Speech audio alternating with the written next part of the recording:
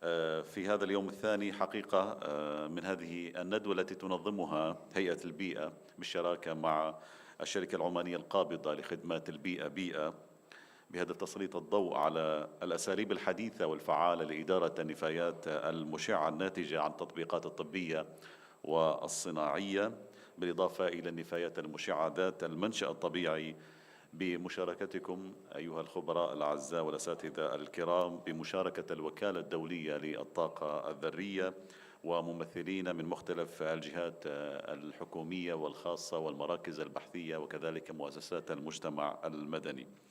يوم أمس تعرفنا على جهود هيئة البيئة وكذلك شركة البيئة في إدارة هذا الموضوع هنا في سلطنة عمان، وتعرفنا أيضا من خلال الوكالة الدولية للطاقة الذرية على التوجهات العالمية في مجال السلامة الإشعاعية وأحدث المعايير المتبعة لإدارة النفايات المشعة. اقتربنا أيضا يوم أمس من تجربة المملكة العربية السعودية والمملكة الأردنية الهاشمية وطرق الرقابة والإجراءات المتبعة في إدارة النفايات المشعة والتجارب والممارسات الناجحة في هذا المجال. أيضا كانت هناك مجموعة من أوراق العمل التي ركزت على الاتفاقيات المشتركة بين سلطنة عمان والوكالة الدولية للطاقة الذرية في مجال أمان التصرف في الوقود المستهلك والنفايات المشعة واللوائح والتشريعات الخاصة بالنفايات المشعة في سلطنة عمان.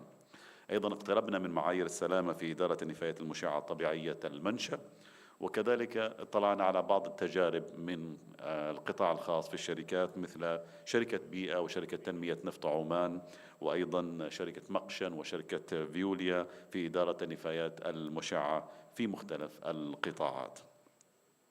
نرحب بكم في اليوم الثاني، حافل أيضا بأوراق العمل، وحسب الاطلاع المبدئي أنها تميل إلى أن تكون عملية أكثر في هذا اليوم إن شاء الله. نرجو لكم يوما سعيدا. قبل أن نبدأ في ورقة العمل الأولى سنتابع فيديو قصير ثم سنبدأ إن شاء الله.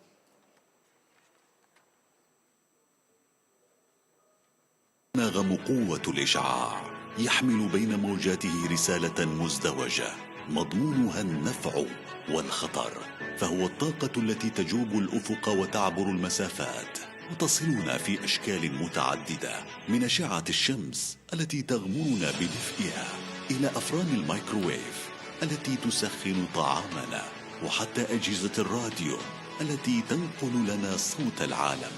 جرعاته الصغيرة تسكن حياتنا بلا أذى، والجرعات العالية منه تحتاج إلى الحكمة والرعاية لتبقي العالم في مأمن. فلا خوف من الإشعاع حين يحكمه الحذر، فهو غطاء الطبيعة بميزان القدر. من أشعة الحياة إلى قوة العلم يحمل الإشعاع الخير في عالم الطب، فهو الضوء الذي يضيء طريق التشخيص والعلاج، يقاوم السرطان ويكشف عن أسرار الجسد من خلال التصوير الطبي. وفي مجال الطاقة هو القوة الدافعة، فمن الشمس نستمد الكهرباء النظيفة، ومن المفاعلات النووية نبني المستقبل. وفي البيئة ينطلق عبر الزمان والمكان، يسكن الطبيعة ويلامس الإنسان، يعالج مياه الصرف الصحي ويعطي الحياة لنباتات تقاوم قسوة المناخ. وفي مختبرات العلماء يتحول الإشعاع إلى أداة استكشاف، يكشف الأسرار الكامنة في القطع الأثرية القديمة، وبخصائصه الفريدة أحدث ثورة في صناعة النفط والغاز والقياسات الإشعاعية في مختلف المجالات. في كل طاقة خير وشر، والإشعاع سر يحتاج إلى فكر وبصر، فرغم فوائده التي لا تعد يجب تلمس الحسن في التعامل معه، فكما يحمل الخير قد يحمل الخطر إذا ما أسيء استخدامه، وحين يترك دون ضوابط يصبح خطرا قد يعرض الحياة والبيئة لخسائر لا تعوض. فهو العطاء حين يستخدم بذكاء، وهو الخطر حين يغيب الوعي. بين فوائده وأخطاره نضع الحكمة ميزان.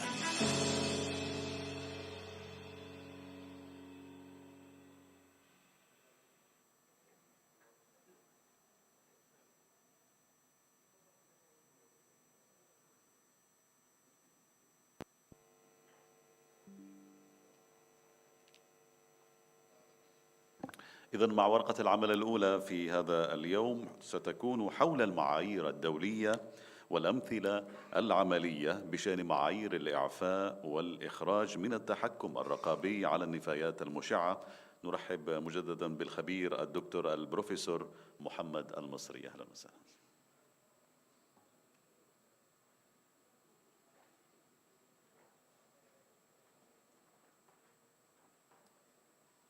Assalamu alaikum wa rahmatullahi wa barakatuh. Good morning, everyone.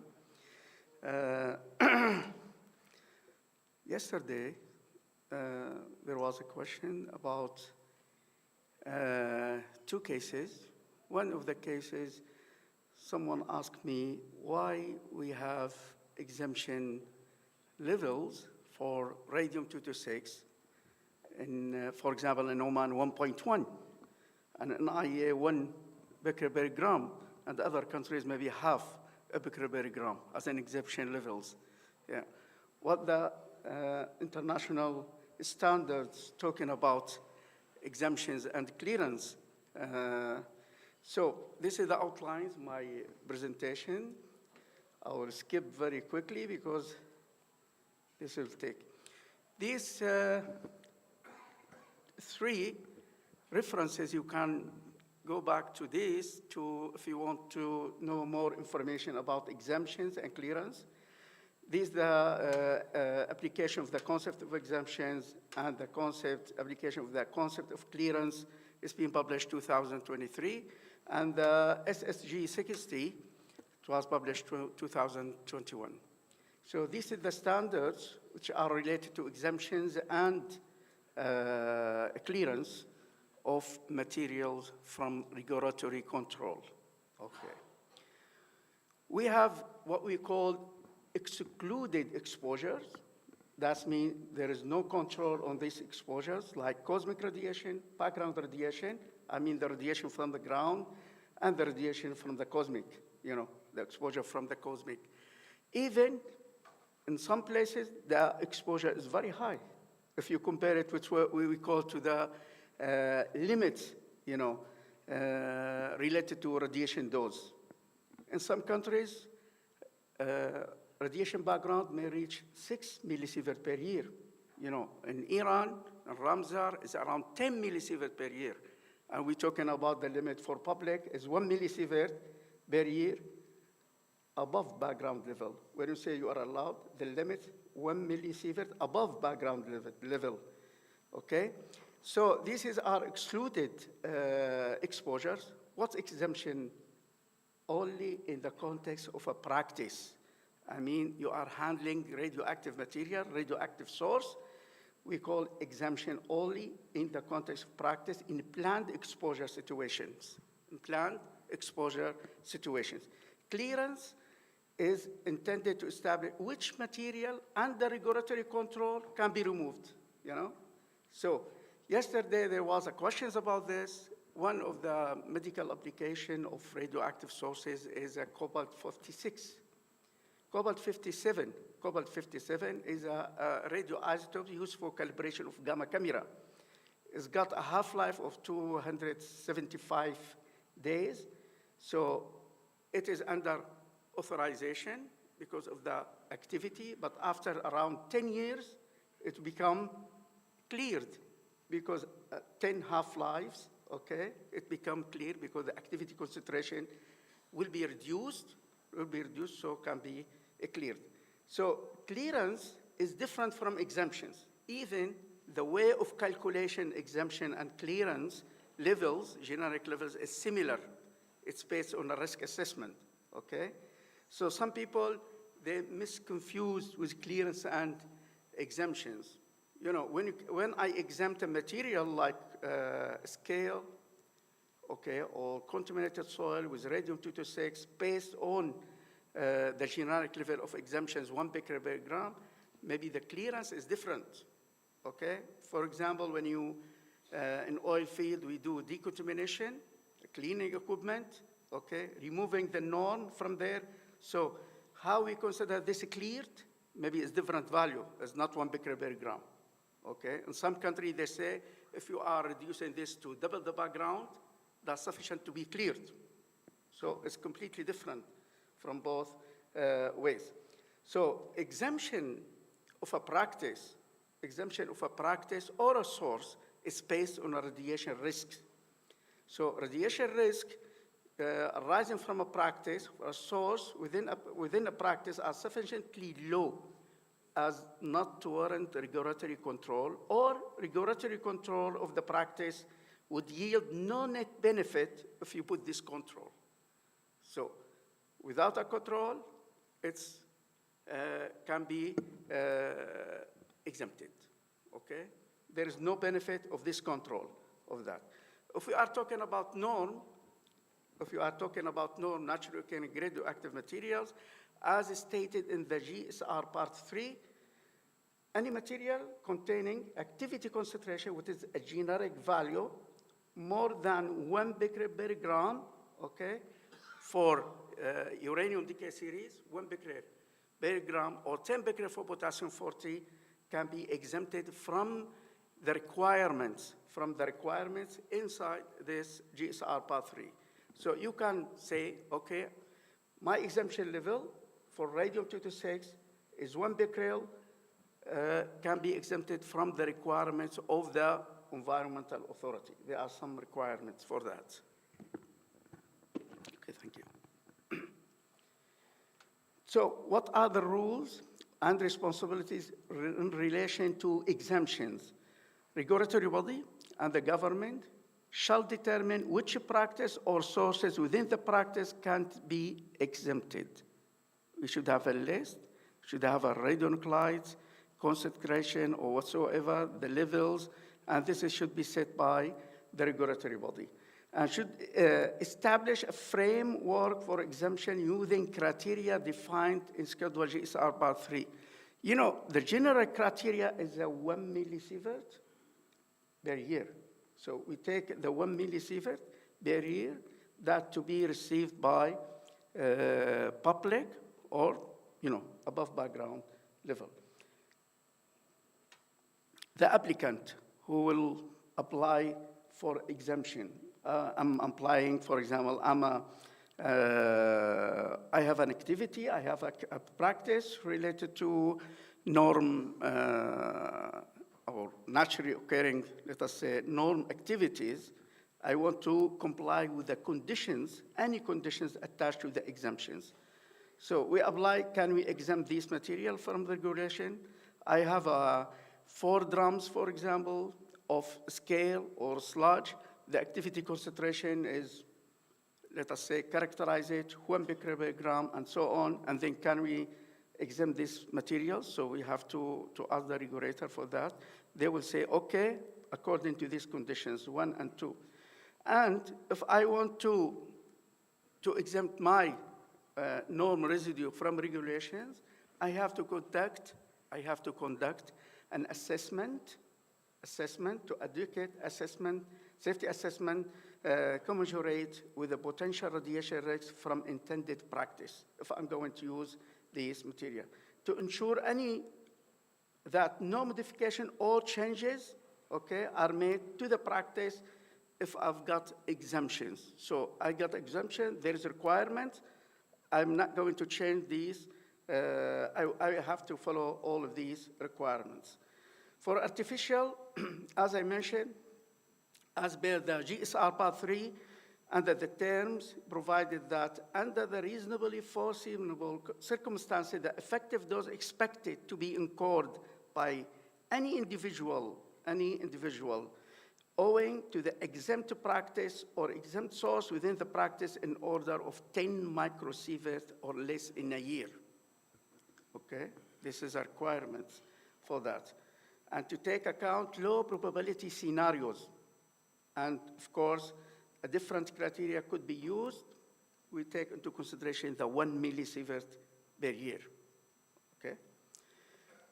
For automatic exemptions, and this is a lot of people like this, automatic exemptions, okay, I need a number.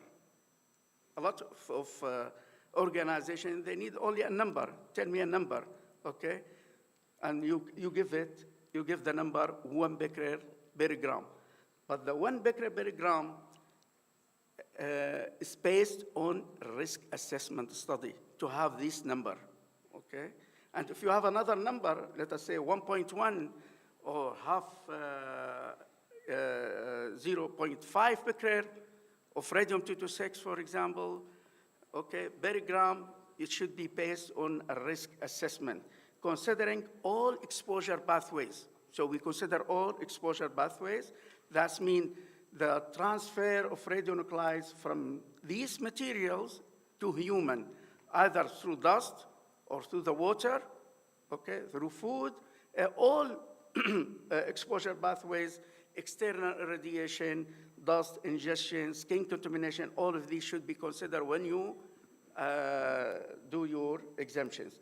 Of course, if you have more than one radionuclides, it's not only one radionuclide, in the document, in the exemption document, you can find an equation so you can use for deriving your exemption levels. There are some specific exemptions for a practice or a source. So we don't take the generic value. We have exemptions to be granted subject to conditions specified by the regulatory. Some countries, they give exemptions, specific exemptions for a specific practice. For example, in UK, in USA, they give 5 becquerel per gram, okay, an exemption level to have to do land spreading for scales. So they can do land spreading, mixing with soil, even 5 becquerel per gram, okay, for a practice. So they can do this because they've done a risk assessment. It's based on the material. If you have an example of radionuclides which is very soluble in water, maybe the exemption limit is completely different, okay?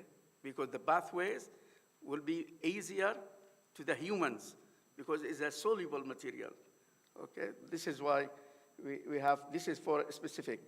And should be, any specific exemption should be based on a risk assessment and a safety assessment of these material.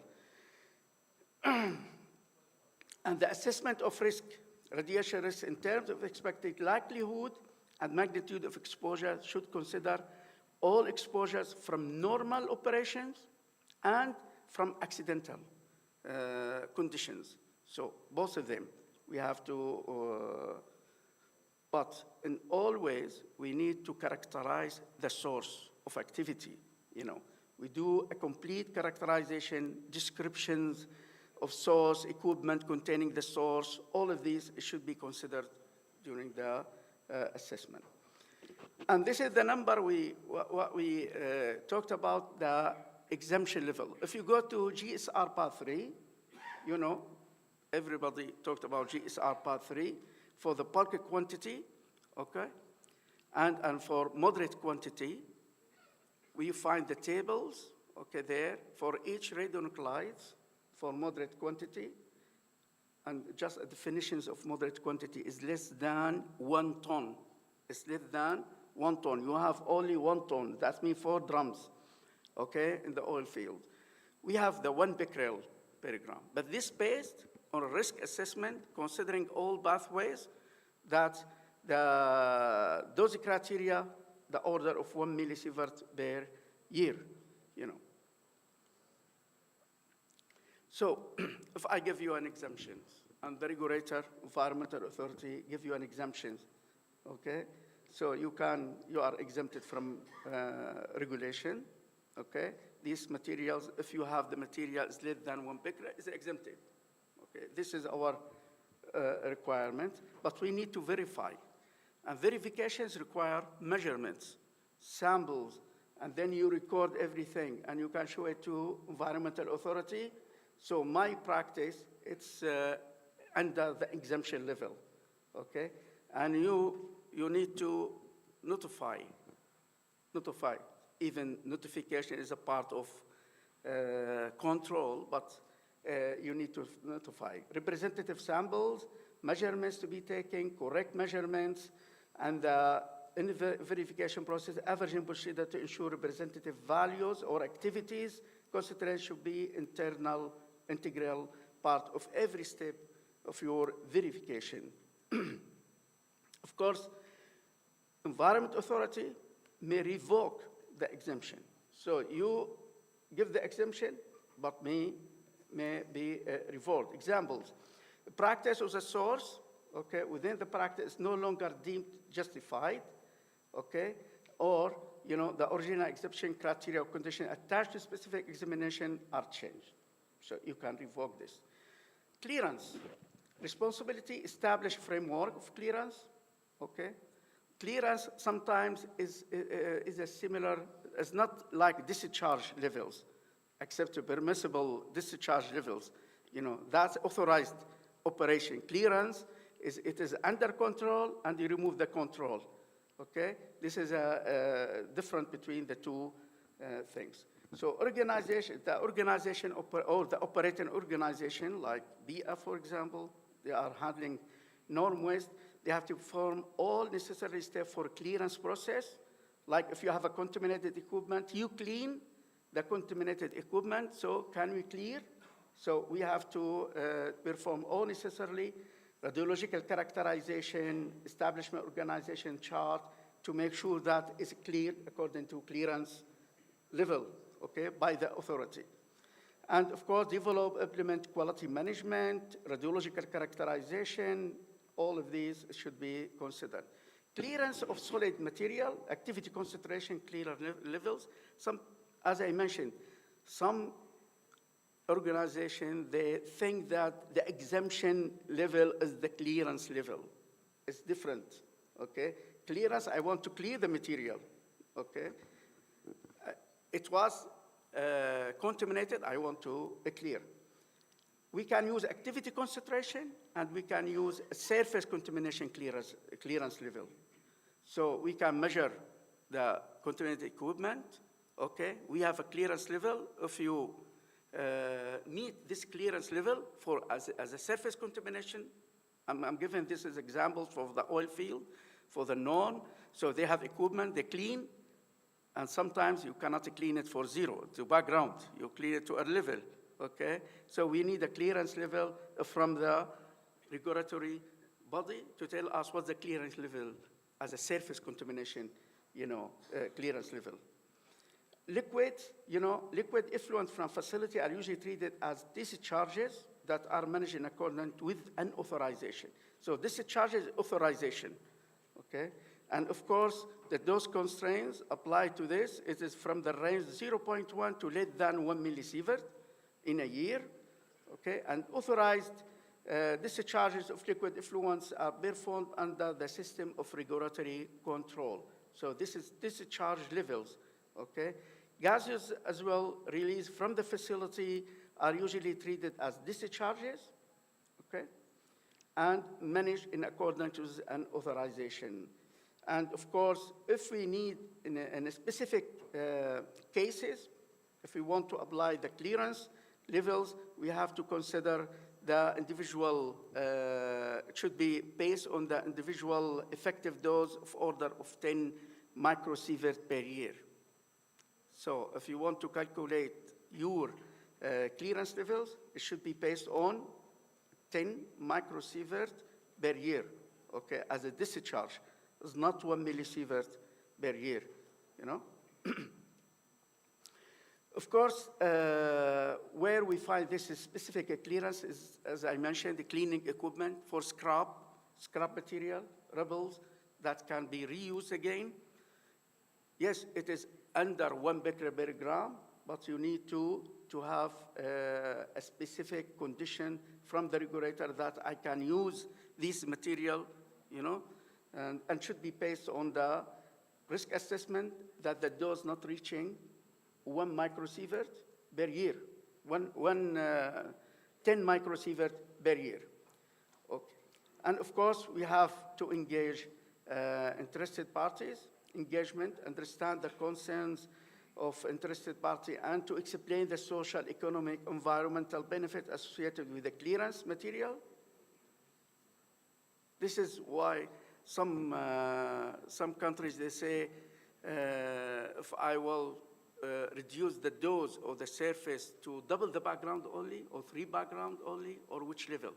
So if I'm going to to put a clearance level 3 times of the background, okay, that means a lot of equipment I can use. Again, if I raise my clearance level, that means less equipment can be used again, you know? So we have to understand this in our case. Of course, we need to enhance, understand the radiation risk of the cleared material to compare it with the background radiation, okay? So why I'm saying double the background, 3 times of the background. In my country, in Syria, clearance level for non-contaminated equipment should be 3 times of the background, okay? This is the clearance level. The exemption level is different, okay? And this is one of the examples of the clearance levels for contaminated soil in Syria. You know, if it's less than 0.15 of radium-226, does not need any treatment, so you can release, is exempted.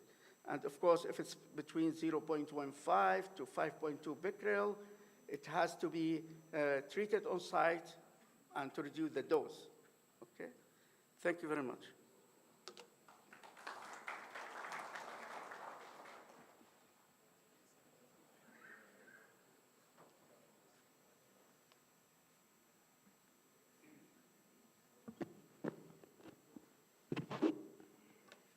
شكرا جزيلا لك البروفيسور محمد المصري. حدثنا عن المعايير الدولية والأمثلة العملية بشأن معايير الإعفاء والإخراج من التحكم الرقابي على النفايات المشعة.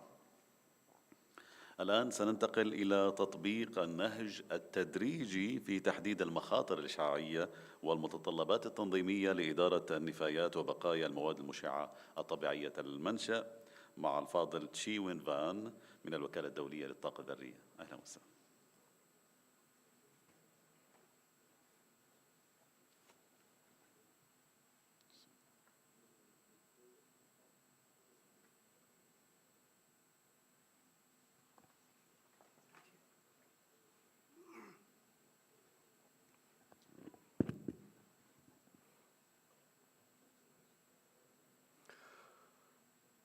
Good morning, and thank you again, and thank you for Dr. Al-Masri talking about the exemption and the clearance. Hopefully that the presentation will provide you better understanding to the concept of exemption and clearance. It'd be good if you have a better understanding, but if not, please be patient, because those two concepts is really difficult and to understand, and it's difficult to practice.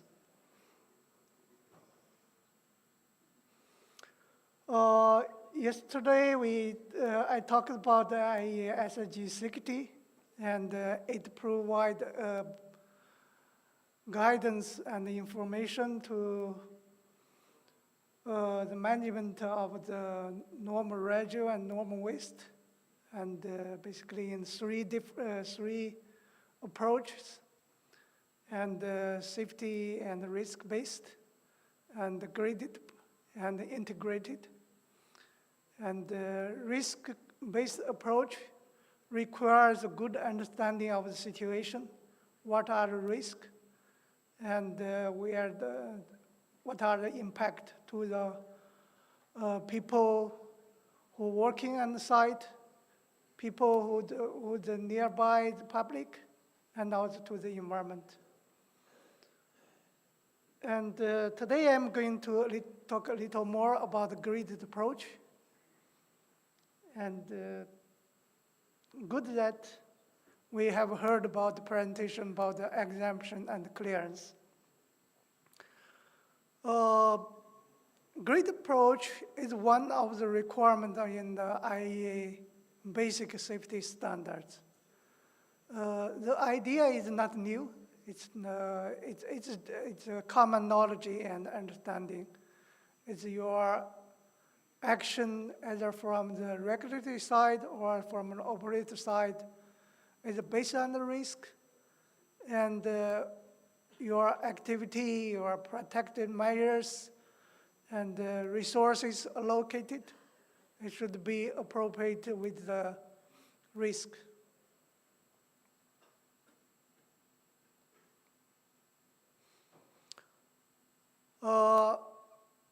Why grid approach is very critical and very important for the activities involving the norm. Activity involving the norm can be very broad industrial activities. And of course, from uranium mining activities and from different industrial sectors, and from rare earth processing, from production of metal, from burning of coals, because some place and coals contain relatively high radioactivity, and after burning, radioactivity can be concentrated in fly ash. That create issue of the concern of radioactivity in the fly ash. And also from the water treatment, because if you use groundwaters, and when you pump out the groundwaters and be processed and concentrate of radionuclides can be in the filters and in the stored pipelines. Similarly for the oil and gas, because if there's radioactivity in the geological formations, and then during the process, and that radioactivity can be concentrated.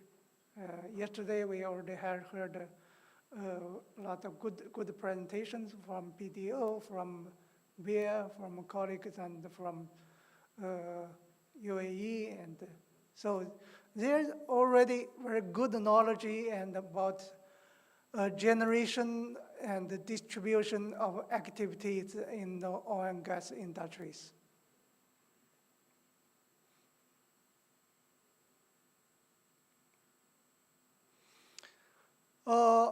What is management of normal waste? And people who are working on the environment, working on the waste management, have good understanding what is waste management. Right? Also, it's a daily, every day we produce waste, and that similarly is for our industries. Basically, we follow the same approach and same philosophy that is for the, if we talk about the 3 R's and the reduction, reuse, and recycles, and now we added one more R's, and the resource of mobilizations and the recoveries, different terms, and they be used. Basically, it's a similar approach. And however, for those activities who have been operating for so many years and 100 years, or that already produced waste, I always ask question is, before you call those waste or those materials a normal waste, how do you manage those waste? Do you have a good program to management of those waste? Do you have good inventory? Do you process those waste? And do you dispose of those waste?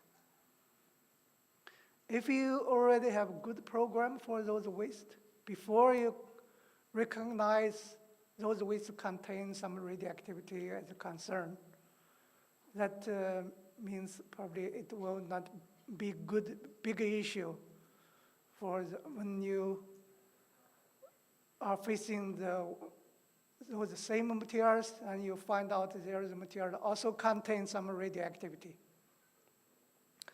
So basically, normal waste is industrial waste or hazardous waste, class radiation and radioactivity. And that's also requires an integrated approach dealing with normal waste, because what you already have. And now you just need additional measures, additional controls of radiation and the radioactivity.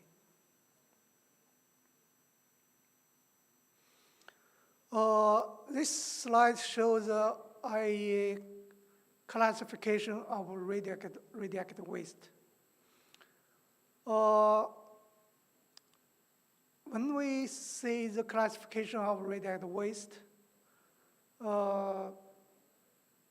those waste mainly from the nuclear industries. We're talking about the waste from the nuclear power plant, waste from the uranium mining, and waste from the application of nuclear technology, like in the medicals and for the radioactive sources. That time we didn't consider the waste from the other industrial activities. And in nature of the normal waste, if we look at the red lines, can be across the region of mostly are exempted waste or small, big volume of very low activity of waste, and the small volume is a relatively low level. And very, very small volume is can be reached to the medium level radioactive waste. For example, some of the scales from oil and gas, or particularly oil in the early stage, there's radium can be reached to 10 to 6 big per gram. It's quite high.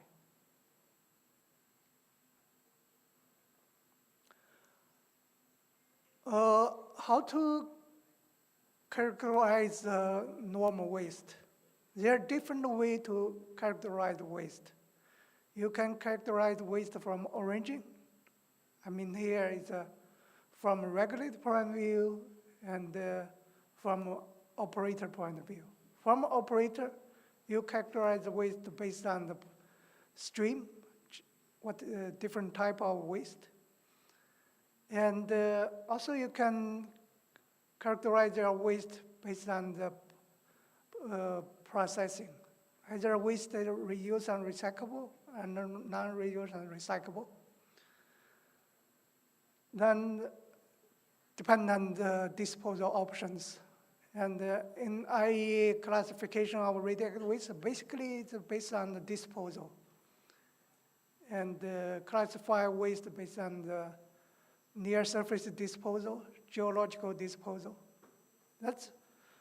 There are different ways to characterize waste and different methodology of categorization at different use in the practice.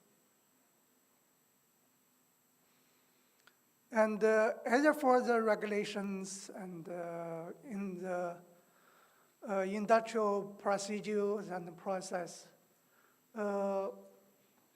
probably it's also good in the waste management program, particularly from operator side. You can consider to categorize your waste and based on the process and based on the physical characteristics, what is big volume, whether it's a liquid, whether it's a solid, and based on the processing you have, it follows.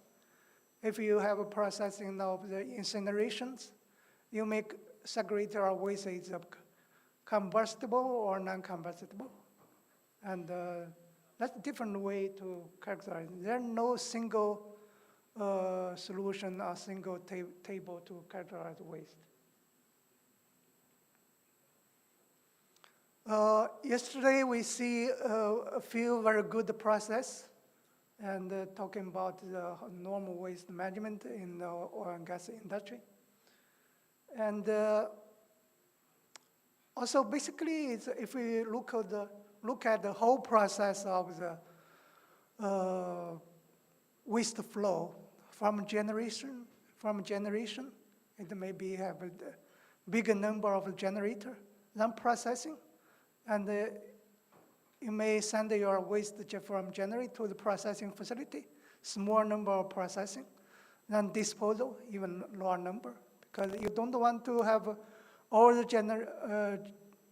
generator have the waste processing and the waste disposal, because then that means in the finally and you will have landfills everywhere and probably a few hundred and number of landfill facilities in the country. It's not the good way to manage the waste.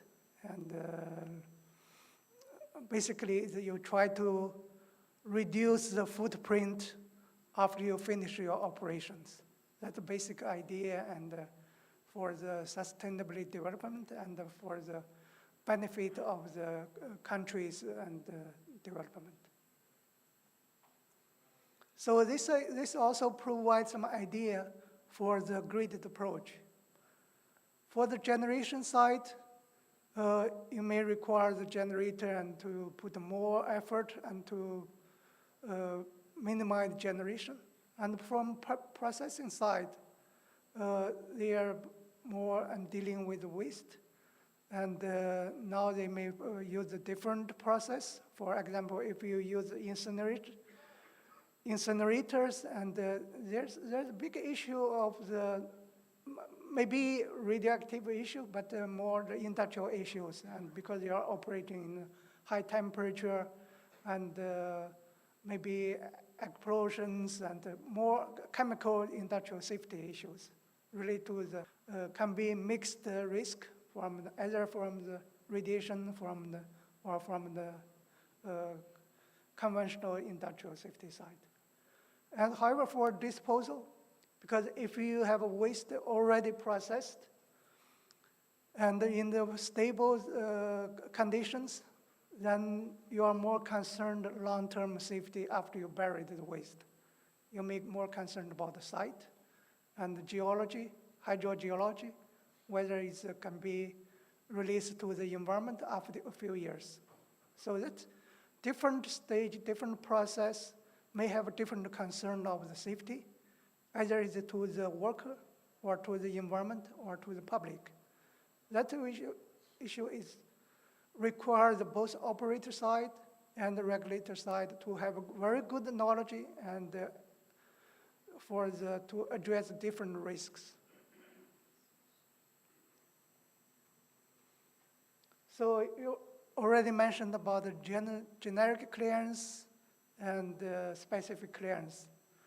For operator side, we are always encouraged to have a good segregation and encouraged to use the specific clearance. Because if you have materials can be reused and recycled, and for certain specific purpose, or can be disposed in other hazardous waste disposal facility or the landfill for industrial waste, and you should try to explore the options. I, in the past few years, have been developing a document for application of a grid approach. It's more focused on the target to the regulations, but it's also provide good information for the operator side. And for the regulations, there's always, it's very difficult for the norm issue is what do you really want to regulate? Do you want to regulate every facilities and every activity in the facilities? So, and do you want to regulate every stream of every type of materials? So it's very important to define scope.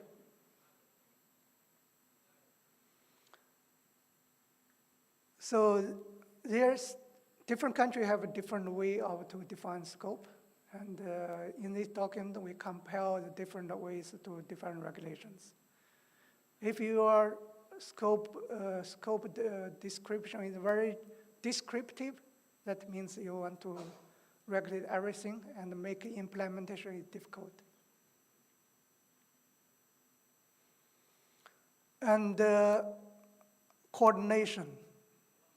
That's always important because you are not deal with, particularly from operator side, you are not just deal with the radiation regulator, you deal with the regulator for industrial safety, environment, and oil, and trade, and different government organizations.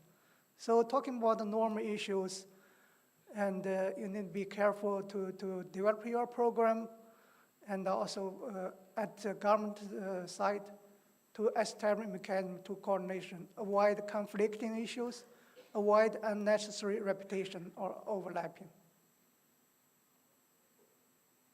Clarify responsibility is always important. Even for the industrial side, whether it's environment, radiation, industrial safety. Different regulatory approach, and we already had heard about the registration, exemption clearance, and next a few slides talking about different way for the notification, registration, and the licensing. Okay, inspection, it's more for the regulatory side. And the peer review.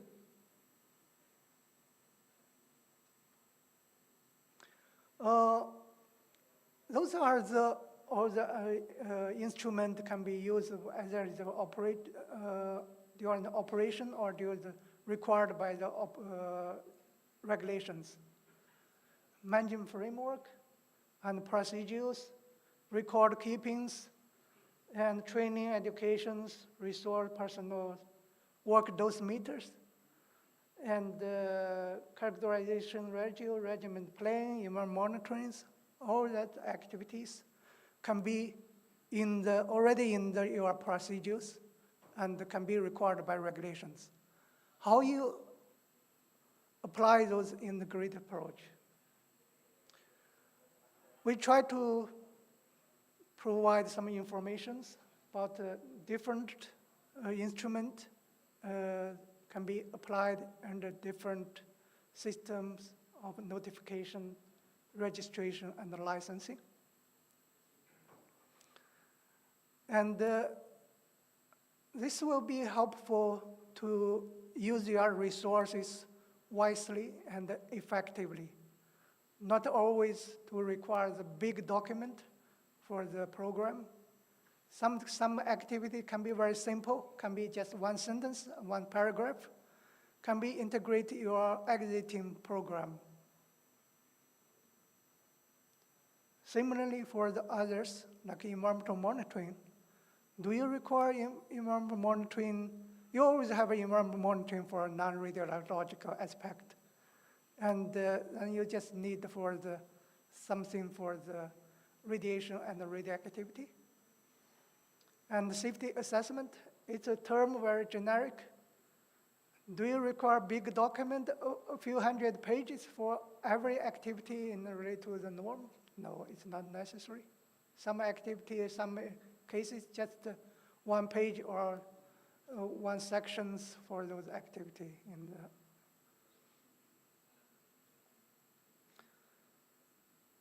So from a regulatory side, basically it provide guidance or regulation. What kind of activity or what kind of residue require notification, require registration and the license. Then clearly define what kind of document need to be submitted and applied by the operator. And the inspection, how many inspection, how many travels do you want to go to the field? And the monitoring and the safety assessment and management. Basically, it to provide some guidance, clear informations, and how do you want to implement your regulatory functions. Here is an example in the Netherlands for the management of waste from oil and gas. You can see here they have defined different residue material for the, people working in the oil and gas, they have good program and well-known their management. And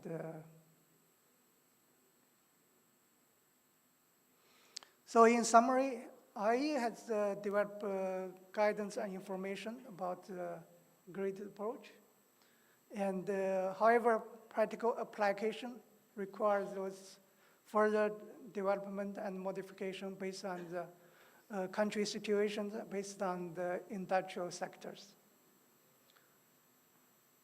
Application grid approach need to have a good regulation or appropriate regulation.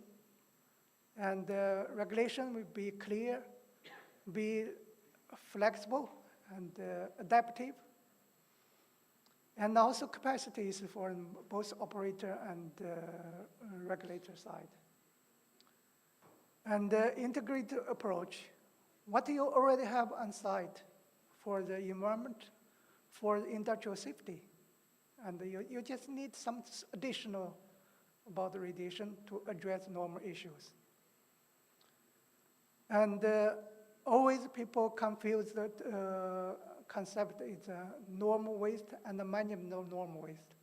One of the very important tasks for management of normal waste is identification of normal waste and segregate it out. What is not normal waste? What is normal waste?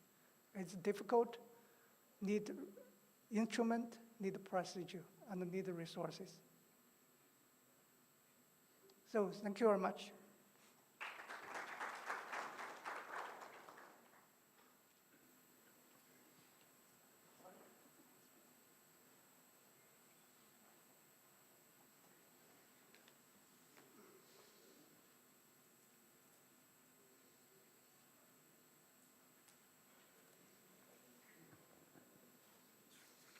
شكرا جزيلا لتشي وين بان من الوكالة الدولية للطاقة الذرية، وهذا الحديث عن النهج التدريجي في تحديد المخاطر الإشعاعية والمتطلبات التنظيمية لإدارة النفايات وبقايا المواد المشعة الطبيعية المنشأ.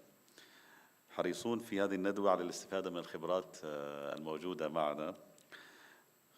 الدكتور محمد المصري، سندعوك هذه المرة للتحدث عن التخلص النهائي وإعادة التدوير وإعادة الاستخدام للنفايات المشعة طبيعية المنشأ والخبرات الدولية في هذا الإطار.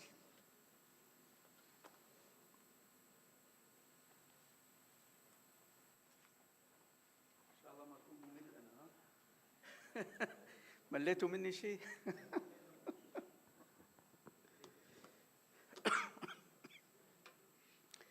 Okay, I will start from the point, last point mentioned by Fran. Of course, what I'm talking about is already in the SSG 60.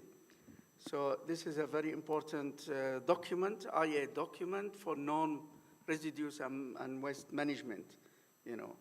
And I think it is a reference document, so whenever you want to handle, to manage non-waste or residues, I recommend to go back to this. You know, when you talk about waste classification systems, what Mr. Fan, he talked about this, because this is the IEA, a new document about classification of waste. It's based on the disposal options, you know. And if you look at this, in the bottom, we have the exempt waste, because it's related to norm residues, and we have the very low level waste, which is norm as well.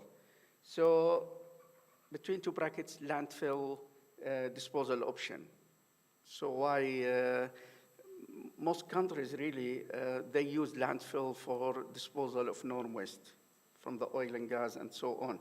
And this is the concept of even the national facility here in Oman. It's a landfill option for disposal of norm waste from oil and gas.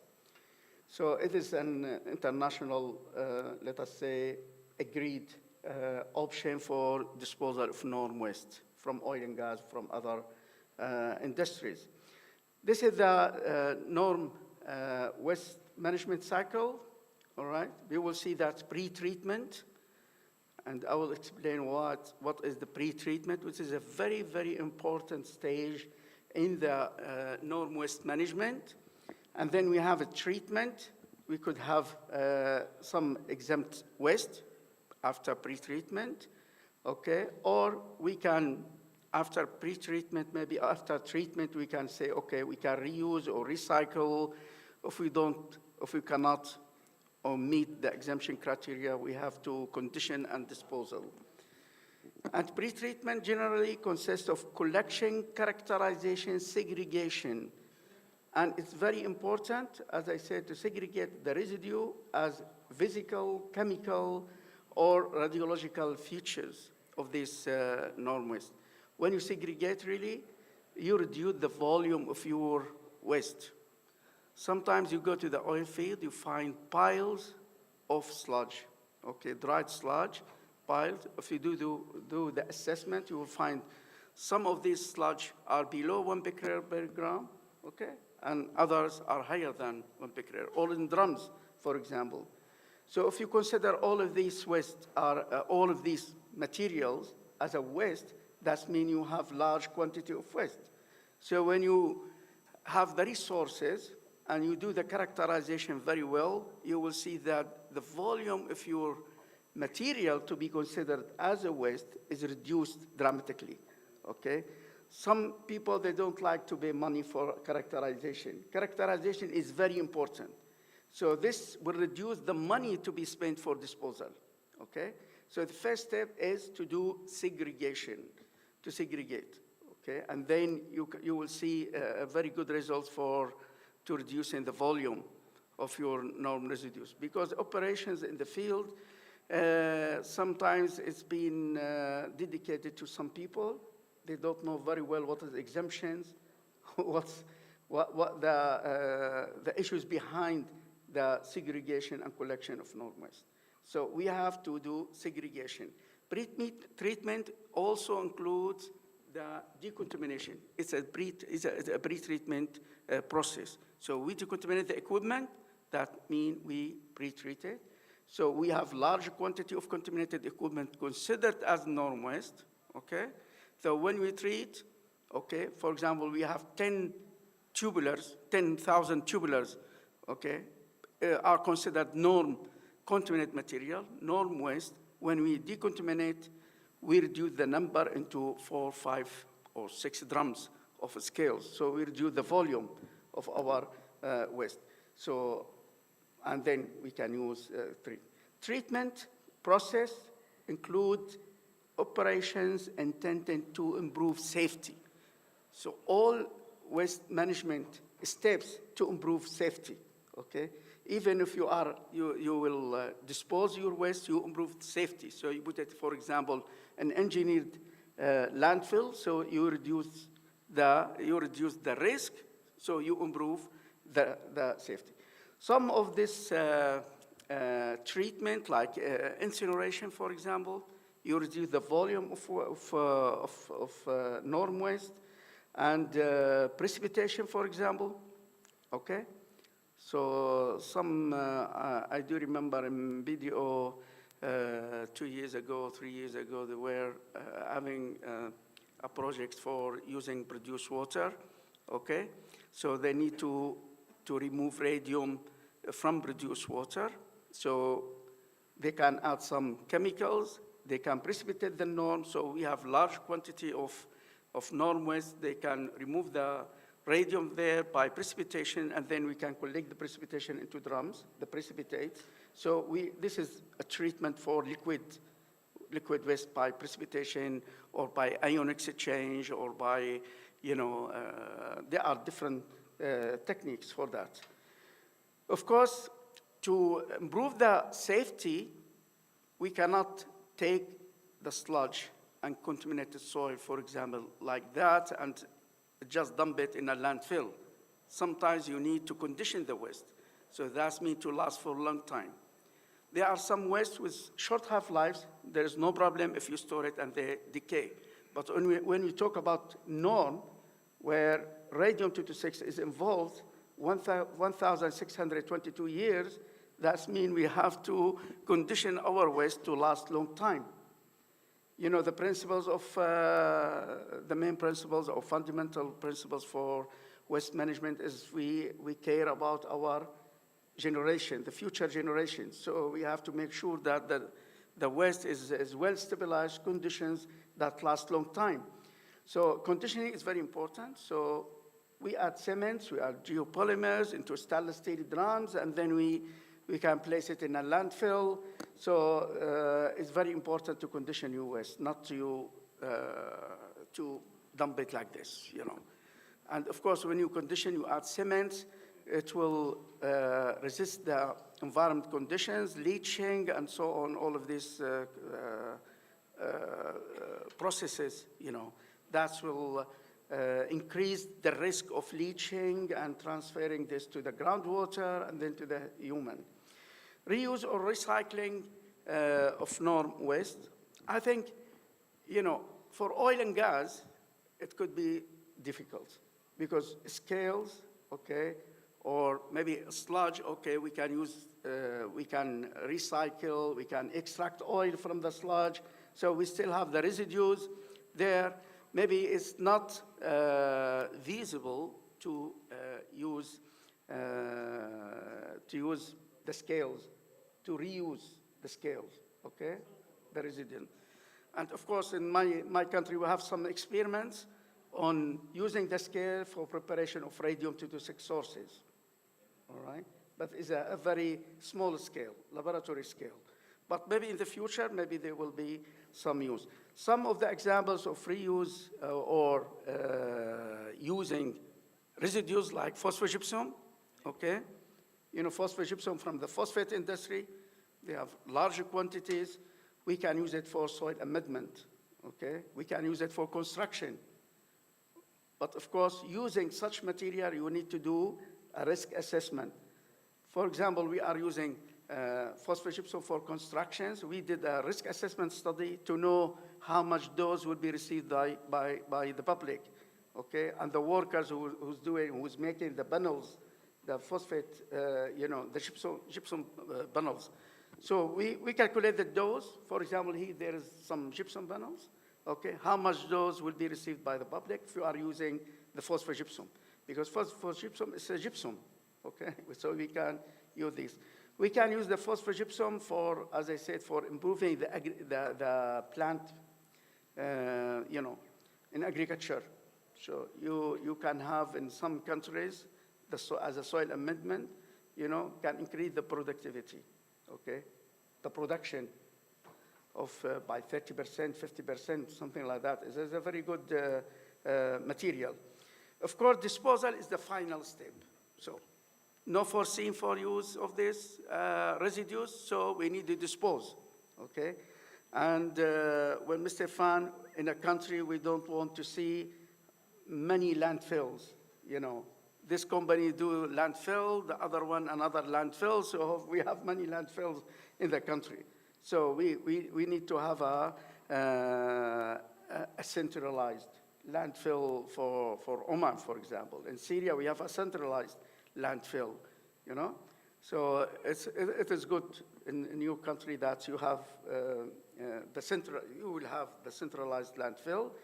Of course, disposal could be different ways, okay? It's not only a landfill, but as I mentioned in an IEA document, landfill for very low norm waste is an appropriate technique, okay? There are many factors that you select your technique, but let us stick to the landfill. But if you want to select another technique, another option for disposal, you have to think about these factors, you know, to select your option, like environmental exposure, public acceptability. Maybe the public, they don't accept this option, you know. In some countries, they don't accept that to have a landfill close to their homes, you know. And of course, universal acceptability, if this is what we're saying about the landfill, it's a universal, it's accepted, you know, worldwide. And of course, this is, for example, for oil and gas, there are many options. Spreading, sludge farming, barrier, disposal facility, even well injection is very expensive technique. If you want to put it back to downhole 3 kilometers, 4 kilometers, there is a technology for that. So you can make it slurry and then inject it. But this is very expensive, you know. And if you have large quantities, is not a practical, really, option to use. Storage, as I mentioned, now everybody is storing storage. They have storage facility. And of course, the perfect option for long-term management depends on the conditions of the facility, you know, and the quantity, you know, how much you have. You have bulk amount of residues, or you have medium amount or small amount, you know. Of course, you're not going to do a landfill if you have only a few drums in your facility, you know. Or if you have larger quantities, you're not going to use, let us say, a small landfill, and even the design of the landfill will be different, okay? This depends on if it's bulk quantity, small, medium, you know. Of course, this is one of the landfill used for oil, for non-waste. And you see one of this there for the containment, is more containment. They have the drums, okay? Even the material solidified there, and then they can encapsulate it as well. So, small quantity, like I said, in maybe in a small norm yard, they can put it. So the storage area should be controlled, designed to reduce any exposure, okay, any for the risk, you know. And of course, operating organization should select, as I said, the design options, process, materials, construction method, and so on, and then to provide measures how to avoid any spillage or any spread of contamination, okay, and safe use of these materials. Of course, there are many examples from the mining industry. I mentioned the phosphogypsum examples, how they want to reuse these. And of course, tailings, bauxite tailings, phosphogypsum, scale from oil and gas, sediment and sludge. There are many examples from the industry how they manage their non-waste, okay? In my country nowadays for phosphogypsum, we have large bit lined, and we pump the phosphogypsum to this lined bit, okay, for drying. And then in the future plan, we will cover this phosphogypsum with 2 meters of soil, of soil, clean soil, and then we plant trees. So this is the plan. So we have different options, different experience around the world for this. So when you select your site for long-term management, like landfill, we have to do siting studies, you know, to select this. Of course, sightings, we need to know the characterization of the site. The design should take all measures to reduce the risk, like water filtration, integrity of the containment, accident release, surrounding environment, and so on. So there are many factors that should be considered in the design, and I think the national facility, they consider all of these factors during the design. And this is one of the designs for the landfill, the cover, and the liner, all of these. It's already well known, I mean, and you can find it in IEA documents. Of course, the operations operated in accordance to the management plan prepared by the operation organization. Decommissioning of the facility should be included as well in your documents, because decommissioning, you know, decommissioning, some people, they don't consider it from the beginning of the project, and they will have large problem in the future. Even for oil companies, when they leave their facilities, for example, they have large quantity of non-waste generated from decommissioning operations. Of course, monitoring is very important for the storage area, for the landfill, for example, or for the operation of a facility for non-facility, like monitoring the air, the exhaust air, radon monitoring, water groundwater monitoring, soil monitoring, even the personal monitoring. Should be considered during the operation of a NORM facility. Thank you very much. I took only 2 minutes. Extra.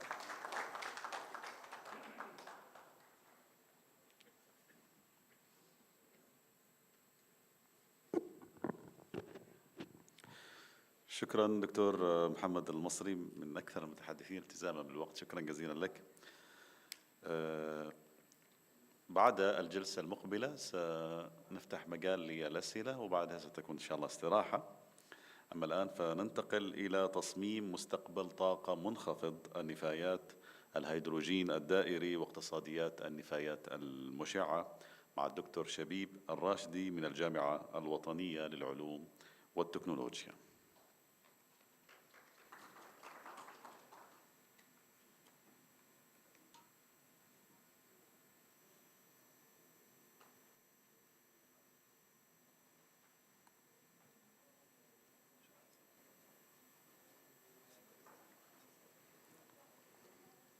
Assalamu alaikum.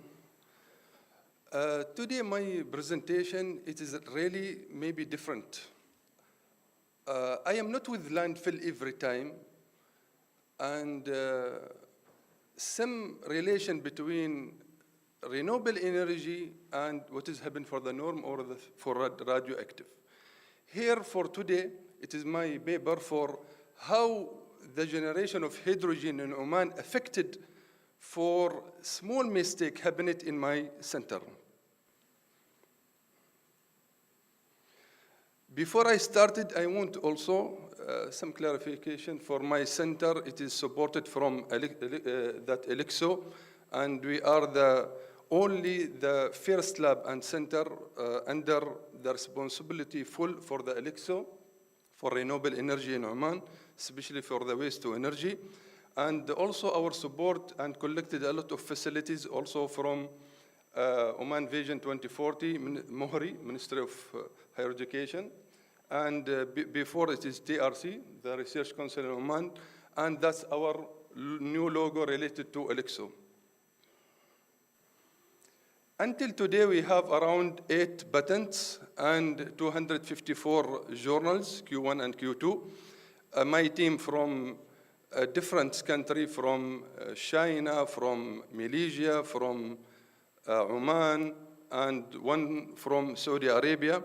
And I am very happy to inform you also Prof. Robert from Germany, also now in our center. My center also, it is only the center who is work with waste to energy in GCC, and work exactly for feasibility economic for the hydrogen, and Hydrom Oman now waiting the very important report from our center for how can reduce the cost of hydrogen from $6 to $4, that future of hydrogen in the world. Today I want to inform you, I will start it for what is happening for generation of hydrogen in our center and what is the novelty. And last point, what is the relation between hydrogen and for radioactive waste? Let us start for the hydrogen. For small introduction for the hydrogen. Every time I ask myself, why a lot of countries not started with hydrogen generation if the hydrogen, it is very expensive. As you know, the hydrogen, the main issue, used fresh water, plus the emission of CO2. 1 kilogram from hydrogen can sit around 10 kilogram of CO2 emission to the environment and will be affected to our life. Number 2 or second challenge for used fresh water. Last week I am in Qatar, and one person from Morocco, he said it, if I used the fresh water for the hydrogen today, tomorrow I will lose the agriculture money from the Morocco, as you know, the avocado and some It is very important fruits. How can I give you fresh water? How can I give you fresh water and tomorrow I will lose my money and future of economic in Morocco? Number three, sorry. Here we needed go to relation between the hydrogen without fresh water and how can apply life cycle assessment to this economy, and I collected a lot of money without radioactive waste. Some of you, yes, saw here some objectives.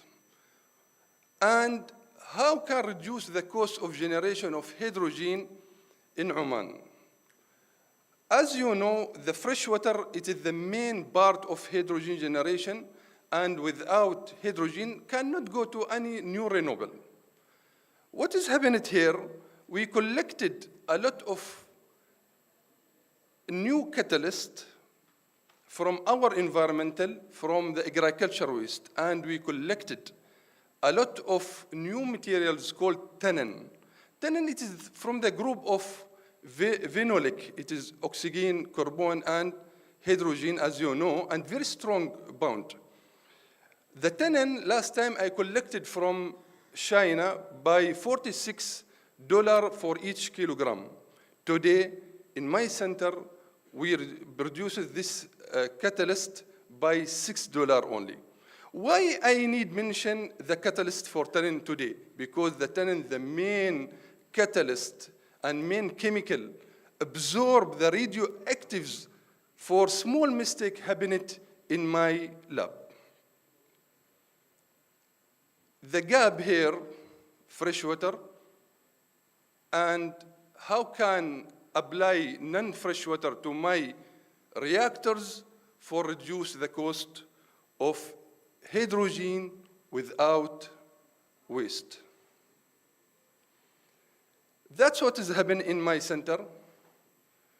We collected, thank you first for the OQ team, really, every time help us and be a company.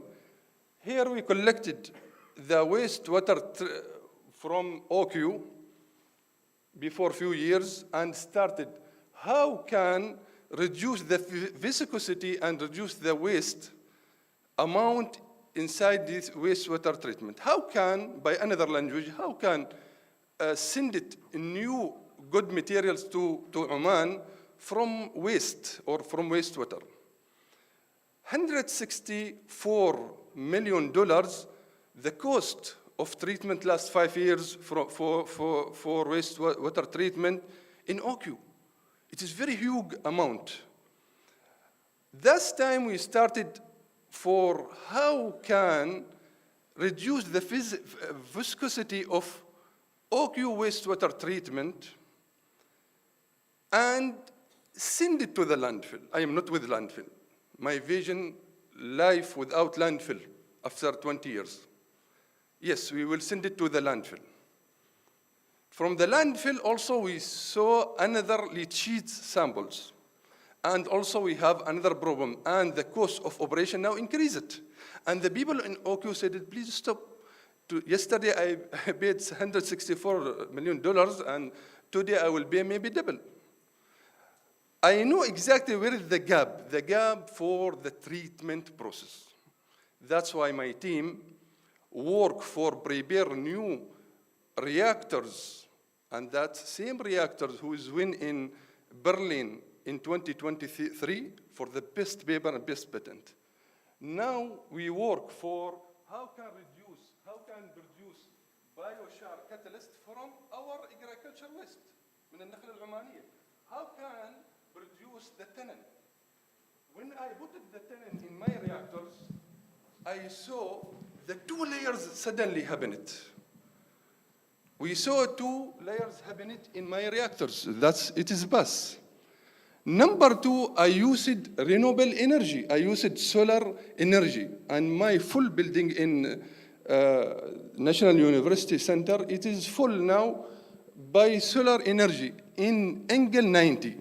Now I am bus in 2 parts. I used renewable energy and I used natural catalyst called tannin. Number 3, when I added the wastewater in this reactor with the tannin, I saw 2 layers, and I needed to reduce the iron oxide. That's why I asked Agriculture Ministry for collecting the fish waste, and I absorbed or isolated the iron oxide from fish waste, and I put it in my reactors. Now, today, I am very happy to inform you my purity of hydrogen by natural materials reached to 99.89%. My 99.89, and also I am not happy because the cost of membrane or operation, it is very expensive. When I saw the problems, when I added all my data for AI, I predict new models called Nixon's models. It is 0.95. For AI, I added all the information, and I know here where is my problems. The team said it, some issue happened in our electrolysis.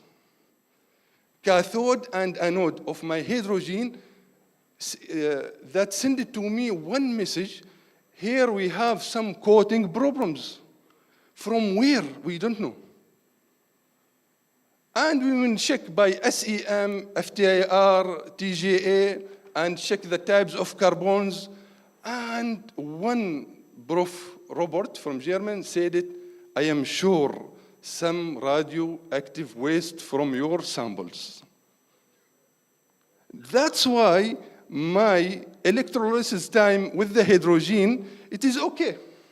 Increase it. With the efficiency, increase it for different types of samples. But any sample came from field, we saw the problems. That's the cost of the project. I will back again for this one. Now we saw some problems for the efficiency. Now when I added injection 6 liter to 12 liter in my reactors of the waste, I saw like that's happened. That's meaning some issue happened in my electrode and cathode. And when I am open the membrane there from agriculture waste, I saw my membrane, it is black. When I send a sample to different people and professor, all of them said it's some percentage of radioactive waste in your sample. When I added my tannin and my samples from agriculture waste in Oman, and I added tannin, and I added hematite from the fish waste, I saw again the activity of my reactors back again to the life. What is the meaning of my words today? Before I close my speak, I won't say that we work with different types of challenge, but the environmental every time help us. Now we have tannin and hematite from fish waste and from agriculture waste can absorb radioactive waste and increase the activity of hydrogen again and the life of economic in Oman back again. I am very happy and nothing difficult. That's my future work. How can I add it CO2 from the pollution? How can I add it in my reactors? How can H2O break down of the bond, hydrogen and oxygen? How can hydrogen go to 2 types of membrane called Nixon's and the graphene with the sodium? How can the electrode go to another reaction and give me electricity and back again to the reactors? How can I show very new renewable energy purity to 99.78%?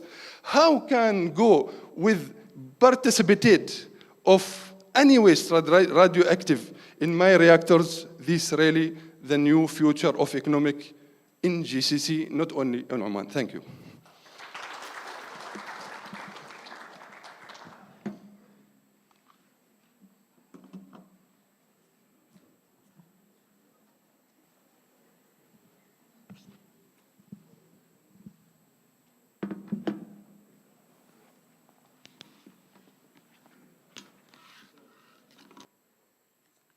شكرا جزيلا للدكتور شبيب الراشدي. أكيد فخورين بهذه الجهود وبهذه الطاقات الشابة التي تسعى دائما لتطوير العمل في هذا المجال أيضا بالتحديد. الآن نفتح مجال في حال وجود استفسارات أو أسئلة للمتحدثين الذين كانوا في هذه الجلسة.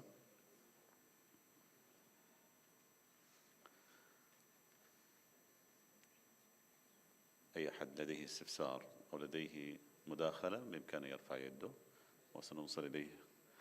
عدا ذلك اللي أمس شاركوا اليوم ما يشاركوا.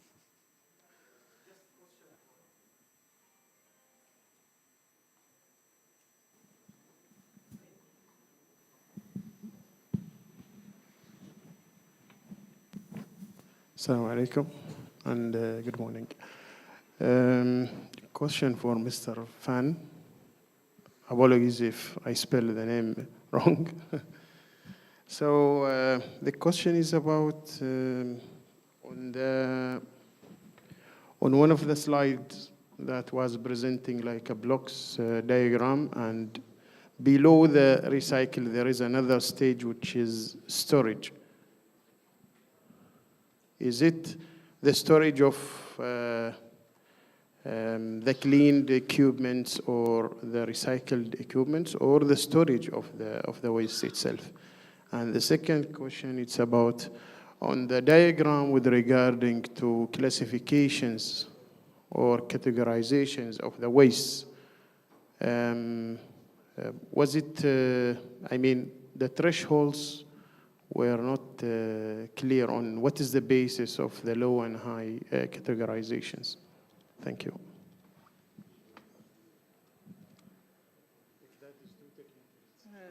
No, it's okay. Thank you for your question. And I would first answer your second question, because in the classification system, in that, always people want to know what is the value and between different levels of waste.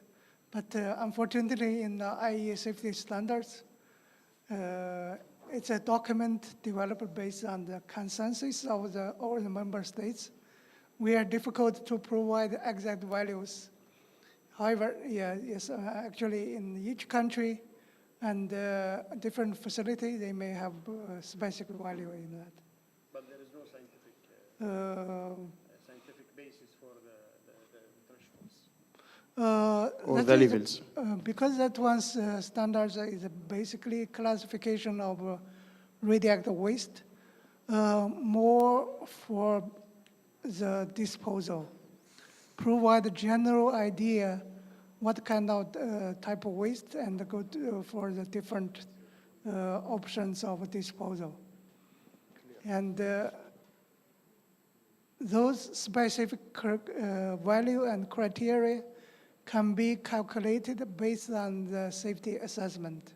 If you have a site or a facility, and you calculate based on the general criteria, like 0.3 millisievert per year, and you can get a specific value, what kind of waste can be put into that specific disposal facilities. That's the basic idea behind. And for the first question, yes, and there's different options for surface and for the specific landfill, because that's related to the concept of the generic clearance and the specific clearance. When we say generic clearance, that means materials after can be released and for use without any restriction, without any control in terms of radiation. For specific clearance, that means that materials already have very definite pathways. For example, for reuse and recycling as construction materials, and you know exact the use of that materials, then you can calculate what is the pathway to the people, what is the impact to the public. And also, if it's, you put some waste to the landfill, you know that waste go directly to the landfill. Then you can calculate, you don't, very specific pathways and to. Thank you for that way. شكرا Thanks. جزيلا. شكرا خالد. هل في استفسار آخر؟ تفضل. السلام عليكم. السؤال للدكتور محمد بخصوص الاكزاميتد ليفلز واللو اكتيف ويست. الريوز اوف ذا ويست او الريوز اوف ا contaminated object او contaminated tools with waste. It is depending on examited level or low activity, because there is a great difference between low active and examited level. Sometimes the low active waste has a very long half-life isotopes, so it is, if it is exempted but still radioactive waste, that's right or wrong? Actually, thank you very much for your question. This is why a lot of people, they confuse sometimes about the exemption and the clearance. So when for reuse, we have to use a clearance level, okay? And this should be according to regulatory authority, you know, to put a clearance levels for contaminated, for example, equipment. Like if you have a contaminated equipment, surface contamination, we use a becquerel per square centimeter, or as an activity, you know. So they have to get a clear. For example, like I say, in the medical applications, we have the cobalt-57, which is 274 days half-life, so 10 years will be. So the regulatory, they should list which are the sources can be cleared. And for example, cobalt-76, they should have some cobalt-57, for example. In 10 years, it's already cleared. All right? But, sometimes the daughter maybe have a very long, like Yes. iodine-123. Iodine-123, the half-life is 13 hours. Okay. But it's changed into tellurium about 9.2 in 10 power 16 half-life. Yeah, yeah. This is why exemption, let us say, exemption level, it's from the beginning is an implant exposure, okay?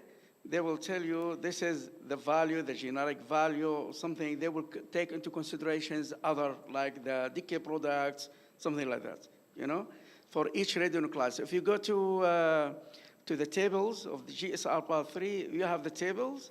You have for each radionuclide, so you have an exemption level, okay? And in addition to this exemption level, there's not only the activity concentration, there is a total activity. I mean, if you have a radium-226 is a 1 becquerel per gram, not exceeding a 10 to 4 becquerel as a total activity. So you have a total activity, and you have the exemption levels. Some, you know, people, they forget the second line in the table. They just take the first line, but there is a total activity there. So now, if you have two isotopes, there is an equation, so you can calculate how much the exemption, you know, levels of the mixed radionuclides. So when you have a radionuclide that decay to another radionuclide, which was long half-life, like, for example, a source of polonium-210. Polonium-210 is a 138 days, but, you know, the radium-226, lead-210 is a 21 days, 21 years, okay, the half-life, and then decays to polonium-210, which is lower, much lower. But there are other isotopes decays to higher, long half-life radioisotopes, and maybe the activity, you know, will be higher than the parent. شكرا جزيلا دكتور محمد. شكرا للسائل الكريم. إذا ما في سؤال، إذا سنخرج إلى الاستراحة الآن. سنعود إن شاء الله في 10:40. 10:40 we should be again here إن شاء الله. شكرا جزيلا.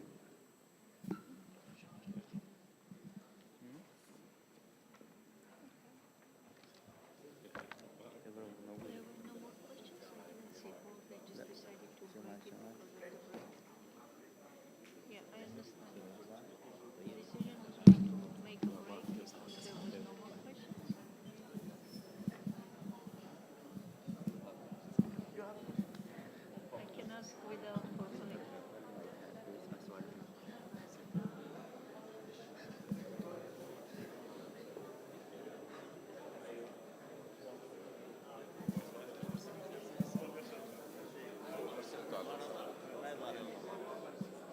كرسي الحل يحيى.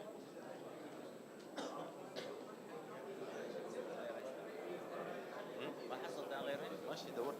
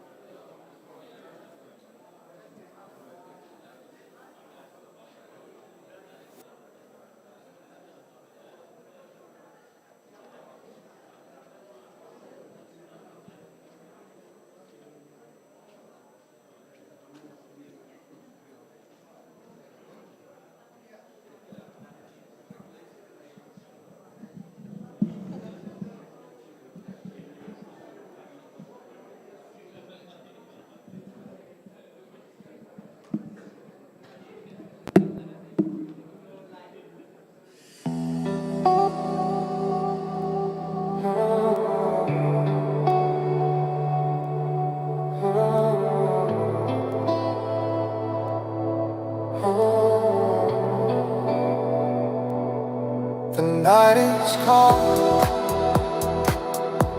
the world's asleep. Your memory is all I keep. A gentle fire beneath my skin. You're the dream I'm falling in.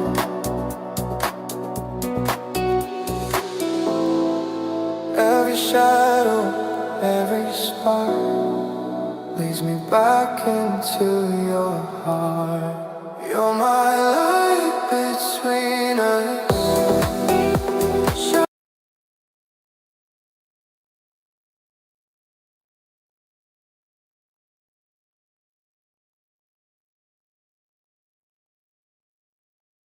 Every breath reminds me of who we are. You're my light between us.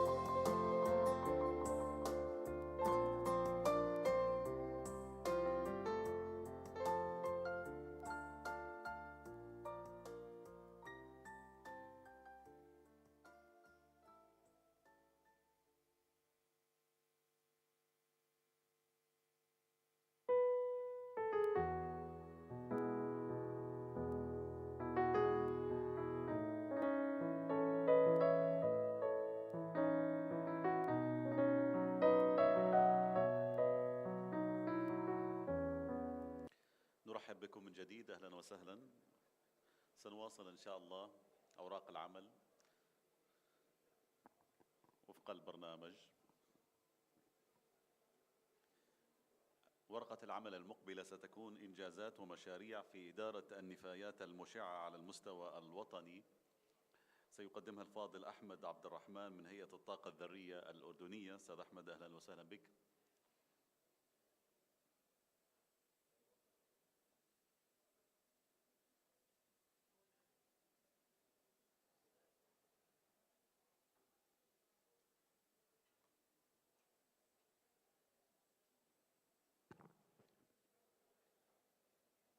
السلام عليكم، صباح الخير جميعا، يعطيكم العافية.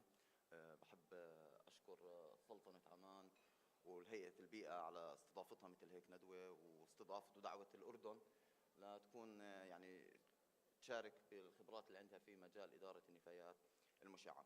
اليوم إن شاء الله راح أتطرق هيك لمجموعة من المشاريع اللي نفذتها هيئة الطاقة الذرية الأردنية، كونها هي اللي بتمتلك الصلاحيات والمسؤوليات في إدارة النفايات المشعة في المملكة الأردنية الهاشمية.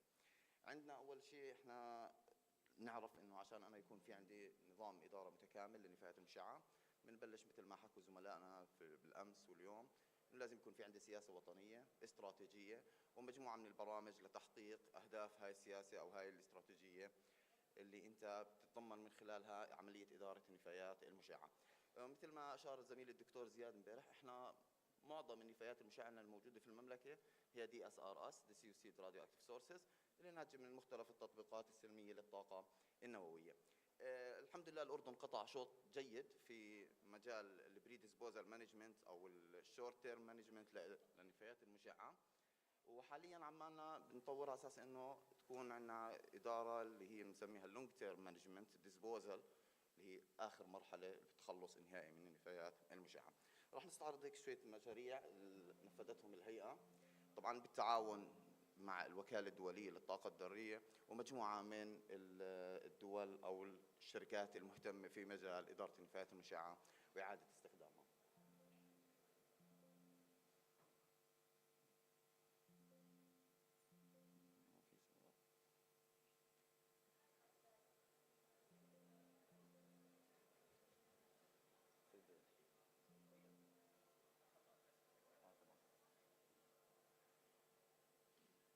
مثل ما حكينا احنا بهمنا حاليا في الاردن التوجه في الاردن لايجاد حلول طويله الامد لاداره النفايات المشعه، كونه احنا حاليا يعني وصلنا لاخر مرحله او لاخر نقطه قبل التخلص النهائي او اعاده استخدام هاي المصادر المشعه والمواد المشعه. والهدف اللي هو الاسمى لاداره النفايات المشعه طبعا مثل الكل صار بيعرف اللي هو حمايه الانسان والبيئه والممتلكات الشخصيه. عندنا عدة مشاريع، من هاي المشاريع أول شيء كان في عندي استرجاع المصادر المشعة غير المستخدمة من موقع التخزين في منطقة سواقة. احنا من التسعينات كانت الدولة بتهتم في موضوع إدارة المصادر والنفايات المشعة وفقا للتعليمات والإجراءات الدولية اللي كانت معتمدة وفقا للقوانين المحلية. فموقع سواقة كان مخصص لتخزين DSRS، وكان بهذيك الأيام أو بتلك الأوقات الممارسات الموجودة إنه المصدر المشع مثل ما هو المصدر بتم وضعه داخل برميل معدني وبنصب كونكريت وبتخزن. أضمن إنه ما حدا يقدر يوصل لهذا المصدر، يكون صعب النقل، صعب الوصول إلى المصادر المشعة، وكانت هاي من إحدى الممارسات المعتمدة في كثير من الدول. الموقع خارج حدود العاصمة عمان تقريبا 90 كيلومتر إلى الجنوب. الموقع خاضع للمراقبة من الجهات الأمنية وبتبع على مسؤوليته لوزارة البيئة بشكل كامل، وكان جزء منه مخصص للنفايات المشعة. في أسئلة كانت تدور إنه هل تعتبر النفايات المشعة من المواد المخطرة؟ إحنا عندنا في القانون الأردني نعم النفايات المشعة هي المواد الخطرة ولازم تنحكم وتنظم من خلال وزارة البيئة، مع استثناء النفايات المشعة اللي هي بتكون هاي مخصصة أو مسؤولية هيئة الطاقة الذرية الأردنية. فالموقع القديم كان من ضمن مكب النفايات الخطرة اللي تابع لوزارة البيئة.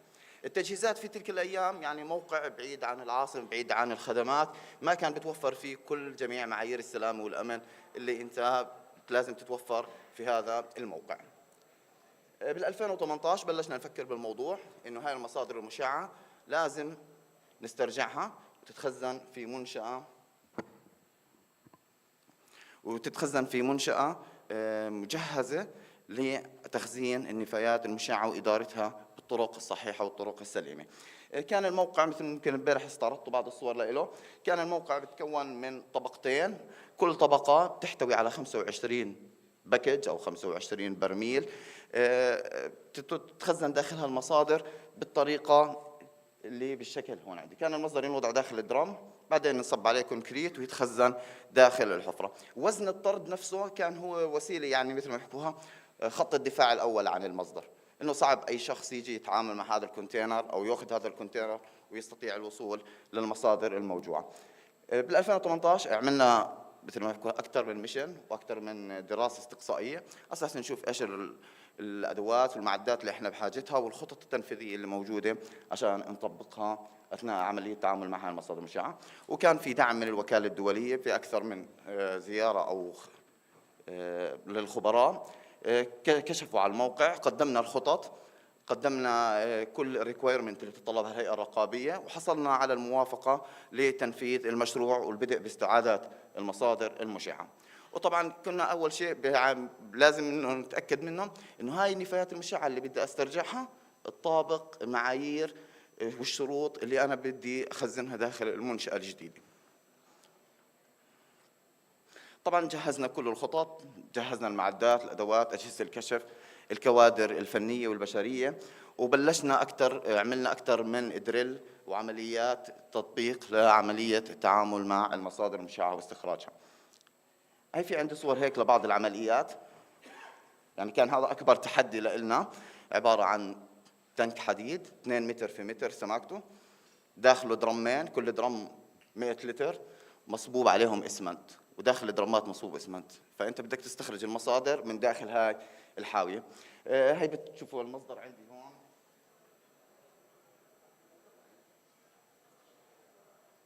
هاي الكونتينر عندي هون، وهياته بعد ما بلشنا في عمليات تكسير الاسمنت والكونكريت، وكان لازم نعرف بالضبط وين المصدر داخل التدريع، على اساس انه يعني لا سمح الله ما يصير عمليه اختراق للتدريع واننا ناثر او نضر بالمصدر المشع. كل العمليات هاي تمت خلال تقريبا 3 أسابيع في الموقع نفسه. كانت المصادر عندي تقريبا 33 درام، تجمعوا بالاخير ب 12 درام على الشكل هذا. في عندي هون بعض الاندستريال راديتر كوبالت 60، هذول من السكراب، هذول من التسعينات كانوا موجودين ومخزنين في الموقع. كل المصادر الموجوده هناك كانت من الفئه الثالثه 3 ل5، لانه كاتيجوري 1 و 2 كان لهم ترتيبات خاصه في ذلك الوقت واليه تخزين وإدارة خاصة فيها. هيك مثال سريع هيك أو مخطط سريع، جهزنا موقع بكل المعدات اللازمة وكل متطلبات الوقاية الإشعاعية، الحاويات الجديدة اللي بدنا نستخدمها. بلشنا نخرج فيهم كونتينر، كان في عندنا معلومات المتوفرة من خلالها نستطيع أن نحدد المصادر. في بعض المصادر كان عندنا تصور عن طريقة توزيع المصادر داخلهم، وبلشنا بعمليات الإزالة، وكان دائما في أجهزة الراديشن مونيتورينج والراديشن بروتكشن أوفيسر موجود على كل المراحل والخطوات اللي احنا كنا نشتغل فيها. هاي في عندي شكل من أشكال هاي بعض النيوكليير جيجز اللي كانت موجودة داخل الخرسانة الإسمنتية، والدوز أسسمنت والدوز ميجرمنتس، وكل هاي الشغلات كانت بشكل دوري متواصل أثناء العمليات.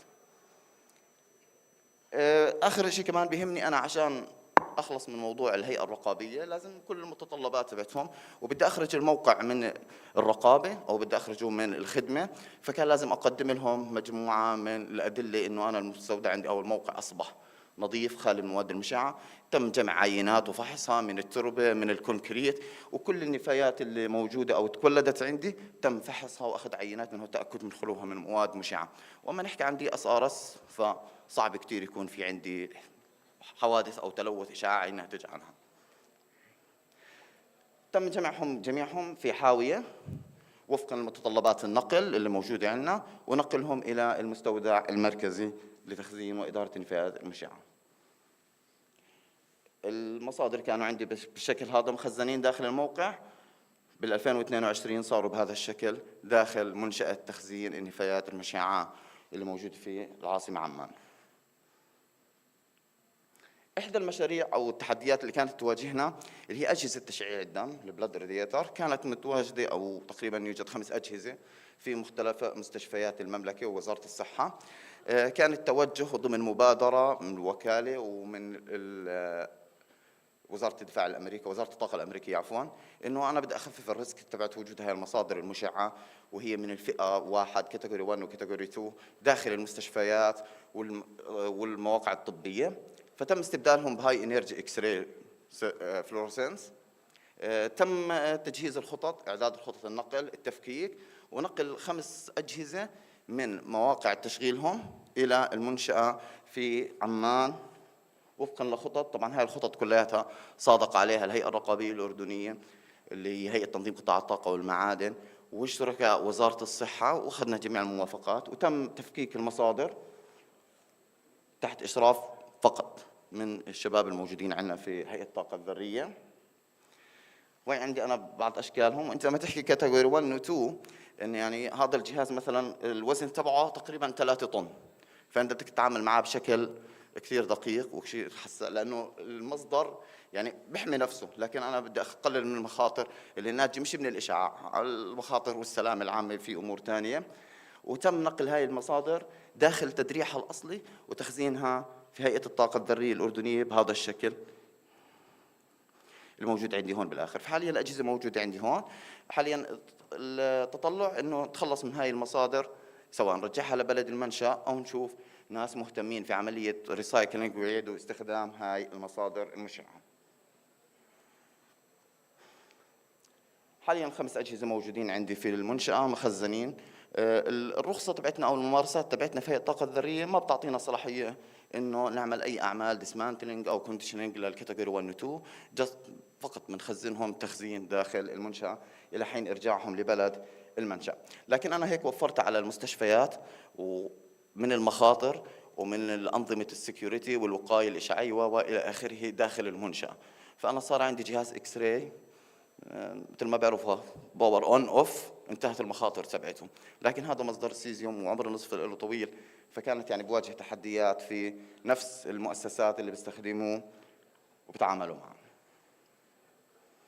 في عندي أجهزة كمان التليثيرابي هيدز، كان موجود عندي جهازين خرجوا من الخدمة من 2010 وضلهم في نفس المستشفى ضمن نفس الشروط تبعت الهيئة الرقابية. كانوا يترخصوا كل سنة، لازم في سيكيورتي سيستم، لازم في انسبكشن والى اخره. لحد 2016 بالتعاون مع الوكالة الدولية نفذنا مهمة وعملنا لهم ديكوميشنينج، فككنا هذول الجهازين ونقلناهم إلى المستودع المركزي لتخزين وإدارة النفايات المشعة. التحدي الوحيد اللي احنا بنواجهه مع المصادر انه الكوبالت بيجي في التدريع تبعه دبلتد يورانيوم، فانت المصدر الكوبالت عمر نصف له قصير، لكن بضل التحدي مع التدريع نفسه الموجود داخل او موجود في الجهاز. في بعض الصور هيك توضح المشروع. الجهاز هذا كان يعني تقريبا 6 سنوات وهو في المنشأة بدون اي استخدام. الجهازين تم تفكيكهم، فقط أخذنا الهيد الرئيسي مع التدريع الخاص فيه. طبعا بعض الشركات احنا لما حاولنا نتواصل مع الشركات الخاصة عشان يشتغلوا معنا في الموضوع هذا طلبوا كلف مالية كتير عالية، لأنه عملية التفكيك أو عملية استبدال أو استخراج المصدر كوست، ولازم يكون في عندي حاويات مخصصة لنقله. فإحنا كانت الخطة إنه ننقله بنفس التدريع الأصلي اللي موجود داخله المصدر المشع. ومن 2016 انتقلوا للمستودع لحديت 2024، يعني هاي بعد الصور هيك لعملية نقلهم داخل الباكج وتم استبدالهم مباشرة. يعني احنا هدول بعد الجهاز ما اخذناهم تم ادخال لينير اكسلريتر في المستشفى بتعاون مع الوكالة الدولية، واستبدال هدول الجهازين بلينير اكسلريتر في المستشفى العامل فيه. المصدرين هدول ضلوا معنا لل 2024 مثل ما حكينا من خلال مشروع تي سي مع الوكالة الدولية. تم إيجاد دولة مانحة مهتمة في الموضوع تبع الريسايكلينج للمصادر وللدبلتد يورانيوم، فإحنا صدرناهم لخارج المملكة. حصلنا الحاويات الخاصة بعملية النقل، تم تجهيزهم وضعهم داخل هاي وإعادة تصديرهم إلى هذا.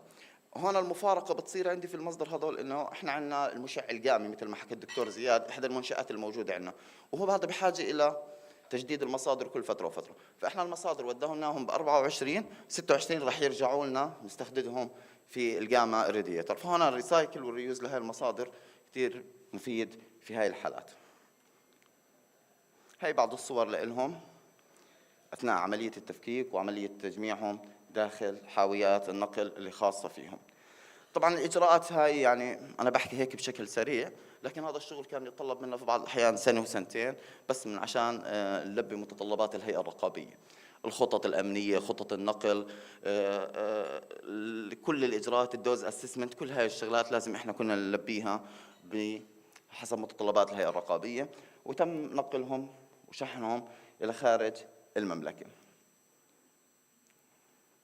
حاليا المشاريع اللي شغالين فيها مثل ما حكيت أول شيء أنا قطعت شوط جيد في البري ديسبوزبل مانجمنت لهي المصادر المشعة، وحاليا بنحاول إنه نحسن أو يكون في عندنا رؤية واضحة لونج تيرم مانجمنت لهي المصادر المشعة. فلا بد أنا في يوم من الأيام راح أحتاج ليكون عندي مصدر أو عفوا موقع للتخلص النهائي من المواد المشعة، لأنه إحنا بنعرف في عندي أنا النفايات المشعة الناتجة من المؤسسات والنفايات المشعة اللي بتنتج من المفاعل النووي الأردني للبحوث والتدريب. فمرحلة التخزين هي مش المرحلة النهائية، فأنت في يوم من الأيام راح تحتاج لأنه يكون عندك موقع للتخلص النهائي من هاي المواد المشعة.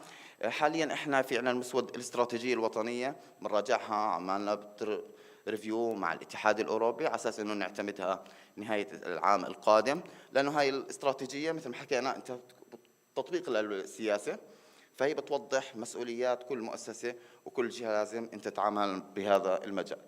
وعندنا تحدي جديد، يعني عندنا جديد قديم اللي هو معالجة المياه الجوفية بسبب وجود نظائر المشعة الطبيعية. فحاليا في عندنا أنظمة مطبقة في جنوب المملكة بنتج عنها مخلفات بتحتوي على الراديوم 226 والراديوم 228. فإحنا حاليا بنحاول إنه نوضع خطط لعلاج هاي المشكلة والتعامل مع هاي النفايات، وفي مقترحات كثيرة بالموضوع هذا. في بعض الشركات بتعمل عملية الاكستراكشن أو مهتمة في الراديوم 226 و 228 وبيستخدموا الأكتينيوم 228 في علاج سرطان الكبد، فبيحاولوا انهم يعملوا ريسايكلينج بدل ما يتكلف في عمليه الاكسبلوريشن واستخراج هاي المواد انه يصير ياخذها من النفايات هاي. فانا هاي بالنسبه لي نفايات، بالنسبه للشركه الثانيه او للجهه المهتمه بتكون ريسورسز. ويعطيكم العافيه.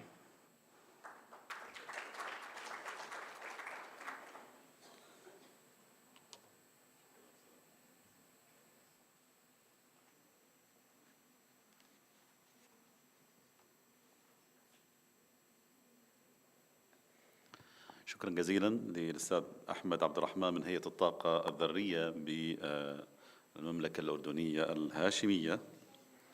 الآن سنذهب إلى تحديد الأنشطة المستهدفة وإعداد الجرد للنفايات المشعة والمصادر المشعة المختومة المهملة مع الدكتور محمد عبد الوهاب. أهلا وسهلا بك دكتور.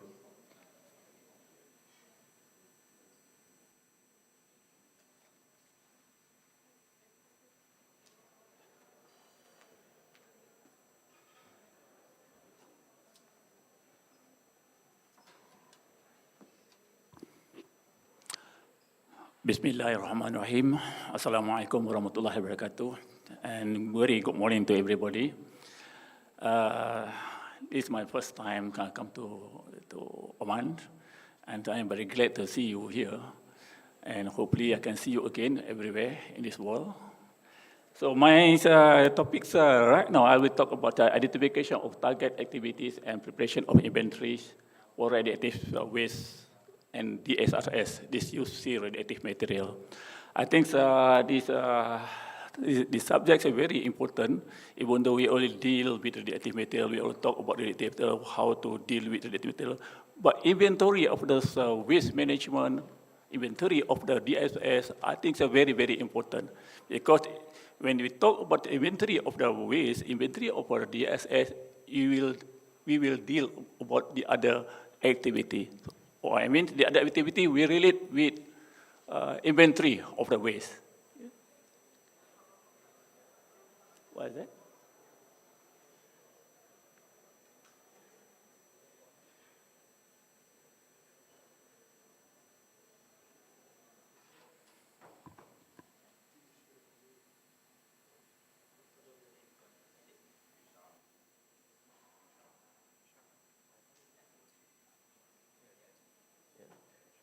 here. Oh, here? Yeah? Okay.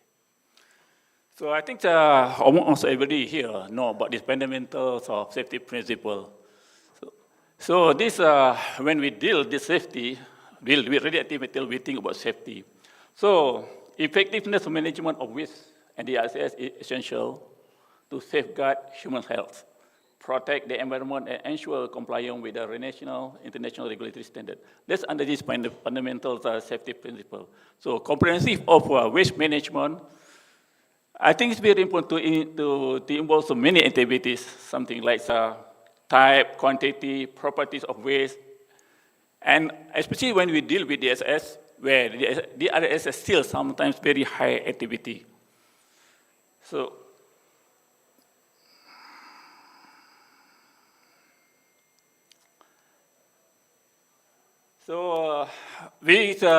here, we will try to find what is a target activities that's involved with the inventory.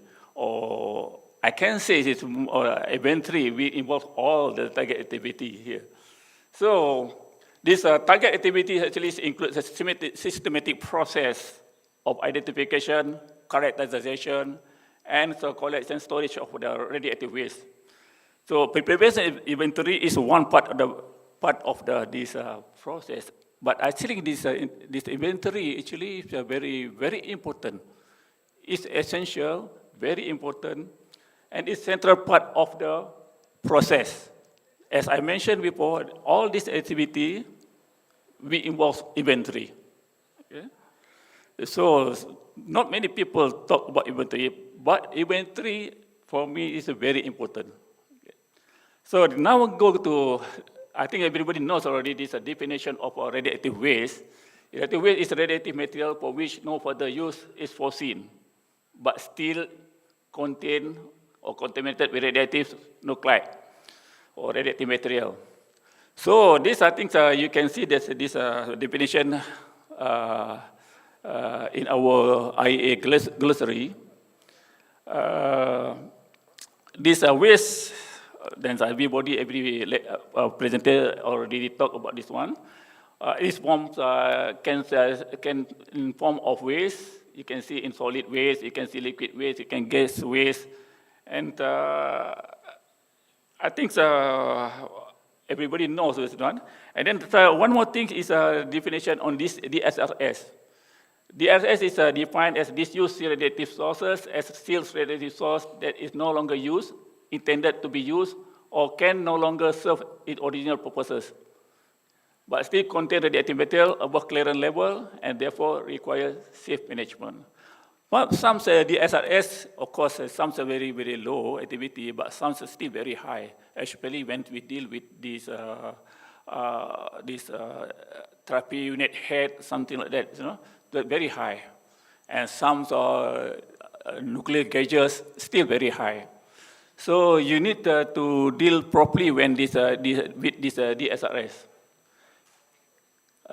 Key point here, even though this use, the source still contain, the source still contain radionuclide at activity concentration above regulatory clearance level, meaning it cannot be treated as ordinary waste. So you cannot send this waste to everywhere, but you need to deal with this waste.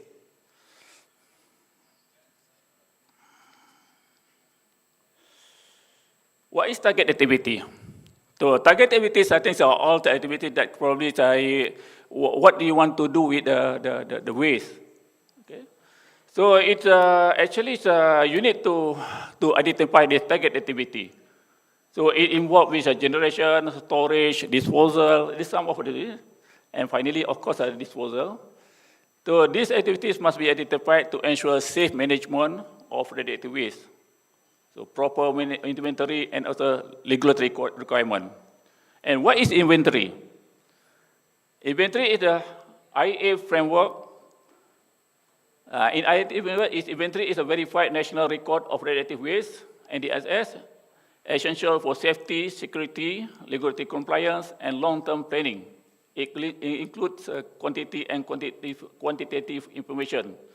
So this ones are all these inventories. You need to put some what type of material, physical, chemical form, level, and everything here. So that much inventory here is need to verify by the national record of the activities. These are activities that involved with the activities. So you can see here, this hospital also produce hospital radioactive waste, research, education, industry, then until I think if you have nuclear facility, you have big inventory of waste.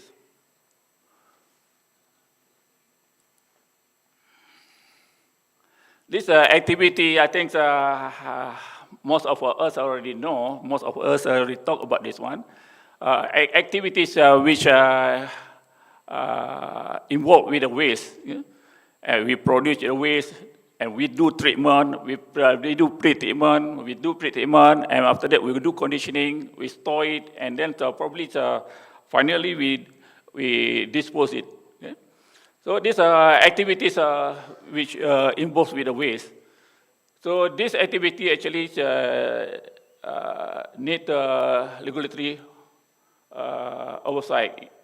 They need to be licensed and inspection by the regulatory body. We need to do safety assessment for this facility.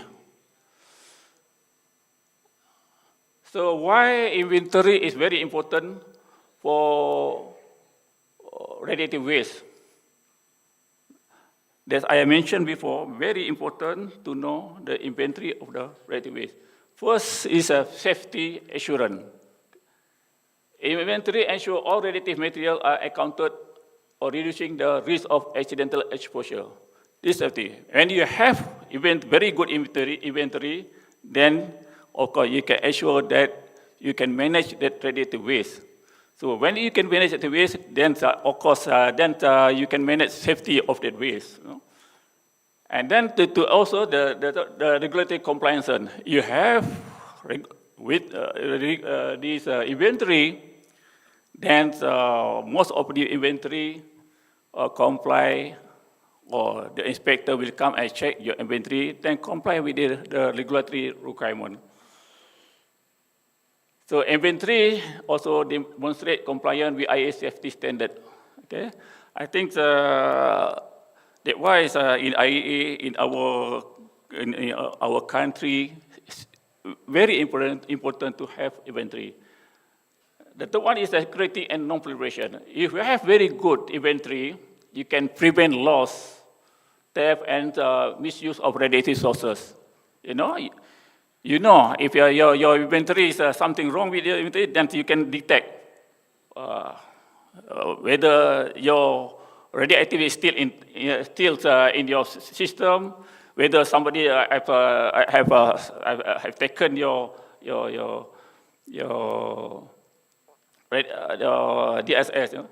All these ones are very important. Waste classification, preparedness, long-term sustainability is very important. All these things. When you have this inventory, you can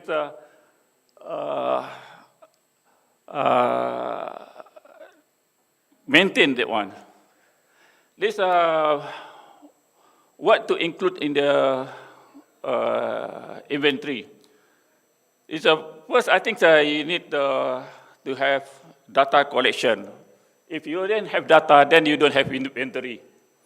So in data collection, you need to identify, you need to the waste stream, what characterization of waste, and then you need to have database. Database is very important. If you don't have database, I don't think you have inventory. Probably the old system, you need to write something, not the database. You have database, but not a computerized system, something like that. But now I think it's modern times. You have the data system management. You have centralized tracking system. So, and then you need also check or update your inventory. And national reporting is compiling reporting national inventory. So how to do this inventory you need, in our country, we need to define who the lead authority. Yeah? Of course, for the whole, everything, I think for national inventory, I think should be a regulatory body. Because something in Malaysia, our system in regulatory body, we manage control the whole inventory sources in Malaysia. And then define the data set field. You need to classify your waste, whether it's from open sources, or you need to have metadata, date of generation of the waste, and disposal pathway, if you already disposed, or condition of our sources. Everything you need to have this standard field. And then also you need to identify source waste generating. Who is a waste generator? Healthcare, industry, energy generator. In Malaysia, we have everything over there. Health industry, our research reactor, our isotope production, our industrial, our oil and gas industry, our agriculture program. So this design, you need to have software, database record. I think this one of the, you need to design the system. The system needs to be very detailed. You need to ensure security of the system and enables data entry. Who can enter this the system? Who can provide the GIS? No, should it incorporated the GIS mapping the system. You have this one GIS is very good because you can track the waste. And data collection. Data collection, I think for regulatory body, it is not easy because if you have system to license them, then every licensee need to inform the regulatory body what they have. Or every licensee, that's mandatory for them. In Malaysia, it's mandatory for them to inform, to tell the government, and then online. They can tell the government, they inform the government by online. And then the most important thing, you have the data, but you need to validate whether the data is correct or not. If you have the data, but it's not really correct, then if anything happens, very difficult for you to check, to find if anything happened to the source. This data entry, storage, retrieval, reporting.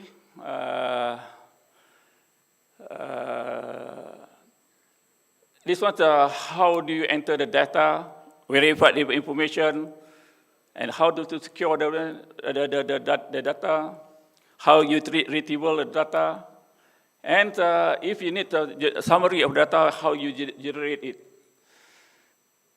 And maintenance is very important. You have car. If you have a car without maintenance, what will happen to your car? So the same thing here. You have the system, very good system, very modern system, but you don't do maintenance for your system, then you will get trouble. Okay? So make sure it's a periodic review, make a correction, and make an audit, and tell us the outcomes. This data requirements, is, I think, these are challenges and pitfalls. So, one of the challenges is incomplete data or lack of historical record. If we don't have, to get this complete data is sometimes very difficult, especially if new department, a new organization, because to collect the data is not easy actually. Especially if you have so many sources, like in Malaysia, we have 1,000 of sources in Malaysia, and then we have the old one before establishment of the regulatory body. It's good actually we have this our center, nuclear center. We already collected all these things, And the resource limitation. This, let's say you have you need to have staff, enough staff, IT, funding, you know. One of the challenges is technical challenges and characterization of the waste. Some you don't know the waste, some are very old waste, some very difficult for us to know the identification of the waste, you know. And then the coordination. Coordination, if the user is multiple organization, sometimes it's not. Sometimes regulatory body will not allow you because of security reason. But sometimes they will consider this allow you to use it. Like our system in Malaysia, the licensee can go to our system, not full user, but some of the document they can use our system. So security safeguard concern for high activity. That's why I can say security. Sometimes we cannot allow people to know of the sources because of security reason. So what is good practice, best practice for regulator? Regulator body should mandate inventory submission by licensee with periodic date. That's why I mentioned in Malaysia, every licensee need to inform any changes of their radioactive material. If they get a new one, they need to inform the regulatory body. Conduct spot verification, inspection, and audit of inventory. This one very important. That's why as a regulatory body, you need to check, go inspect whether their data is correct or not, their radioactive is correct or not. And also need provide training and guidance. So build partnership with IEA. Also in our system, ensure legacy sources are captured. I think that this one, if a new regulator is very difficult. Last time, very difficult was when we established our regulatory body, and then to put this our system, this legacy source, very difficult.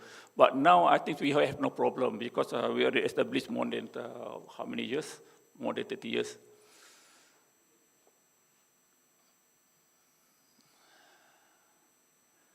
I think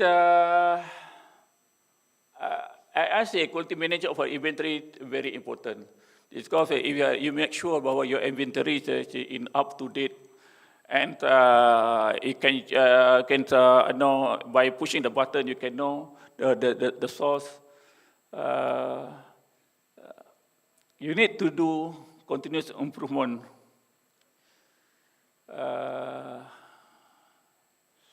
So these are some of the I think in IEA. There's a RISE. This is a software that developed by IEA. Then first they developed RISE, and now they put the new one is RISE plus 2023.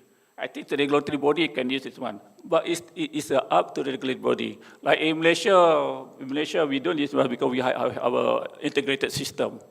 So this one in the IEA. No, you can see here, source tracking maintain detailed record of radioactive sources, including these used sources. These are RISE system. So I think if you don't want to use your own system, I think the IEA can provide this system. And then once this SRS, spent fuel and radioactive waste information system. Long time ago, not long time, I think before 5 years ago, I can say, I involved with this spent fuel relative waste information system. We put some Malaysian data inside this one. But this data is also include, I think, non-waste. So the data on this spent fuel and relative waste inventory. Also in this system, we can know what law we have, regulation, policy. So this one you can join. I think our colleague from IEA can tell you about this system. who join a joint convention, you know the system. Because when you join the joint convention, you need to give some of information, spend few information, radioactive information to the system. So this is a book that I produced. It's the latest one, I think. I think that this book, I think the latest information that I have. Then I think you can also find Malaysian information inside this book.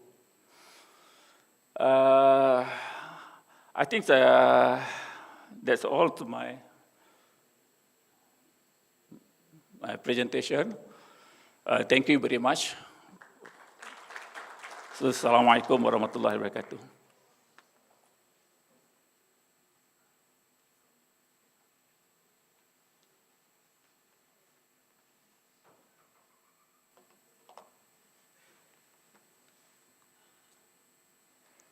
شكرا للدكتور محمد عبد الوهاب من هيئة الطاقة أو الخبير الدولي في هذا المجال. لعلكم تلاحظون هناك QR كود موجود على الشاشة على اليمين وعلى اليسار. المنظمون يأملون في أن تساعدوهم في مقترحات لتوصيات هذه الندوة. بإمكانكم الدخول على هذا الرابط واختيار اللغة، وهناك مجموعة من الحقول لتعبئتها. شكرا جزيلا لتعاونكم.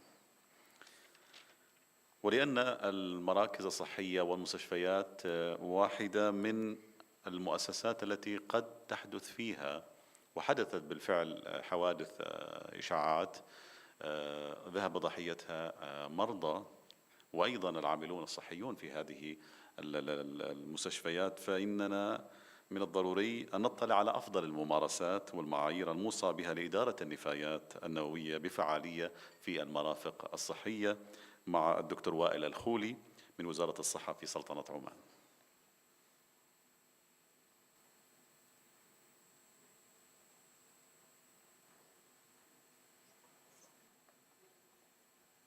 السلام عليكم. We will talk today about the best practices and recommended standard for the effective nuclear waste management in health facility. بدء لازم نقول إن الويست أو radioactive waste from health facility is low level waste. It is not a dangerous waste. But it should be under completely control in the health facility to control the hazards on environment or in patient or worker in these facilities. Healthcare facilities generate a numerous amount of waste, biological waste, chemical waste, and radioactive waste. The radioactive waste about 5% only from this whole amount of waste. This waste from the hospitals or from the healthcare centers, mainly it has come from the nuclear medicine department as tools or radiation, what's called health materials like cotton, gauzes, and everything used, and also from fluids which may be used in this department.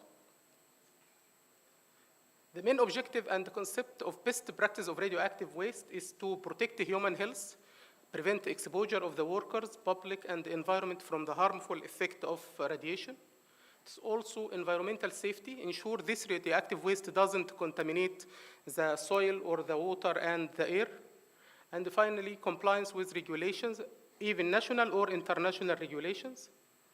And safe handling and disposal, store, treat, transport, and dispose of waste. All steps of management should be very safe for the workers working in this field. Minimization of waste, it is the most important point. Minimization of waste, it is the first step in the best practice of management of waste. يعني management of waste, it does not start after the production of waste, it starts before the production by minimizing the production of this waste. Long-term sustainability, ensure future generations are not burned by current radioactive waste. Some waste have a very long time half-life, so it may be stay in the environment for very long period. So we sure that this radioactive waste should be contained and should be isolated from the environment to ensure that the future generation not affected by this waste. What is the risk of poor handling? If there is a poor handling of the radioactive waste, there is a health hazard of the stuff, increased risk of radiation exposure leading to burn or radiation sickness, contamination of hand or clothing or equipment, public safety threats including accidental release of radioactive waste material into public area, improper labeling or loss of control over the source may lead to unintentional access or misuse. في حوادث مسجلة نتيجة إن خرجت بعض المصادر المستخدمة في التطبيقات الطبية مع الويست دوت وتم اكتشافها في أماكن توزيع الويست ديت أو تعرض ليها بعض الناس لجرعات إشعاعية عالية زي حادثة تايلاند. Environmental contamination, leaks or spill of contaminated soil, groundwater, surface water causing long-term ecological damage. خصوصاً السوائل أو المياه الناتجة عن الاستخدامات الطبية لبعض المواد المشعة في المستشفيات بيجب تخزينها decay and delay يجب تخزينها لفترات طويلة عشان نقدر نوصل ل 10 half-life of this radioactive waste علشان if we release this water for water of sanitation to the soil or groundwater not making contamination of this water.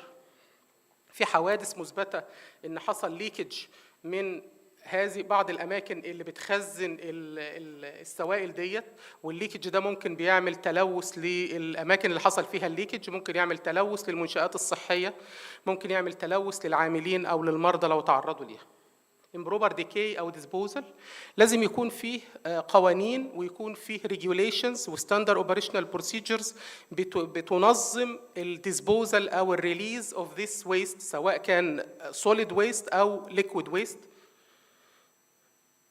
الإكزامبل اوف الميديكال ويست اللي بيخرج من المؤسسات الصحيه سواء بيولوجيكال ويست which undergo decomposition او infectious waste او ان هو يكون solid waste ممكن يكون solid waste sharp waste او blunt waste. sharp waste زي البروكن جلاسز او السيرنج او collection separate containers لازم ده should be collected in separate container. ممكن يكون نتيجة البيد لايننج أو الكلوزنج والحاجات دي برضه should be if we wanted to reuse this we have to storage delay and decay and can clean it after 10 half-life and then can be used again. البيشنت excreta should be also يعني البيشنت excreta should deal with it as a liquid nuclear waste. The first thing, if we dealing with radioactive waste أو النفايات مشعة، أول حاجة من ضمن الإجراءات الصحيحة للتعامل معها، أول حاجة إن إحنا لازم نعمل a good segregation فصل النفايات المشعة عند تجميعها في أماكن الاستخدام. يعني لو قلنا إن إحنا بنستخدمها في الهوت لاب يبقى لازم نفصل هذه المواد according للفيزيكال properties بتاعتها. يعني السوليد ويست should be separated من الليكويد ويست. السوليد ويست لازم يكون في حالات زي الجنريتورز او الامتي فيسلز او السوابس او السيرينجز او الجلوفز او اللابراتوري كلوذينج او الكفرز او الجلوفز. everything this is a solid waste. It should be separated according to the each type. If it is sharp type it should be in the separate containers, not sharp type in another separate containers. Liquid waste include washing from active lab او excreta of patient injected او isolated patient under therapy برضه should be separated. الجازيوس waste generally include working خصوصا مع بعض المواد المشعة ممكن بتحصل لها تبخر او ان بيطلع منها غازات زي الايودين. فالجازيوس waste should be dealing علشان كده استخدام المواد المشعة داخل المعامل لازم بيكون في contained cabinet علشان لو في اي جازيوس ويست اللي يطلع بيبقى طالع عن طريق ستيك علشان يبقى يحصل له ديسولف وبيحصل له دايليوت في كميات كبيره من الهواء ما يدخلش في التهوية بتاعة المؤسسة الصحية. وعشان كده من ضمن اشتراطات المؤسسات الصحية وخصوصا في أقسام النيوكليير ميديسين إن التكييف بتاعها أو عمليات أجهزة التكييف تكون أجهزة منفصلة، ما يكونش تكييف مركزي لمنع انتشار لو لا قدر الله حصل أي تلوث ما ينتشرش من مكان لمكان آخر. فمن ضمن التجهيزات الهندسية اللي بتتم قبل المانجمنت برضو إن لو حصل أي جازيوس لازم should be contained في المكان اللي هو موجود فيه بس not separated. كمان البريشر لازم يكون في النيجاتيف بريشر جوه المعمل عن الكوريدور، يعني الهواء بتاع المعمل ما ينتقلش للخارج. يعني الديزاين بتاع المكان لازم يعتمد ان البريشر يكون نيجاتيف جوه المكان اللي بيتم فيه استخدام الماده المشعه، ان التهويه بتاعه المكان دوت لو كانت المكان ده بيستخدم بعض المواد ممكن ينتج عنها بعض الغازات، لازم يكون له اجهزه شفط معينه مرتبطه باعمده او اللي هما بنسميها عمود دخان اللي هو الستيك دوت بيطلع الغازات ديت لطبقات الجو العليا فيحصل له دايليوشن انما ما يتركزش في مكان العمل. ده أول حاجة according للفيزيكال. according للأكتيفيتي، لو المكان بيتعامل مع أنواع مختلفة من المواد المشعة برضو السيجريجيشن يجب فصل هذه المواد. يعني ما ينفعش أحط الويست الناتج عن استخدام التكنيشيوم M99 مع الويست الناتج عن الأيودين مع الأيودين 131 مع الأيودين 123 and so on. يبقى أنا بفصل المواد المشعة أو السيجريجيشن أو الويست بتاعها according ليه أول حاجة التايب بتاعت المادة المشعة، ده أول حاجة. according للأكتيفيتي، اللو أكتيفيتي، والحمد لله معظم المستشفيات بتستخدم لو أكتيف ليفلز، وشورت هاف لايف عادة ما بتحتاجش إنها يكون ليها شيلدنج أو ديب جيولوجيكال ديسبوزال، ده بالنسبة للفاينل ديسبوزال. إنما جوه المستشفى لما باجي أجمع الويست يبقى بجمع الويست according للتايب أوف راديو أكتيف ويست وaccording للأكتيفيتي بتاعت الراديو أكتيف ويست دوت.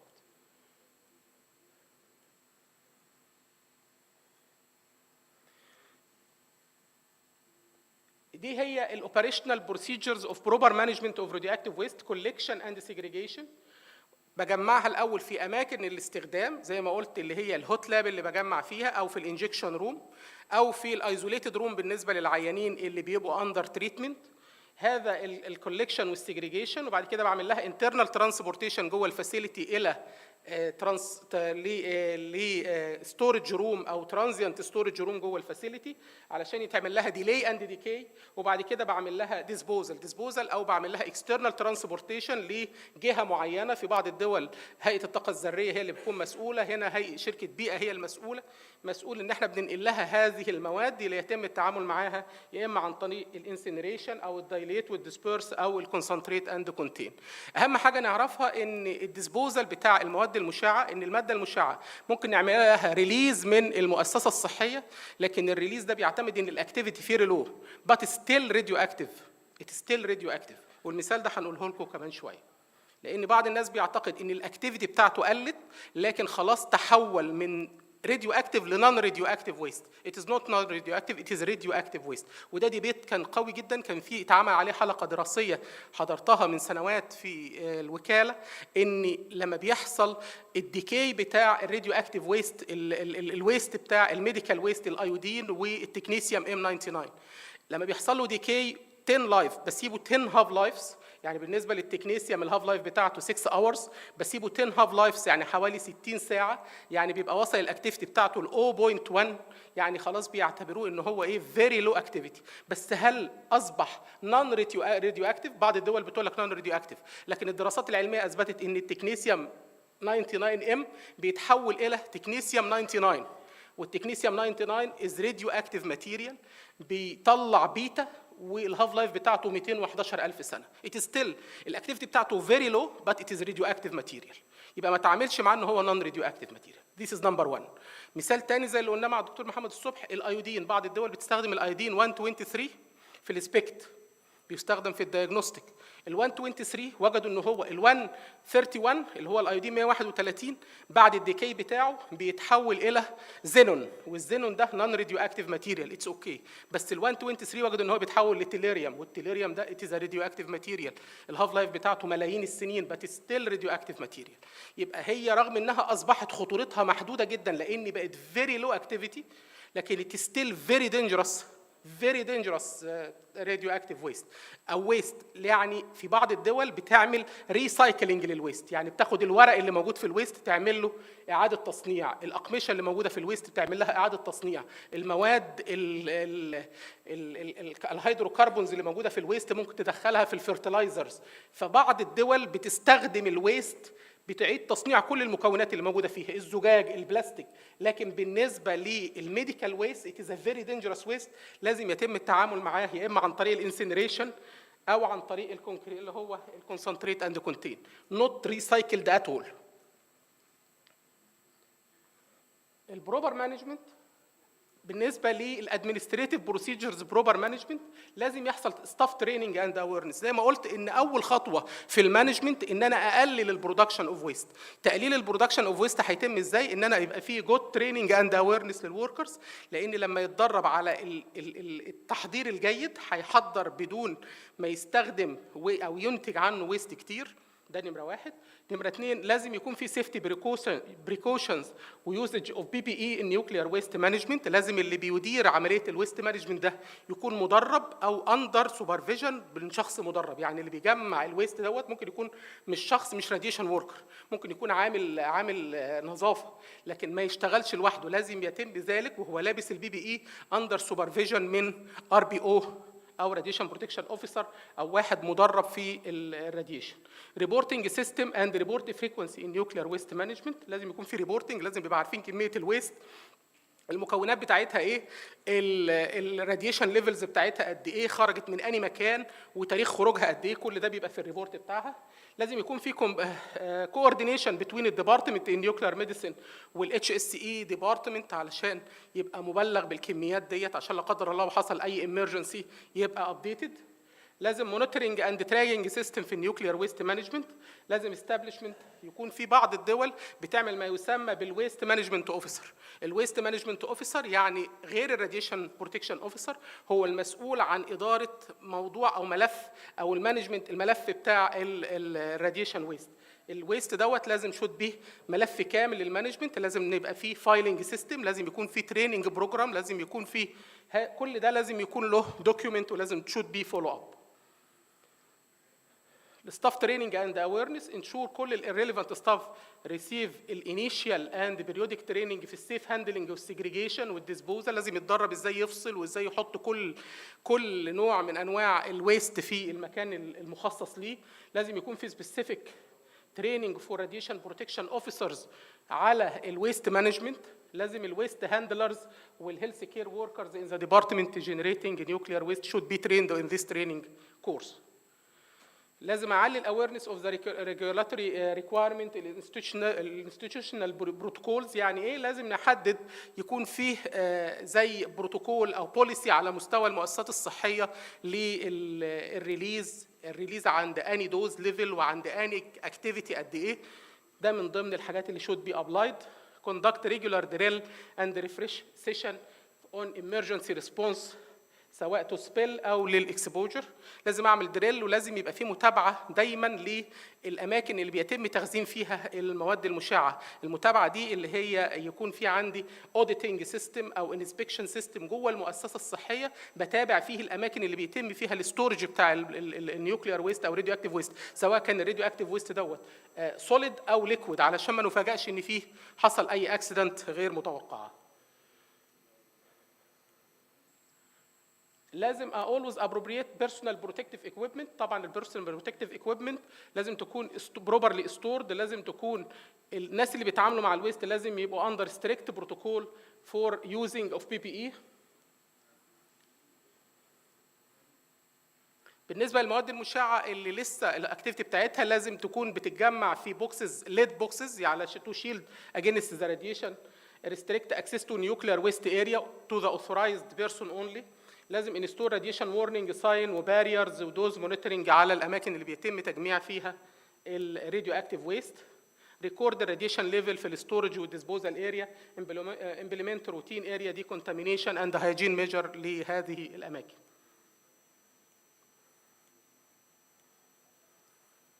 كل ده يعتبر ادمنستريتيف او بروبر ادمنستريشن للمانجمنت اوف راديو اكتيف ويست. establish structure reporting system document طالع منين، مين اللي بيعمل له هاندلنج، ازاي بيحصل له ستورج، الديسبوزال اوف نيوكلير ويست. لازم احدد في الدوكيومنت دوت او في الاستراكشرد ريبورتنج دوت الرولز والريسبونسبيلتي، الراديشن بروتكشن رولز، الويست مانجمنت اوفيسر رولز، الديزيجنيتد HSE بيرسونيل رول اند ريسبونسبيلتي.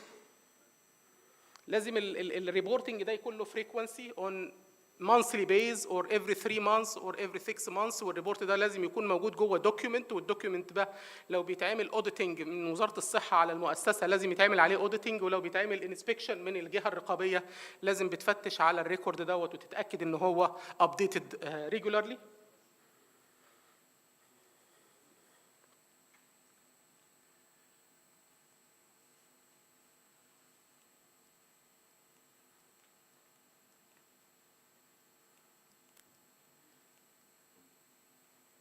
زي ما قلت لازم من ضمن الريبورتنج لازم يكون عندي ديجيتال انفنتوري سيستم، كل الراديو اكتيف ويست تايب والكوانتيتي والستورج لوكيشن والتاجنج على كل نوع من الويست. لازم اعمل تاجنج على الويست اللي خارج، ولازم احدد الويست ده خارج من اي مكان والاكتيفيتي بتاعته وخارج من امتى.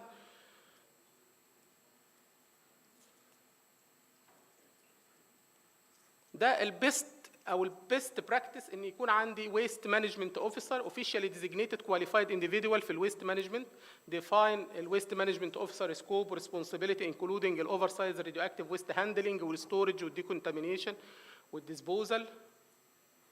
لازم انتجريت الويست مانجمنت اوفيسر انتو ذا فاسيلتي راديشن سيفتي والكواليتي مانجمنت سيستم، بروموت كولابوريشن مع الراديشن بروتكشن اوفيسرز والHSE تيم اند ريليفنت مينستري ديبارتمنت. تاني حاجة بعد ما عملنا segregation وكولكشن،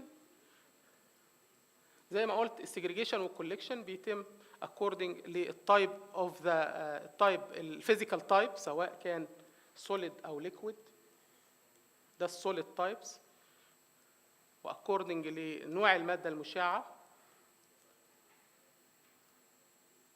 لكل تايبس اوف راديو اكتيف ويست في بروبر ستورج او بروبر بينز تو بي كولكتد، ليها مواصفات معينه، لازم تكون من الليد ولازم يكون جواها بولي ايثيلين.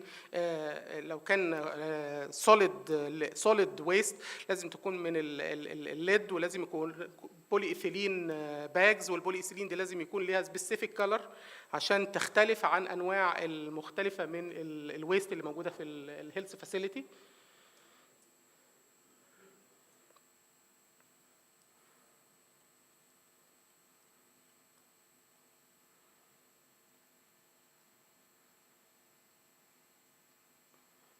في الويست جنريشن اريا لازم يكون في عندي more than one type of containers علشان احط لكل types of waste في الكونتينر المخصص ليه، ولازم يكون in different color. ممنوع ان انا اعمل ميكسنج للراديو اكتيف ويست والجنرال بايو هازاردس ويست. لازم الليبل contains with radionuclide activity والديت. زي ما قلت كل الراديو اكتيف ويست كونتينر له مواصفات معينه، لازم يكون ان هو closed properly ولازم ان هو يكون من الليد، ولازم يكون فيه بولي ايثيلين باجز. بالنسبه للشارب اوبجكت لازم يكون ليها سبيسيفيك ريجيد كونتينر، ما ينفعش يتحط في بلاستيك بس لان ده ممكن يعمل انجريز للهاندلرز. لازم كل بينز او كل حاجه بكولكت فيها لازم يكون عليها ليبلنج. الليبلنج ده محطوط فيه الراديو نيوكلايد نيم والفيزيكال فورم بتاعه ايه، والاكتيفيتي ليفل والاكسترنال دوز ريت عليه قد ايه، ويكون عليه راديشن وورنينج ساين.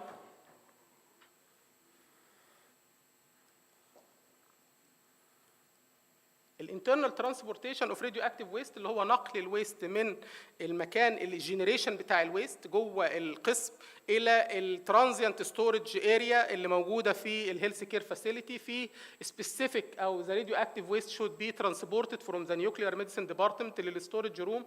لازم يكون في تكون كلوزد ترولي يوزد نوت اوبن، علشان كده ممكن يحصل ديستريبيوشن للراديو اكتيف ويست. لازم يكون له تراك معين معروف للي بينقل دوت، ما يغيرش التراك اللي بينقل فيه. لازم اندر سوبرفيجن من سواء الراديشن بروتكشن اوفيسرز او لو حد مخصص في التجميع. لازم يكون عنده ديزيجنيتد رود، لازم يكون في ابروفد كونتينر، لازم يكون ترانسبورت ترولي، لازم يحصل ليبلينج اند دوكيومنتيشن للكونتينر قبل ما يتحرك او يوصل للستورج روم، سواء ستورج روم او ستورج كونتينر. يعني احيانا بيبقى فيه ستورج كونتينر ان سيبريت بليس، لازم البليس دوت برضه له مواصفات لتجميعه. الهدف ان انا بنقله internal transportation وبحطه في الروم او الستورج روم جوه المستشفى علشان اعمل له ديلي اند ديكي. الديلي اند ديكي اوف سوليد او ويست الهدف منه ان انا بسيبه لاطول فتره ممكنه علشان يفقد معظم الاكتيفيتي اللي فيه، عشان اقلل الهازرز بتاعته اثناء نقله خارج المؤسسه. المقصود بالهاف لايف ان انا بفقد نص الاكتيفيتي ونص الحجم بتاع الماده المشعه. هو ما بيفقدش، ما بيروحش للعدم، هو بيتحول لماده اخرى، لدوتر. الماده دي ممكن تكون نون راديو اكتيف او راديو اكتيف، يعني بعد 10 هاف لايف بيكون فقد معظم او 99.9 من الاكتيفيتي بتاعته. لو لقينا زي الايودين مثلا 131 الهاف لايف بتاعته 8.2 يوم يوزد فور تريتنج اوف هايبرثايروديزم. ال 123 الهاف لايف بتاعته 13.2 بيستخدم في الدايجنوستيك ثايرويد ايميجينج. الايودين 125 ده يوزد في البروستات كانسر والفراكي ثيرابي وممكن في البيولوجيكال اساي. ايام زمان كنا بنعمل راديو اميونو اساي في المعامل، كانوا بيستخدموا راديو ايزوتوبس ايودين 125. اعتقد ما بقاش بيتعمل دلوقتي راديو اميونو اساي في المعامل دلوقتي، بس في مصر كان بيتعمل بكثره يعني. الايودين 129 ده environmental contaminant، طبعا الهاف لايف بتاعته كذا مليون سنه. وال 127 اللي هو الستيبل ايودين اللي بنستخدمه في ملح الطعام. زي ما احنا شايفين ان رغم انه كله ايودين لكن الهاف لايف مختلف. الايودين 131 اللي احنا بنستخدمه في علاج الثايرويد كانسر او في الثايروتوكسيكوزيس، وده بيحتاج الهاف لايف بتاعته 10 هاف لايف يعني حوالي 80 يوم، بينما ال 123 بيحتاج حوالي 130 ساعه. بعد ال 10 هاف لايفز او بعد 1 هاف لايف ايه اللي بيحصل؟ اللي بيحصل ان 50% من الاوريجينال ايودين اتومز بتريمين ان ذا راديو اكتيفيتي بتاعتها عاديه، بس 50% ثانيه او 5 جرام منها بيتحول الى ماده ثانيه بليس اكتيفيتي، وبعد كده يتحول لنيو اليمنت. ال 50% ده نوت ديس ابير، بيديكي انتو ديفرنت اليمنت اكوردنج بقى. لو ايودين 131 بيتحول لزينون 131 الزينون نون راديو اكتيف، فايت السيف ان هو عادي يتحول للبيئه، مش مشكله. المشكله في بعض المواد المشعه الاخرى المستخدمه في التطبيقات الطبيه، ان لازم الار بي او او الراديشن بروتكشن اوفيسرز او المانجمنت لازم يحدد نوع الماده دي ويعرف افتر ديكي الماده اللي طالعه منها ايه، وهل الماده دي راديو اكتيف ولا لا، عشان اقدر اعمل لها ريسك اسسمنت زي ما الدكتور محمد قال. الريليز اوف الراديشن بيقل بنسبه 50% مع كل هاف لايف علشان يوصل للمينيمم اكتيفيتي، بس ما بيوصلش للليفل الزيرو لان ما فيش زيرو طبعا. ممكن كمان لما بيطلع لدوتر تانية ممكن الدوتر دي ما تكونش بتطلع نفس التايب اوف راديشن، يعني ممكن التكنيسيوم 99 ام بيطلع جاما، التكنيسيوم 99 بيطلع بيتا اند سو اون. ديكي بالنسبه الديكي زي ما قلت بيتم ازاي؟ بيتم يا اما في ستورج فاسيلتي او في ستورج روم او في ستورج ترولي مثلا. بس اهم ما يميز الحاجات دي نمره واحد ان هو لازم يكون شيلدد. لو انا هستخدم ان ده هو ده الستورد روم لازم يكون شيلدد، ولازم يكون ايزوليتد في مكان ما يدخلوش البابليك وما يكونش في الاماكن اللي فيها تحركات المرضى والعاملين في المستشفى، يعني يكون سيبريتد اريا وتكون ويل يعني سيبريتد اند ويل بروتكتد. دي مواصفات الغرف او الترانزيانت شورت تيرم ستورج روم اللي في المستشفيات. لازم الستورج اريا دي تكون بروبرلي سكيورد، لازم تكون فيها لوك وانترلوك سيستم ومونيتور سيستم، ويكون عليها الساين الترايفل ساين بتاعت الراديشن. زي ما قلت لازم تكون away from the storage room of other waste، لازم تكون ما يوصلهاش اي شخص، لازم الاوثورايزد وركرز بس هم اللي يوصلوا لها. لازم تكون الديزاين بتاعها لازم يكون فيها شفاط علشان ما يحصلش اكيوميليشن لغاز رادون او لاي غازات ضاره. لازم الجراوند بتاعتها تكون سيلد وتكون وان بيس، وعشان سهل ان يحصل لها ديكونتامينيشن او سهل ان يحصل لها كليننج.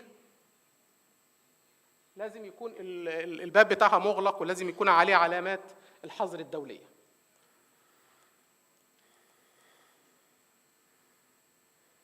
لازم كمان it should be supplied with washing facility and radiation monitoring equipment, physical barrier, introduce alarming system, provide with floor protection in case of contamination, easily decontaminated. تمام. storage of radioactive within the storage room، حتى التخزين داخل غرف التخزين بيتم بنظام وبطريقه محدده، وبيبقى دايما الاحدث هو اللي في الداخل والاقدم هو اللي للخارج، علشان لما تكون في جهه اخرى هتيجي تاخد الويست دوت بتاخد الاقرب للباب، ما احطش الحديث هو اللي للخارج. دايما الاحدث او الكونتينر الاحدث اللي بيوصل للروم يكون هو اللي في الخلف او في الاخر خالص او في الاسفل، بينما الاقدم بيكون هو الاقرب علشان في حاله نقله خارج المؤسسه. الديلي اند ديكي برضو للليكويد بيتم بنفس الطريقه، اللي هي ان انا بجمع السوائل اللي خارجه من الغرف اللي يتم عزل المرضى فيها اللي بيتعالجوا من الايودين جوه خزانين بيبقى حجمهم يسمح بتجميع السوائل دي لمده طويله جدا، وبعد كده بيتم الريليز بتاعهم اكوردنج لبروسيجرز محدوده. في الاخر خالص بعض الدول بيتم تجميع هذه المواد الخطره، وبنسميها مواد خطره مش مواد مشعه، ووصولها لجهه بيتم التعامل معها. في بعض الدول بتبقى هيئه الطاقه الذريه او جهه معينه هي المسؤوله عن التعامل مع الويست دوت، وفي جهات اخرى ممكن شركات مسؤوله عن التعامل معها. وات التعامل معها زي ما قلت بيتم عن طريق اللي هو الفاينل ديسبوزال، بيتم عن طريق الانسينريشن او عن طريق الدايليوت اند ديسبيرس اللي هو التخفيف ان هو يحطها للبيئه، او اخر حاجه ان هي تبقى تتحط في لونج تيرم ستورج ارياز اللي هي كونسنتريت اند كونتين، ان انا بحاول مثلا احرقها وتتحول لقاش، والقاش ممكن يتجمع، او ان انا اقلل كل يعني مثلا لو ديسمنتلينج، ممكن مثلا لو كان في حالات الجنريتورز مثلا بناخد الليد اللي عليها وبنخلي بس الكور هو ده اللي يبقى انا كده عملت لها كونسنتريت، قللت حجم الراديو اكتيف ويست بقدر المستطاع، وبعد كده بعمل لها كونتيننج في لونج ستورج ارياز. هو ده للاسف الموضوع نزل جرادولي. هي دي الاسبكتس او البروبر مانجمنت اوف راديو اكتيف ويست للميديكال ويست. وشاكر فضلكم اي خدمه.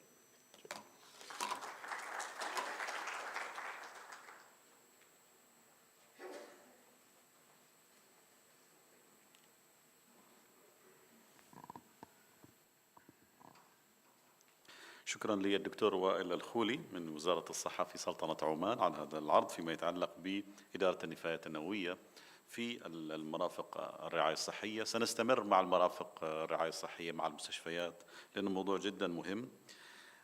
العرضان المقبلان سيتناولان أيضا هذا الموضوع، لكن في جانب الإشعاعات النووية والطب النووي والمعجنات، بداية مع الفاضلة تركيا البلوشية من المستشفى السلطاني بوزارة الصحة. أهلا وسهلا بك. طبعا نذكر بأنه هناك تايمر موجود في البوديوم، بإمكانكم أيضا معرفة التوقيت.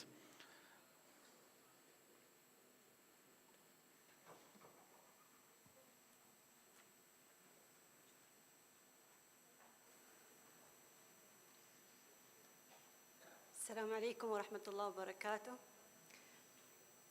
First, I would like to thank the organizer for giving me this opportunity to speak about the practical aspects of radioactive waste management. Thank you. Of radioactive waste management at a nuclear medicine and cyclotron facility in Royal Hospital. Presentation. Before starting, also I would like to highlight that cyclotron facility in Royal Hospital is licensed by Environment Authority, and we submit all required documents and regular reports to the Environment Authority. And also the Radiation Protection Officer in nuclear medicine and in cyclotron facility also licensed from the Environment Authority.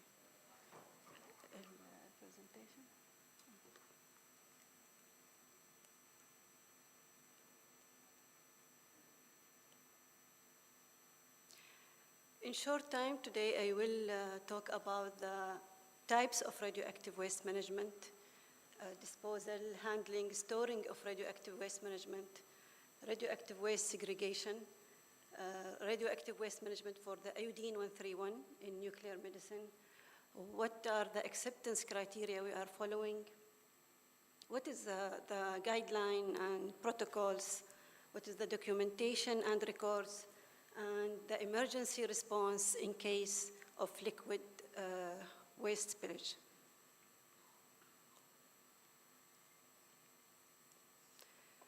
Mainly, we generated in Royal Hospital the radioactive waste from diagnostic and therapeutic procedure as well from the cyclotron facility. And the main waste we are generated could be liquid or solid waste. And each type of the waste required special handling to ensure the safety and compliance. For the liquid waste, it's generated from preparation of the radiopharmaceuticals, quality control, and patient examination. And all waste are collected in a decay tank or in designated lead-shielded container until it's become to the below the regulatory limits. For the solid radioactive waste, it includes the contaminated materials like personal protective equipment, generators, contaminated the maintenance part, and also collected in special container. To achieve the safe handling in Royal Hospital and safe storing also of radioactive waste to protect the staff and patients' environment, we are following and considering all points that in the international guidelines. All in decay in storage waste, we are monitored within the low-level radiation area, and it is stored in the designated radioactive waste, and this waste, and this area equipped with adequate shielding. And for the effective disposal, all radioactive waste material stored and undergo a decay process for at least minimum 10 half-life. Radioactive waste, as Dr. Wael said, we are also segregate, collected, and trained personnel must follow the standardized procedures in the facility to prevent accidental exposure and ensure regulatory compliance. Also, we are checking the background level, so routine radiation survey performed that to verify that workplace in our facility remains within the acceptable limit, and any deviation from the reference limit, there is prompt immediate investigation and corrective action. Also, storage area, there is specific requirements, so it's be clearly named, secured, and closed, and there is regular inspections for the storage area to ensure that all containers remain intact and shielded effectively. And this area also, there is a radiation area warning signs, and this area, and this signage should be visible and clear and compliance to the regulatory design standards. Once the radioactive waste decay, we proceed with the control disposal process. So after decay, radioactive waste with activity below regulatory limits safely disposed, and the higher activity waste undergo additional long-term management to be decayed and stored till the regulatory limits. All radioactive waste designed for disposal must be monitored at a distance of 1 centimeter using calibrated survey meter to determine the activity level. And before final disposal, radiation exposure rate on the surface of the waste container also verified to not exceed the twice by ground, as we are following the Environment Authority standards. This to ensure that public and environmental safety. Very important part in the waste management is segregation and the proper separation to prevent cross-contamination and to optimize the subsequent handling, storage, and disposal. Segregation ensures that the waste with different half-life, with different activity, with different physical form are not mixed together. So in the facility and in nuclear medicine, we are storage, and we are segregate the waste according to the half-life. So the short half-life is separated from long half-life, as Dr. Wael said, and also classifying the waste based on the radioactivity content. So the waste generated from technetium, for example, separated from the waste generated from gallium. Also, the personal protective equipment, the contaminated, or it is also like containing radiation, such as gloves, are collected also in the plastic separately and stored in designated area till the radioactivity decay to safe disposal. And also, we segregate according to the physical forms. We have area for liquid waste, and we have area for solid waste. Sharp waste also, we consider it, so there is a needle or any syringe and any other sharp waste is stored separately in shielded and puncture-resistant sharp container to prevent needle stick injury till decay and dispose according to the Royal Hospital regulation. And the used radioactive glasses, also we are placed separately till it become to the normal waste. We have comprehensive waste management for iodine 131 because we have patients and isolation room for iodine patient. The management of radioactive waste that generated from iodine 131, it's really need highly specialized procedure and to ensure the safety. As you know that the half-life of iodine 131 around 8 days, and it emits both beta and gamma radiation. And as you know, it's for the thyroid disorder treatment. And this leading to patient excreting radioactive materials. And this will affect our linen management in our hospital. So patient linen like clothes, sheets, blankets, and towels actually monitored by our medical physicist. And the contaminated linen stored in designated store until become safe level, which is already agreed to be 2.5 microsievert per hour. Then it's sent it to the laundry. Domestic waste also surveyed and collected in yellow bag as Royal Hospital institution guidelines. And each bag, it's written the monitoring date and transported to the radioactive store in the dumping area. And these domestic waste remain in that store till also the level of activity reach to 2.5 microsievert per hour. And then we release it as normal waste. Toilet waste from the isolation room are directed via sewage connection to twin concrete decay tanks. And these tanks, each individual, contain 40 kiloliter and located outside the hospital. These delay tanks need monitoring, so our engineering department uses an electronic control system to monitor effluent level in the delay tank. Before the tank are emptied, a strict check from our medical physics and engineering department to confirm they are properly filled, sealed, and cleared. While one tank is being filled, the other full tank is left to decay for about 2 months to ensure that it's with safe limit. Both nuclear medicine, medical physicists, and engineering teams keeps records of decay tank filling, sealing, emptying, and radioactivity check before releasing the waste. The operational guideline for the maximum discharge limit for iodine 131 should be at 3.7 MBq per day, or an average monthly to be concentration of 22.2 MBq per meters cube.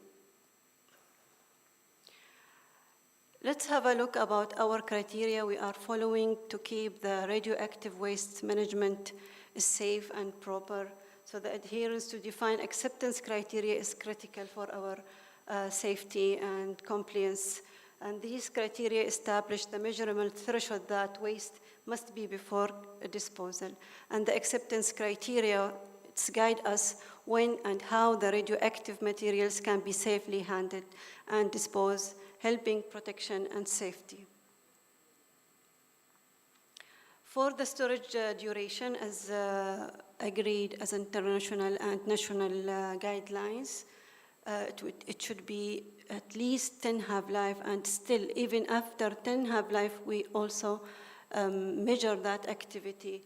And the area that we are storing radioactive materials as decay in store, also we try to make it like 0.5 microsievert per hour in the area of storage. We conducting radiation survey in regular times, and for the survey we are using without shielding to just know that the measurement is correct. And all our equipment that we are using for measuring radioactivity are calibrated annually.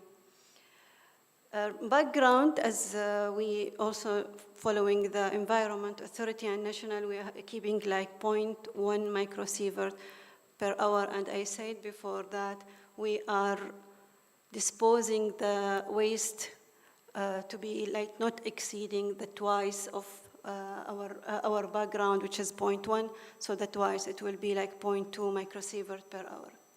All labels that we stick on the radioactive waste, we remove it before disposal, and we ensure that there is no label on that radioactivity. And as I mentioned before, especially for the iodine 131, we focus on the concentration before disposal.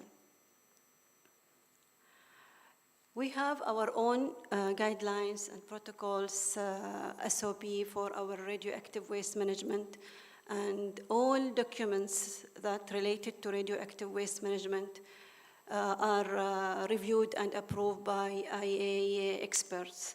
For example, we have SOP for delay tank, we have storage radioactive waste less than 90 days and more than 90 days. We have a procedure for radioactive waste management and disposal in cyclotron facility, and we have different SOP and procedure for disposal and radioactive waste management in nuclear medicine. Also, documentation and records is very important for us in our facility and nuclear medicine, and we are keeping all records.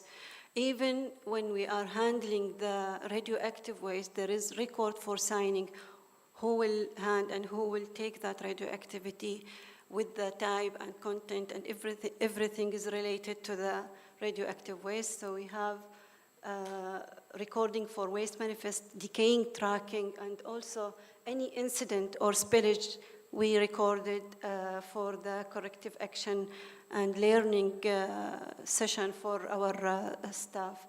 Also, the audits, we maintain record for internal inspection and any finding for radioactive waste management. And there is last May where there is an audit from IAEA expert, and also we record this, and we got a high score for our radioactive waste management. Finally, in this slide, I will show the summary when, in case there is a spillage of the liquid waste, how we can dealing with that scenario. So prompt and correct action is important in event of any liquid radioactive waste spill to prevent contamination and ensure the safety in the department. First, we mark the area clearly with tape and radiation hazards, simple to prevent further contamination, and all staff that involve in the cleanup must wear the appropriate PPE, and they are already trained about the spillage decontamination. Also, there is a cleanup procedure. We are using absorbent paper or sheet, taking note to increase the spillage area. We segregate all that waste from decontamination process in proper containers also. And we are monitoring the spill area until radiation level drop to the background. If there is radiation remaining above the 2.5 microsievert per hour, we cover the area and display a warning symbol that this is radiation area till it's become safe. Thank you.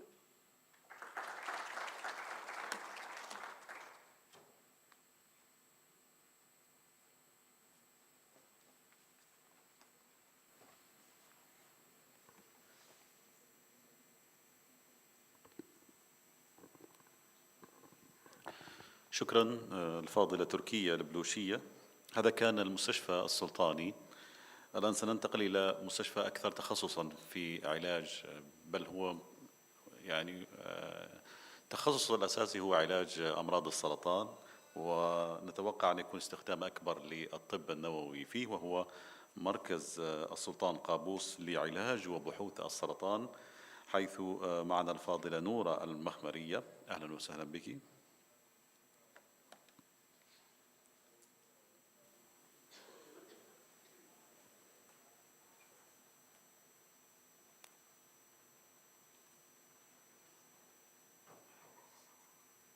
Assalamu alaikum wa rahmatullahi wa barakatuh. Thank you for this opportunity. And it's my pleasure to stand in front of you sharing the Sultan Qaboos Comprehensive Cancer Care and Research Center experience in the management of radioactive waste generated from nuclear medicine. Briefly, let me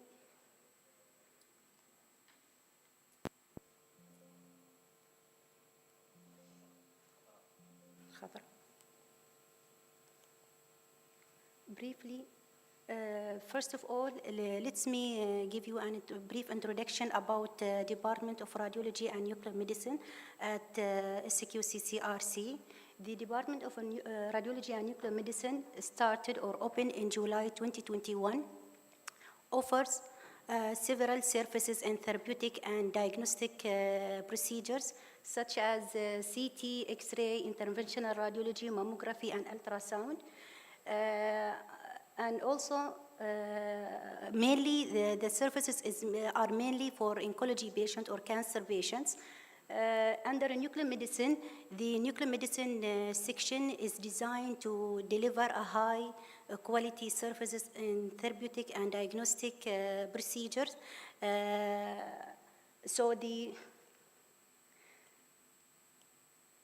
the layout of a nuclear medicine is planned carefully to ensure safe or smooth patient flow, radiation safety, covering all radiation safety aspects, and efficient workflow.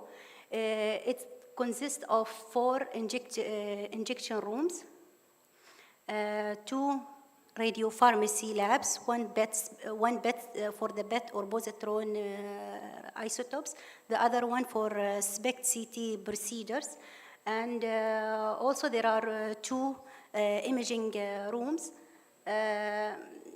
occupied with high advanced systems, SPECT CT, gamma camera, and a digital PET CT scanner, which is the first one here in Oman. This is mainly for oncology patient. And also we have a dedicated, I don't know if I can use the, here, from the red, Ahmad, oh, sorry.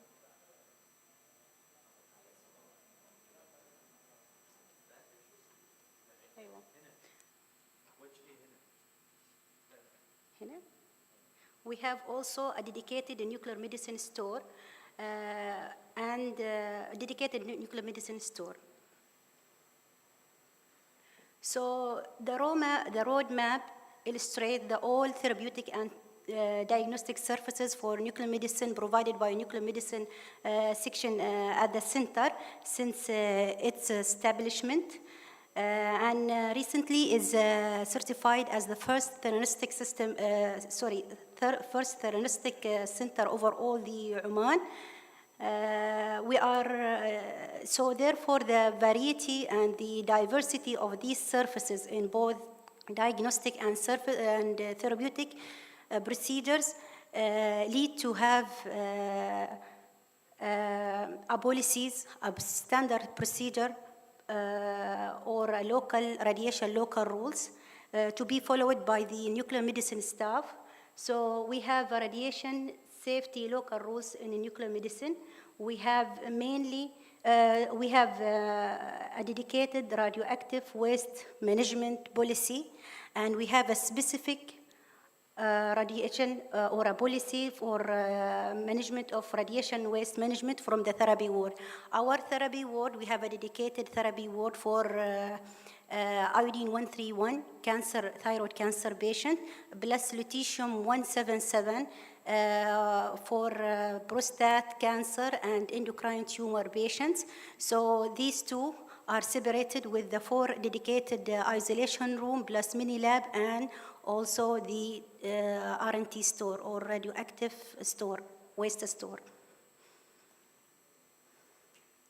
In writing these policies, we relied on the national regulation here in Oman issued by Environment Authority and the international standards or policies from IAEA and ICRP.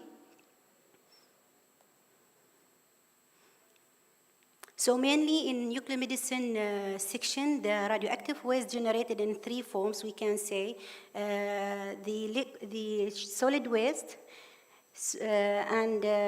which is any contaminated equipment such as gloves, tools, filters, wipe or clothing, linen, contaminated metals or glassware or disused generators, components, tubing after using or post doing some kind of test or calibration test for the modalities, contaminated patient clothes or shoes.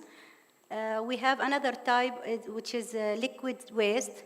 So the liquid waste is categorized by the contaminated water or patient excreta, blood, urine, solvent or chemical solution in a vial or phantoms. These 3 types will be later on explained in details in the coming slides. So all staff has to adhere to the local rules, radiation safety local rules in nuclear medicine, and prior to deal with any radioactive waste, they have to follow these instructions.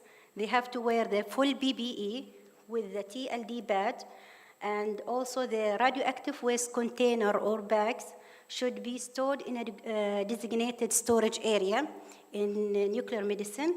The containers or the bin must be labeled by the radiation label, contains the name of activity, the name of isotopes, the dose rate, the date, and the staff name. The battery of the radiation survey meter used to survey these bags or the waste should be also checked regularly if it's for calibration purpose. If it's calibrated or not, and also the battery should be checked.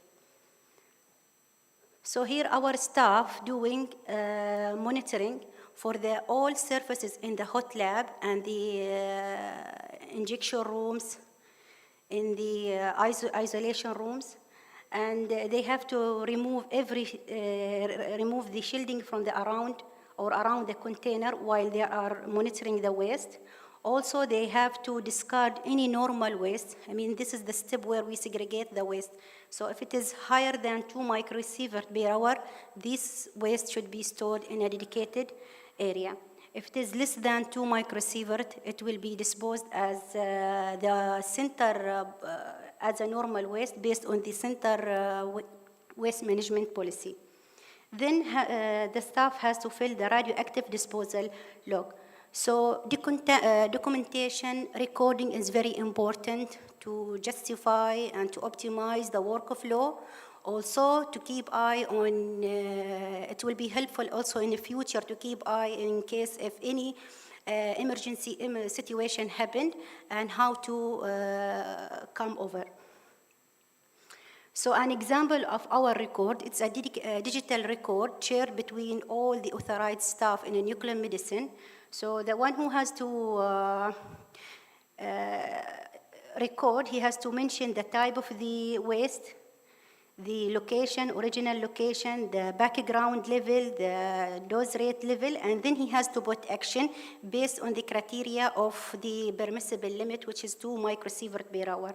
If it is stored, higher than, so it will be stored, and then the next staff or the in-charge staff in the coming days, he will be responsible to follow and checking after 10th half-life that this waste or trash has to be disposed as a normal waste. Then we have a review of all these documents from the radiation safety officer.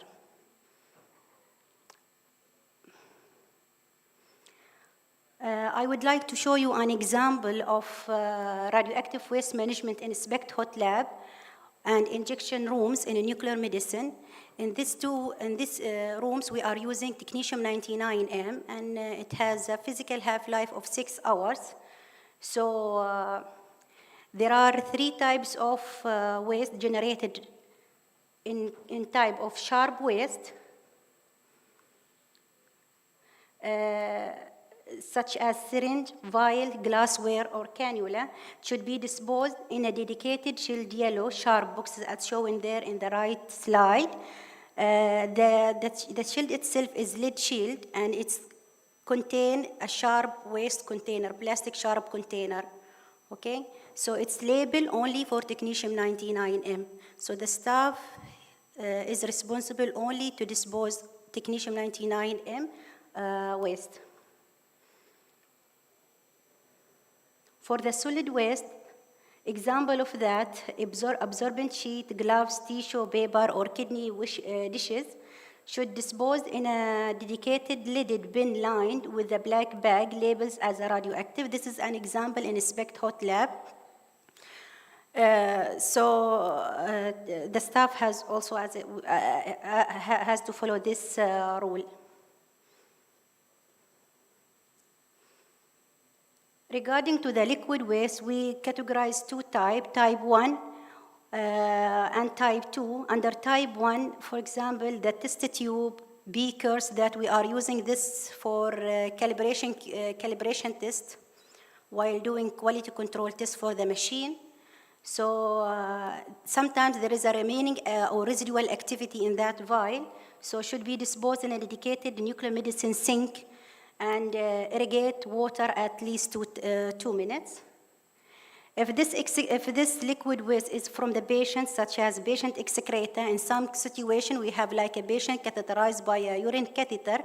So after that, before sending the patient to the ward back, the nuclear medicine technologist or the in-charge nurse has to empty that catheter in the dedicated nuclear medicine toilet. Okay? And this liquid waste, all the sink and the toilet are connected to different sewage system from the common sewage system in the center, which called delay tanks. Also, I wanted to mention this, the workflow here is shared between a medical physicist and the nuclear medicine technologist or a radiopharmacist. So in part of segregation and radiation survey, this done by medical physicist. He is responsible to check the dose rate level, and then if it is normal, as we said, should deal with it as a normal waste. If it is no, it should be labeled and then sent for a radioactive waste store for 10th half-life. Before that also, the staff again will check if it is background level reached or not before dispose it as normal waste. Sorry.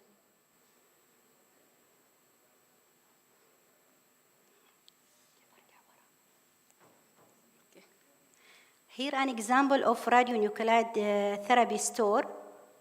We have dedicated shelf there for the linen. So after discharging the patient from the isolated ward, all linen or bed covers should be well labeled and stored for 10th half-life before sending back to the normal laundry. The other photo here, it's showing how we segregate the waste which generated from the from the ward, based on the week, just to make the process easy for the staff to keep tracking the waste and to be able to dispose it later on after 10th half-life. And here we have a dedicated laundry bin to be separated, these clothes to be separated from other linen in the hospital, and then sending back again to the radioactive or radionuclide radionuclide therapy ward, because it has we put like a specific tag for those patients just to make sure and it's not mixed up with the other patient or normal patients. Also, in our store, we have a dedicated shelves for the generators. As you can see here, we are receiving one generator in a nuclear medicine technetium 99 generator to elute technetium, which used for diagnostic purposes. But you know, we have to have a specific like flow work, how to deal with this sealed source. So later on will be explained. An example also for another store in the nuclear medicine where I was mentioned in the nuclear medicine layout, nuclear medicine store, we are keeping very low active waste generated from PET, CT, fluorine 18 or gallium 68 procedures and technetium 99M.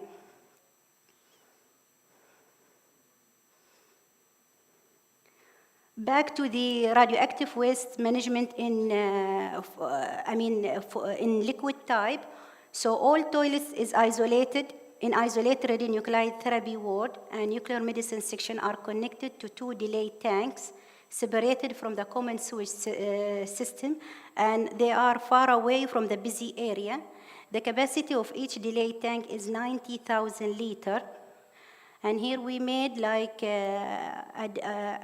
educational model for the students and trainees just to show them and also to participate this in some events or occasions as educational model. So this is example of our isolation rooms where iodine 131 or lutetium 177 is hospitalized, and then the sewage system is connected to 2 delay tank as shown there in the real picture. And then the mechanism of these 2 delays, one of them will be open for 3 months because we are taking in account that iodine 131 has 8 days compared to lutetium 177 and technetium 99 6 hours. So we say 10th half days, that means 80 days for iodine 131, so we're keeping for 3 months. The other one will be closed when this one is complete. The 3 months will be closed and will be decay for 3 months again. Following 3 months. The other one will be open and so on. After this decay period, the waste will be collected by the third party as a normal waste. Here, the record and the record which we made it between us and the maintenance team to keep tracking and monitoring the delay tanks. And before discharge it or before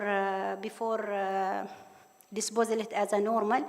And in some situation when we have a heavy running days, or like sometimes it happen like very heavy running, and we come and check the capacity if it is exceeding or not, because there is a BMS limit or level, like alarm level. It shows that if it is the water level above or not. So from our side, to make sure and it's not there is no spill from the tank, we go and check the radiation dose rate and opening this one with the maintenance team just to check the level of the water. This is one of our record, and this is the other one, just to keep recording from the surface of the tank how much the dose rate. And it is should be within 1 microsievert per hour, not exceeding 1 microsievert per hour. Going back to the generator, disused generator. So the disused generator we have to label with date, time, and dose rate before send it to the or keep it in the store.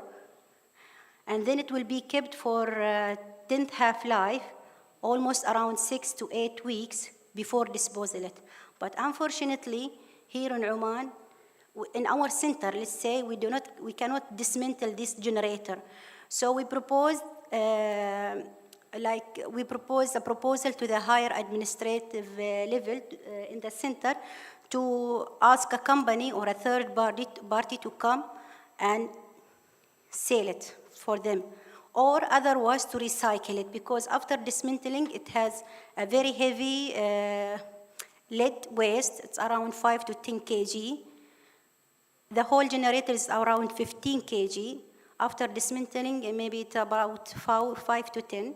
So it's a good income to the center. And alhamdulillah, we are succeed.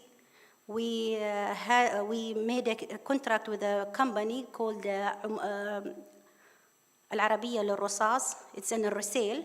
They come and collect, and then we sell this lead. Also, they have another option if you wanted to recycle it. For example, for the hospital, they do not have a budget to, مثلا, example, to purchase any مثلا required accessories or whatever, like a lead barrier or any radiation equipment shield. They can do it for you, but you have to give them a very or huge quantity of lead waste. In our case, we sell it. This happened because we face a problem with the lack of space. Because within 2 years, a big quantity of these generators accumulated, and we do not have space that time, so it was a good proposal and a good income also.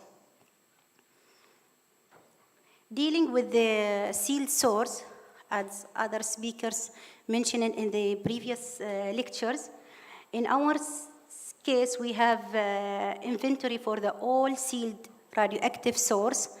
It's uploaded in Hizmet radioactive source through the UDO system, and it's shared with other in charge staff from health and safety and store people. In case of any emergency, such as a fire or a flood or whatever, they will be able to know in which location, what's the type of sealed source, the activity, a reference date, all of them. From our side, we keep recording till even after we dispatched this source outside Oman. So as a regulation here in Oman, we cannot dispose it as normal waste. We have to ask the company or the end user to send it back to the manufacturer or mother company. That's all. Thank you.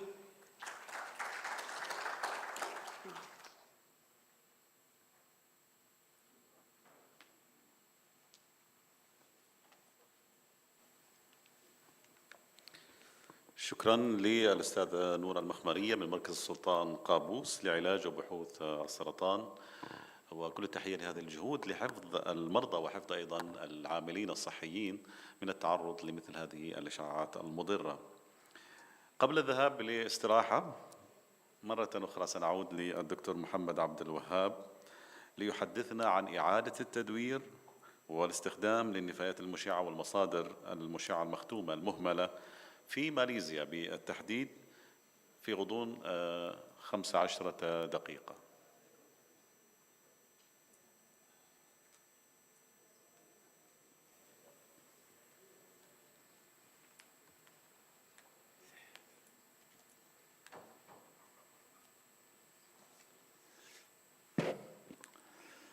Assalamualaikum warahmatullahi wabarakatuh. Again, talk about radioactive waste. This week, I think we will talk only about the waste, So this is my our experience. I am going to talk about the recycling and reuse of radioactive waste and the DRS in Malaysia. This activity, I think, is very important, but not many things happen in Malaysia for recycling and reuse the SRS in Malaysia. Just go this one again. I think this one, I don't want to talk about this one again because it's very fundamental. This is about our protection of future generation.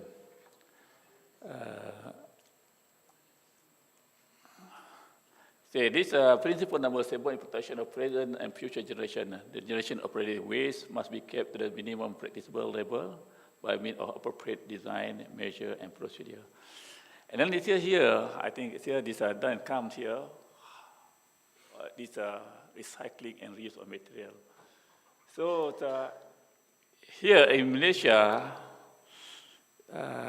depend on situation.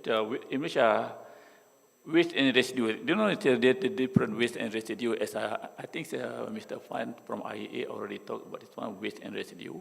Waste we didn't want to use anymore, and this residue probably become can recycle, can be used, or probably it can become waste if we declare that we don't want to use this residue anymore.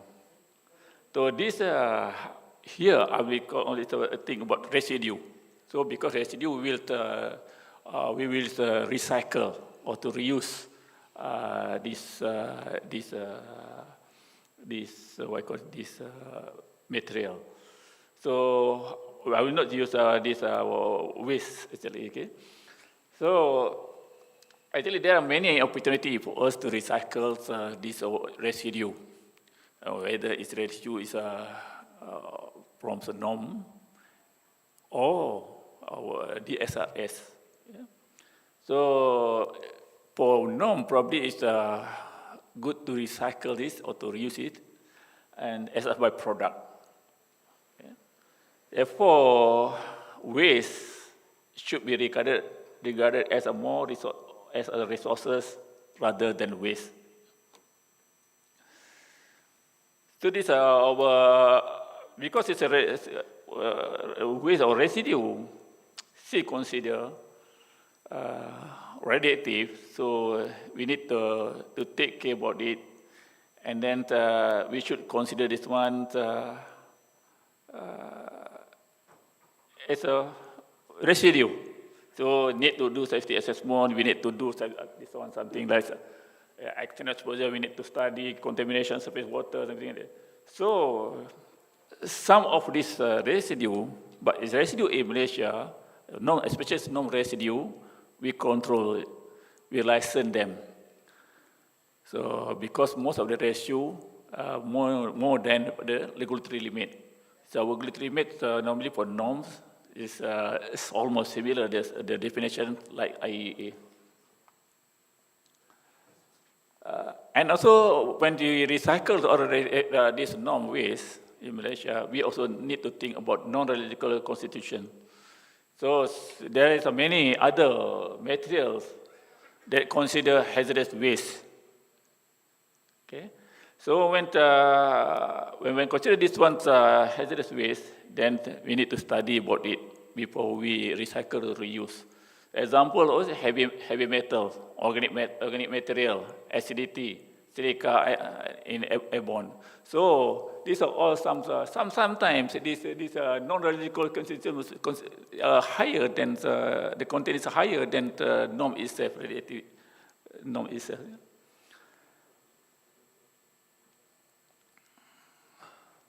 In Malaysia, so all these norm and also the ISS control under our Act 304. Okay, this and also our regulatory body is Atomic Energy Licensing Board. So, but for let's say for medical purposes, enforced by the Ministry of Health.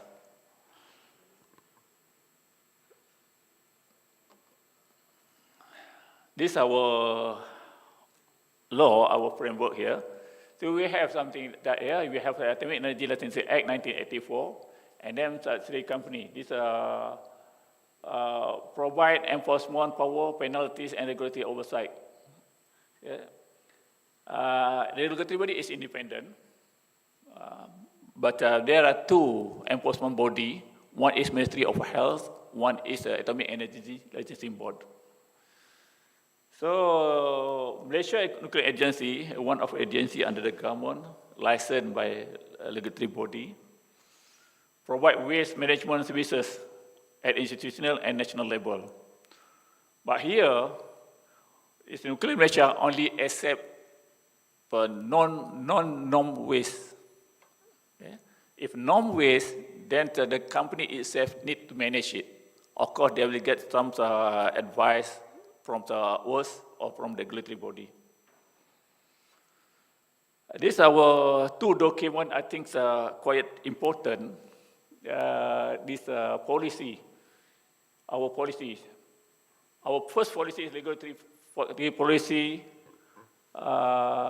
statement for nuclear and radiation safety, and the second one is national policy statement for radioactive waste and spent nuclear fuel management. Then this based on this policy, how we work with our waste. This policy, the second, the first policy is related with safety, and the second policy related with the waste management and also spent fuel. Of course, we have our reactor, research reactor. One day we will manage our spent fuel. Under our policy statement for radioactive material, the government is responsible for encouraging licensee to conduct research, development, and commercialization activities on generated radioactive byproduct to produce value-added product and to reduce the quantity of radioactive waste. So government is a government's responsibility to encourage, to advise, to do research, something like that. And the company also here can get advice from the government department who involved with the research. I think many research have been done regarding with the normed waste in Malaysia.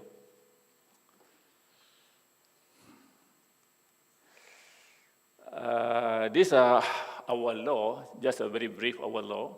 We have radiation protection, licensing regulation, radiation protection.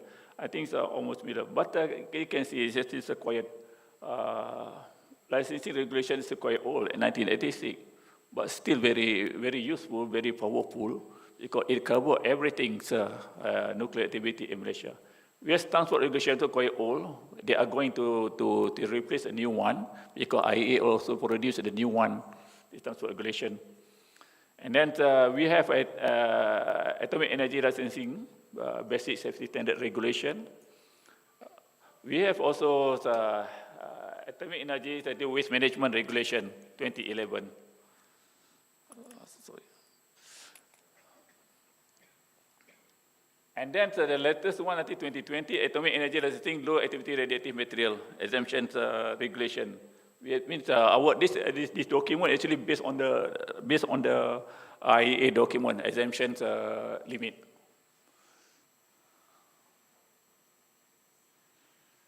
I think this one's. I think this one's a source of waste, as I mentioned here. We have a gas, oil and gas industry, construction, petrochemical, beverage industry, mining industry, agriculture, research institute. All these activities to produce waste actually. One is some of the DSRS, some of from NOM. Some one you can see the lining reactor. It's banned already in Malaysia, but we have the old one. We need to keep it. Then some of the owners sent to Nuclear Malaysia. These are all that becomes waste. This also the waste in Malaysia. Also they category 3 to 4 to 5. We have this one nuclear gases, and this one from school. This one from school, and this one for nuclear gases from industry. This one also nuclear gases from industry. This one moisture gases from our industry also. So these are our norms waste. We have some oil sludge and scale. But actually for oil sludge and scale in Malaysia, because our geological formation is different with here and also with the North Sea. So our radioactivity limit here, radioactivity levels here, quite low. Quite low, because we have done some study in Malaysia, so we don't have something like, we have oil sludge, we have scale, but not, I think the level of radioactivity is very, very low. But we have also here things like from our industry, tin industry. But here we control it because the levels norm is quite high. And then red gypsum here from the tire oxide industry and iron oxide. But the both also radioactivity levels are quite low. During last time we controlled it, but now I think it's normal.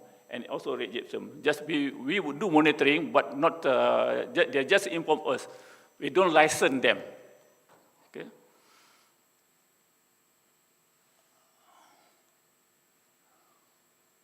So this is what we do with our norm.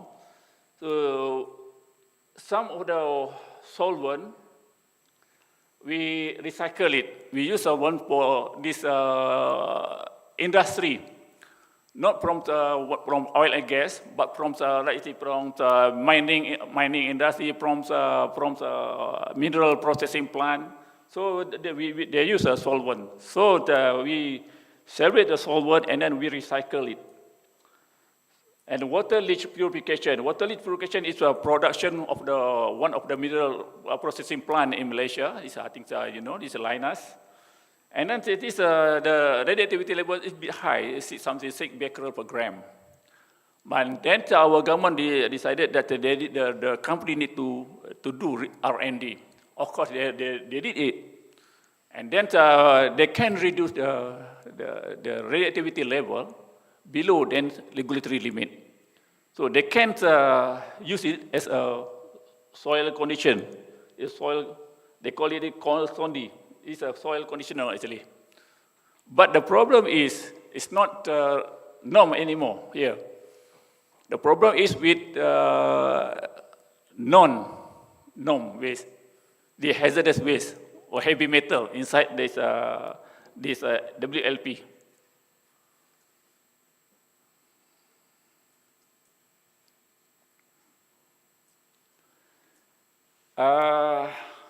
And then some of the norm, this iron oxide, we use this iron oxide as a coloring. Iron oxide mineral processing plants contain very low traces of uranium and thorium. So we mix two other materials as a coloring, red color. Tin slag from our tin smelting plant, we use as a construction material. But of course, after studies, you know. The most important thing here, I can see here, actually. We extract valuable metal from tin slag. Actually, we don't consider this one as a waste.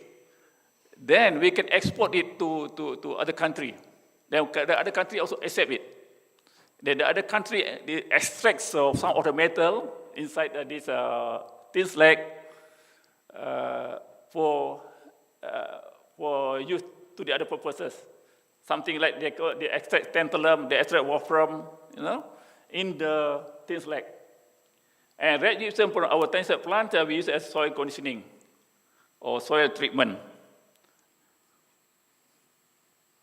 Actually, this is a study, actually here, how to use this tin slag as a road construction, I don't put, this is a thesis actually, okay.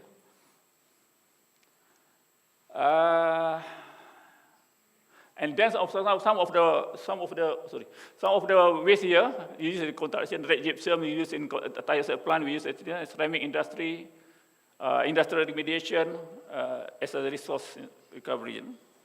And then, of course, these are always promote recycling seal sources. These are now the trend is to recycle the seal sources. So for our seal sources, some of our resources, we use in the educational purposes. Okay?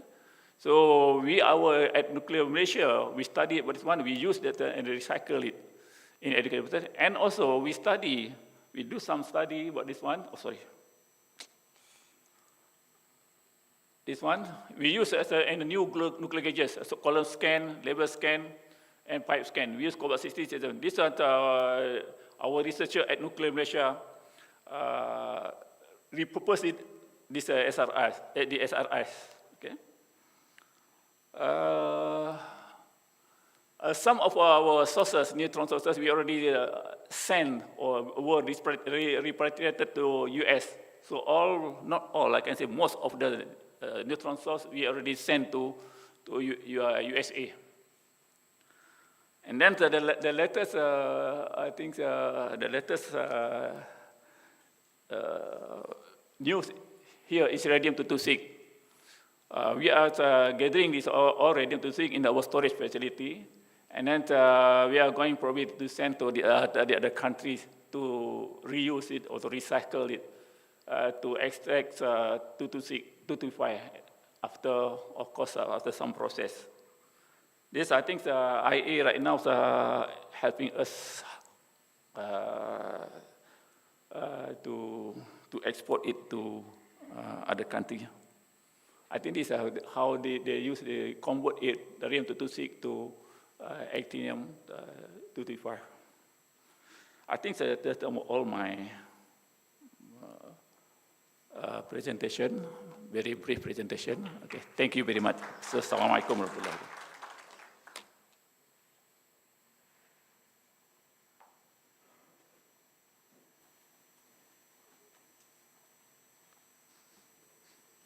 شكرا دكتور محمد عبد الوهاب. نذكركم بالمشاركة في مقترحاتكم لتوصيات الندوة. سنخرج إلى استراحة الآن، والمقترح أن نعود عند 21 دقيقة. 25 دقيقة أعتقد كافية إن شاء الله للصلاة والراحة قليلا، وكسبا عشان نخرج بعدين قبل إن شاء الله تعالى. حاولين أنه نكون قبل الموعد المقرر في البرنامج، وإن شاء الله نحقق هذا إن شاء الله. شكرا.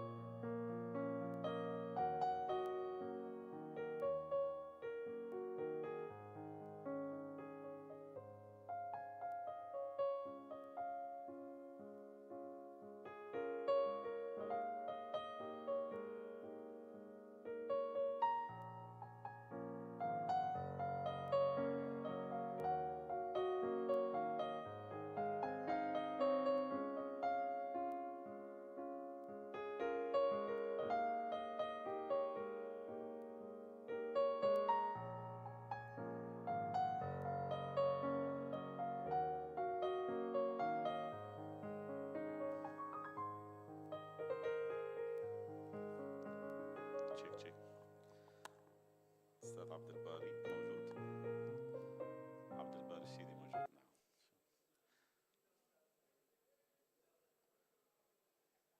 بدخل الشباب.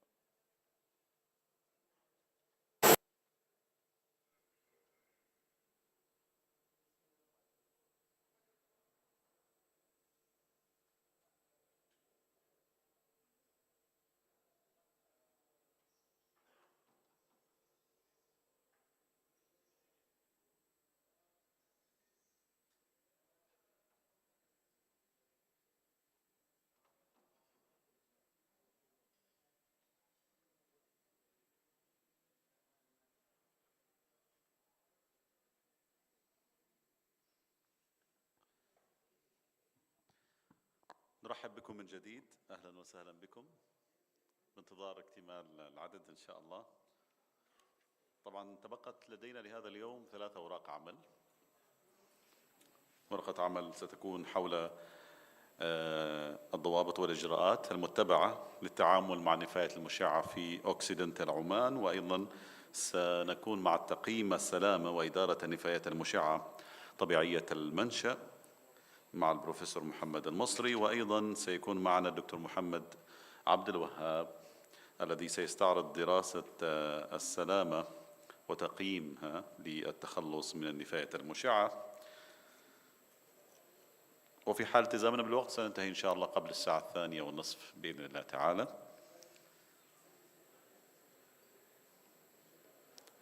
أهلا وسهلا بالأستاذ عبد الباري الشيدي من شركة أوكسيدنتال عمان. عبد الباري سيحدثنا عن الضوابط والإجراءات المتبعة للتعامل مع النفايات المشعة طبيعية المنشأ في شركة أوكسيدنتال عمان.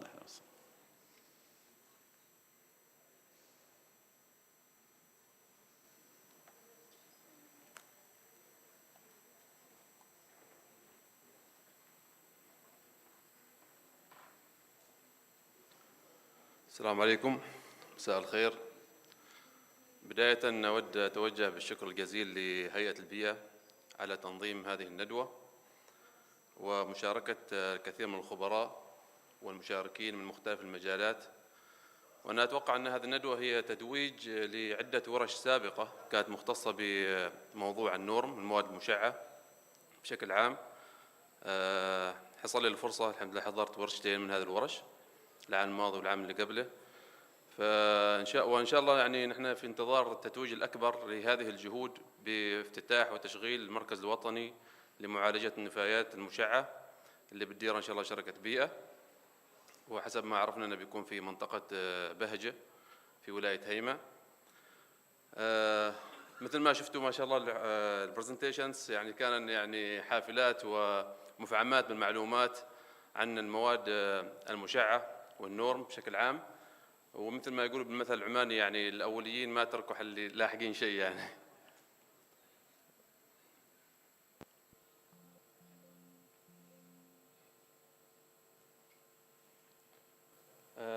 I will just going briefly. All of this information actually was discussed during this symposium. So as you know, there's alpha, beta, and gamma radiations, and how to penetrate to different materials. And also there is an electromagnetic spectrum and the wave. So I'm not going to talk a lot about this stuff. As I said, it is already discussed deeply in the previous with the previous speakers. Here we have in supervised areas. As you know, it is below 2.5 microsievert per hour, and controlled area 7.5 microsievert per hour. And we have followed actually these types of guidelines and procedures. We have our own procedures in OXI, and also we are following the EA procedures and also global procedures and standards regarding norm and management. In our procedures, we covered all the items relating to norm, such as the person who should dealing with the norm and radiation safety manual and protection procedures, radiation protection measures, PPE, training, for example, import of radioactive source, sealed or unsealed, and X-ray machines. All these items being covered in our OXI procedure. This already actually discussed during this with other speakers. MashaAllah, Dr. Prof. Muhammad al-Masri going deep with all these specifications. And this appendix actually from the ministerial decision 79/2023. And we can find, as you know, the norm and norm waste actually in several materials and equipments in the oil and gas field, such as wellhead, separation vessels, pumps, and other processing equipment. And also maybe some contaminated soil, sometimes some contaminated soil, there's some norm present in it. And as you know, norm can accumulate in the form of sludge, scales, and other waste materials. We have several equipments and devices to measure norm. We are using actually all these three types of devices. The dose rate monitor, this is for dose survey, and other equipment for contamination survey. And also we have this norm monitor IS for both contamination and dose survey. All these equipment should be calibrated annually or as manufacturer recommended. How we can control, there are several controls measures, such as ingredient control, like shielding, administrative control, including times, distance, and maintaining access. And the last line of defense, as you know, is PPE. So let's have a look to this graph here. As you know, identification firstly, during norm survey, several norm survey, even it is a periodic norm survey, or even there's some maintenance in some pipelines or equipment. If the norm is identified, then the equipment or pipelines will be stored in a designated area with the radiation limits, warning signs, and restricted access. All the documentation should be notified to HSE and maintain it with them. And finally, in the annual norm inventory will be reported to environmental authority. Decontamination in case of maintenance for vessels and tanks, special crew with special training at the PPE will clean the vessels and other equipment, removing all the sludge or scales, then store it in the licensed area, verify radiation level, post-cleaning before reuse or disposal. Finally, as you know, we don't have a treatment facility, we have storage facility.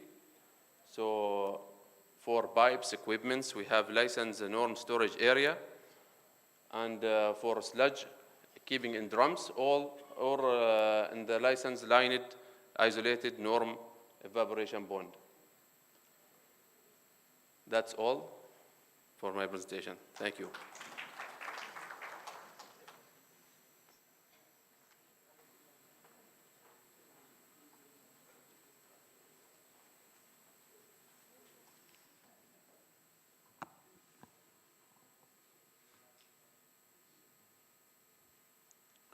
شكرا جزيلا الفاضل عبد الباري الشيدي من شركة أوكسيدنتال عمان. كان هذا استعراض للضوابط والإجراءات المتبعة للتعامل مع النفايات المشعة طبيعية المنشأ في أوكسيدنتال عمان.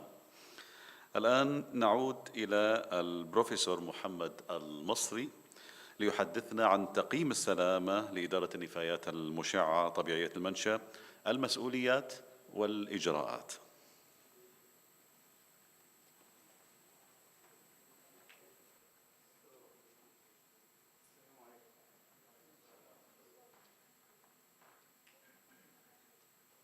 I have additional 10 minutes because my friend,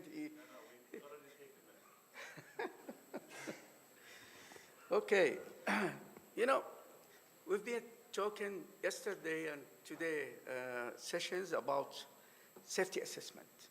You know, when you talk about exemptions, we talk about risk assessment.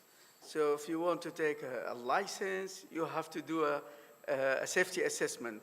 So it is, safety assessment is very important, okay? Even if you want to make a decision for anything, you need to do what? Risk assessment, even at your, you know, during your own daily life, you do a risk assessment, you know?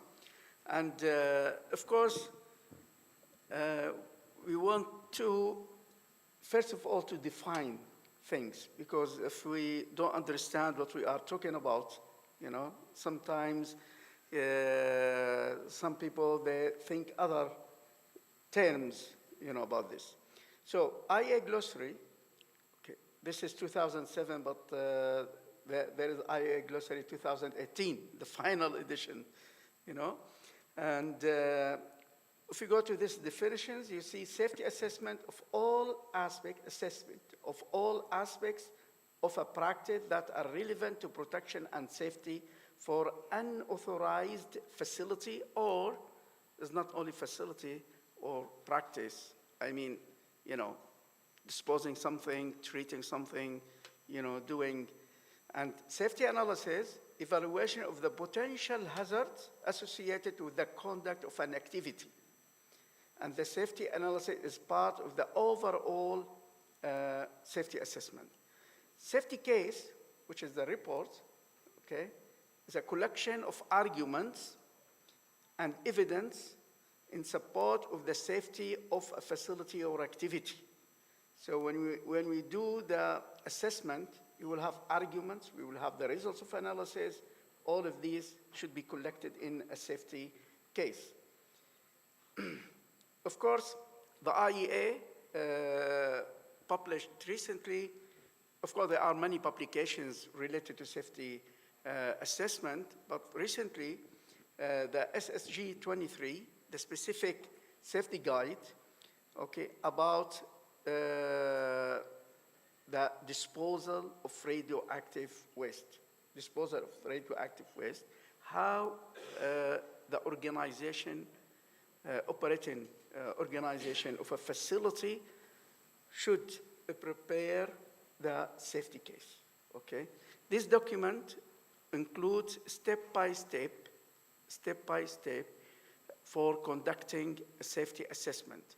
So it is very useful for the regulatory body, okay, to follow the steps, and it is very useful for organized operator, you know, who will operate the facility.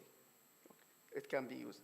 So before granting any authorization, the responsible person or organization shall be required to submit a safety assessment. And I think BIA submitted a safety assessment when they applied for the permit to Environment Authority, according to the IEA safety standards. Of course, safety to be assessed for facilities and activities with a graded approach, okay? It's not to be for a small facility or a small practice to have something big, you know? So to be according to the graded approach. And involve systematic analysis of normal operation and accidental. So we have to consider in our safety case, in safety analysis, we have to consider the normal operations of the facility and any abnormal events that could happen in the facility in the future. And also, it's not only the construction, operation, and we have to post-operation, closure of the facility, okay, or decommissioning of the facility. And this should be included in the assessment. Of course, radiological environmental impact assessment should be part of the safety assessment, okay? So we prepare the safety assessment, and environmental impact assessment should be part of this assessment, not the opposite, because some regulator may ask for environmental impact assessment and they ask for the safety assessment, and we are talking about a radiation facility, so which is the most important in the radiation part. Of course, there is an IEA document as well that describes the environmental impact assessment of a radiation facility, which is the GSG, General Specific Guide, number 10. This is for radiological impact assessment for facilities and activities. Of course, there is another document where you can find all the requirements for the safety assessment for facilities and activities. And in these documents, you will see like we should follow the graded approach is required in terms of the scope and level of detail of the safety assessment. And the safety assessment is required to be carried out at the design stage, Okay, when you design your facility, you should prepare the safety assessment, safety case, okay, and should include the full-time life of the facility. As I mentioned, from the planning, from the design, you include your for example, optimization of the production. All of this should be included in the design. And 2, decommissioning or final closure of the facility, okay, and should identify the impacts of various streams of norm residues through all potential exposure pathways.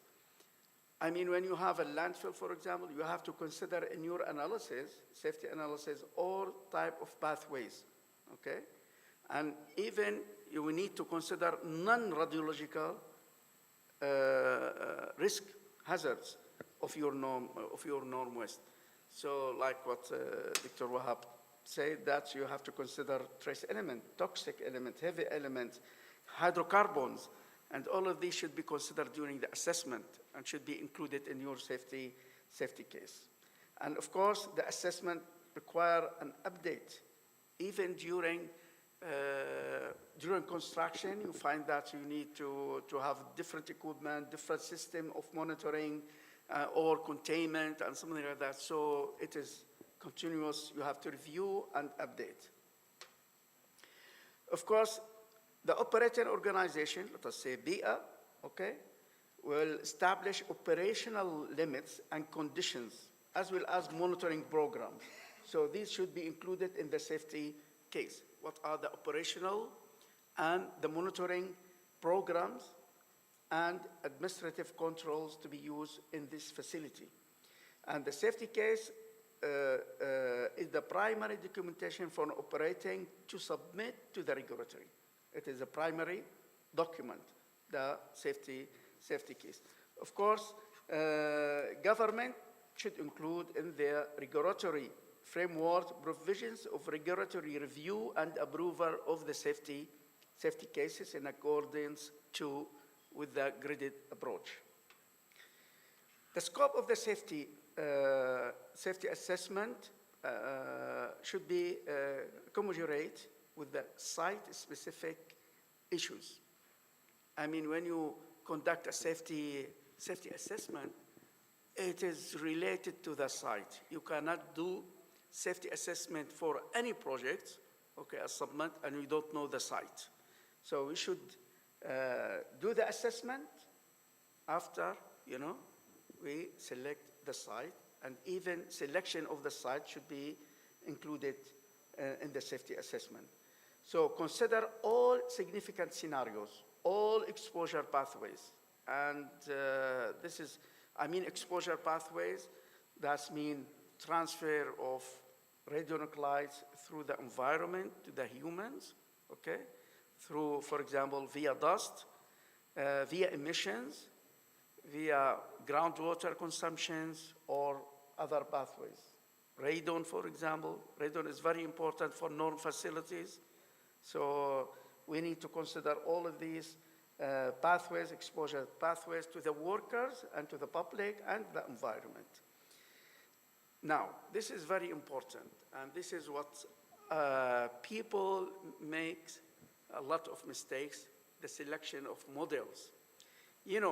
Pathways analysis require to require using models, is a computer models, how the pathways and transfer of radionuclides.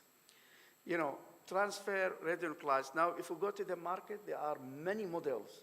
I mean, modeling of dispersion of radionuclides, there are many models, okay? Through transfer to groundwater and so on, there are many models, okay, in the market. So why IEA? I was part of this report. IEA published what's so-called IMRAS, Environmental Assessment and Models, okay? What they did in this technical document, they validated some of the current the current models used for environmental modeling, okay? So if you go to the site of IEA, just write IMRAS, okay, IMRAS, and you will find this tech doc, how they, to validate your models.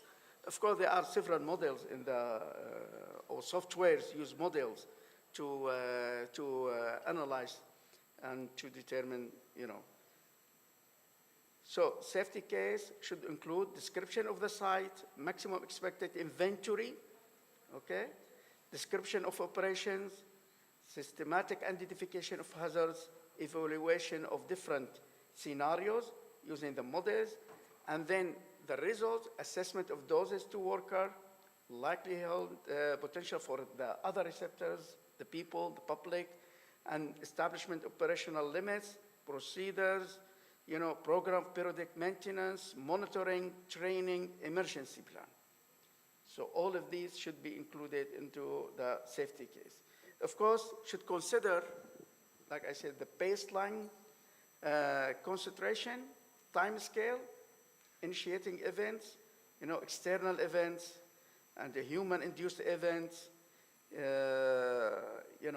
and all of these should be considered during the preparation of the safety case. Okay, that means sometimes safety case is a very huge document because it contains a lot of evidence and so on, procedures. How we conduct this? First of all, we have to identify and define the context of the assessment, okay, including the assessment criteria. Assessment criteria is very important. Like, for example, if you take the assessment criteria of 1 millisievert for the public, okay, this is a criteria. So when I do the assessment, I will get a result that show the dose that will be received by the worker. So the assessment will give us the dose that would be received by the worker. So our criteria of the assessment is 20 millisievert, for example, or 5 millisievert, or 2 millisievert, okay? So when we do the assessment, you will see the results will give us, for example, 1 millisievert, which is below our assessment criteria. If you feel for the public, if we put, for example, 0.3 millisievert, okay? So when we do the analysis, and the program will give us, if you are doing this operation, if you are doing this landfill, you will have a dose through the models. You will have the dose for a public living, for example, close 1 kilometer from the landfill, will receive around 10 to minus 3 microsievert, which is acceptable because our criteria is at 0.3 millisievert, for example, okay? So first of all, we have to define the criteria. And then we develop development and justification of operational scenarios to be assessed, how we will handle the operational work, okay? And then we implement the models. And these models, as I mentioned, is through the program.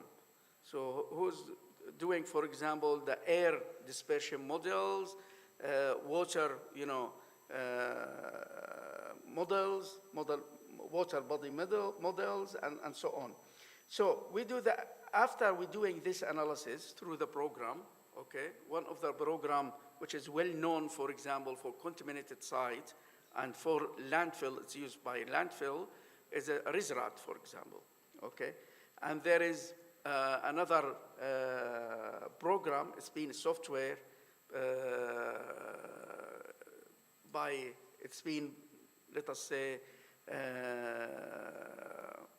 done by the IEA experts. It's called Normaliza, which is for known, okay? Normaliza, if you go and do Normaliza, you can download from the IEA. And even there is a tech doc for Normaliza. This is for known. And then analysis of the result, description of various revisions of the project and the process, and the assessment to be taken in compliance. And then upon completing all of these safety assessment, radiation risks associated with these should be quantified, screened, ranked, okay? And then any scenarios lacking of the potential to cause any significant harm should be defined, and what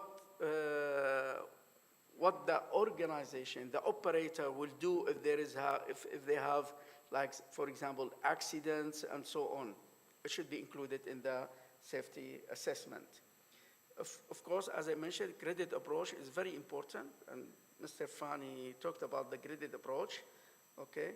And this is should be considered in the graded approach, the magnitude of the possible radiation rates, the use of proven practices, and complexity of the facility or activity. Documentation, at the end we will have the safety case. Okay, the report should be documented, and a plan for adequate record keeping, and regulatory body may not have in-depth experience, so sometimes expert agencies are required, you know, to help the regulatory, because regulatory body is not, I mean, sometimes the personnel or to be involved in every project, you know, related to radiation. So sometimes this is required from expert. Review, periodical review, is not a fixed. You may review it, you know, the safety case. It's a document. It will be with the lifetime of the facility. So you may review the document along with the lifetime of the facility. If there is any for example, in 5 years, you will have a new monitoring systems, okay? A new technology. So sometimes you need to update your or review your safety case. Okay, thank you very much. 2 to 3 minutes.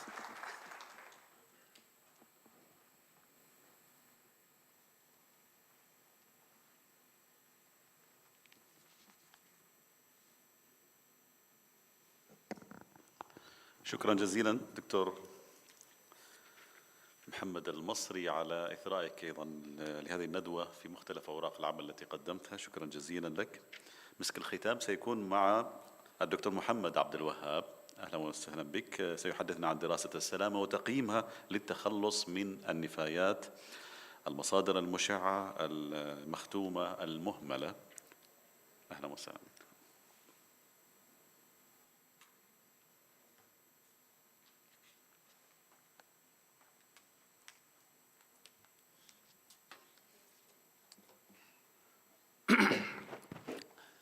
Bismillahirrahmanirrahim.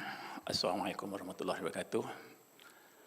Again, we talk about the safety case and safety assessment for disposal of radioactive waste and DSRS. I think what I am going to talk already touched by our colleague Professor Said. So almost similar actually, because the same document that we are going to use. The difference is only the non-waste, probably the same thing we need to do in terms of safety assessment and also safety case.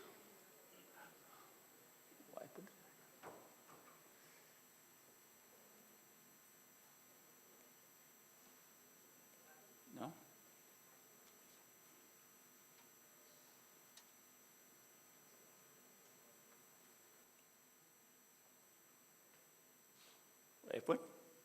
Okay.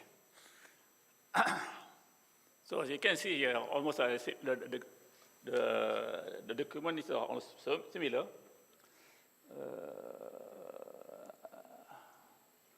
Says the definition of safety.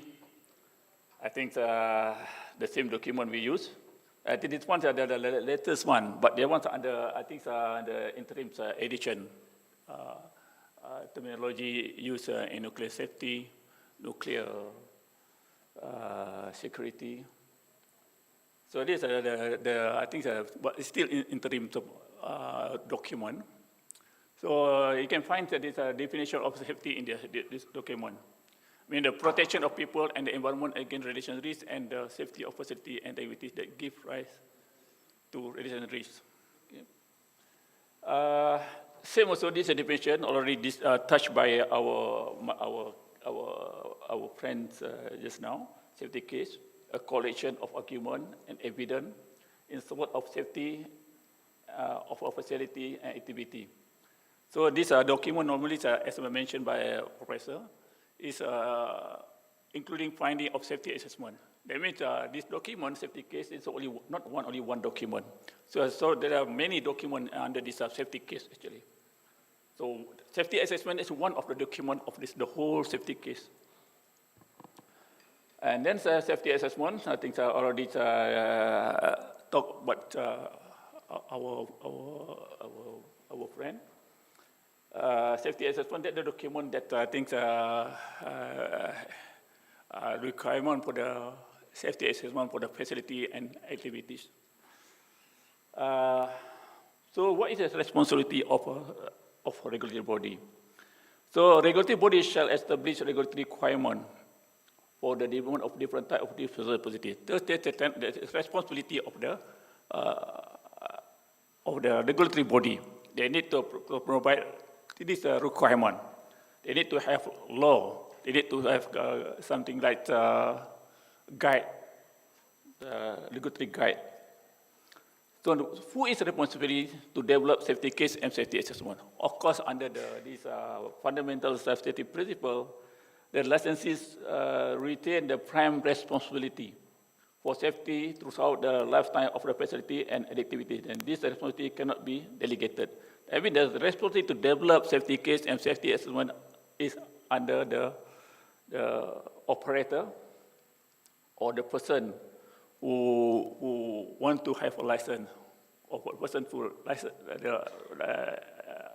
apply for a license. So why safety case and safety assessment are important? So safety case and assessment are important because they provide structured and transparent framework for demonstrating that risks have been identified, evaluated, and reduced to an acceptable level. Because that's the purpose of the safety case. So the important thing here is structured and transparent framework.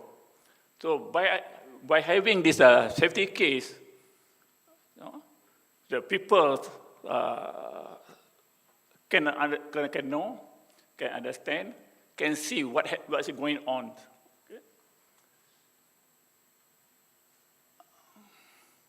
So why safety case and safety assessment is important? For regulators, safety case allow regulators to make informed decisions to ensure compliance without needing to constantly micromanage an operation. So, of course, then this regulator, when they want to apply a license for the disposal facility, they need to apply a license, and then the regulator also to oversight the facility. Then they need also to know the evidence-based argument. The operator is a company, safety case and assessment are not just about compliance, but also about proactive risk management and enhancing operational resilience. So this I think this what this operator need to know. They not only apply a license, but they should to know. It's a proactive risk management enhancing operation resilience.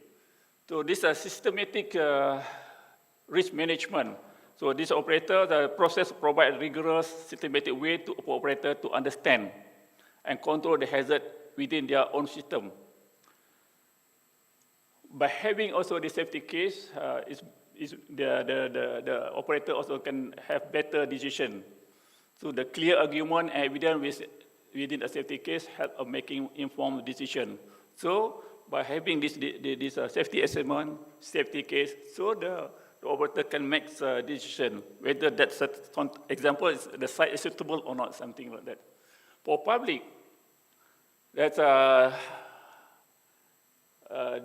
public, I think it's important for public to know the safety case, and we can demonstrating and transparent of robust commitment. So the transparency is very important to the public. So also by having the safety case and safety assessment, it will increase public trust.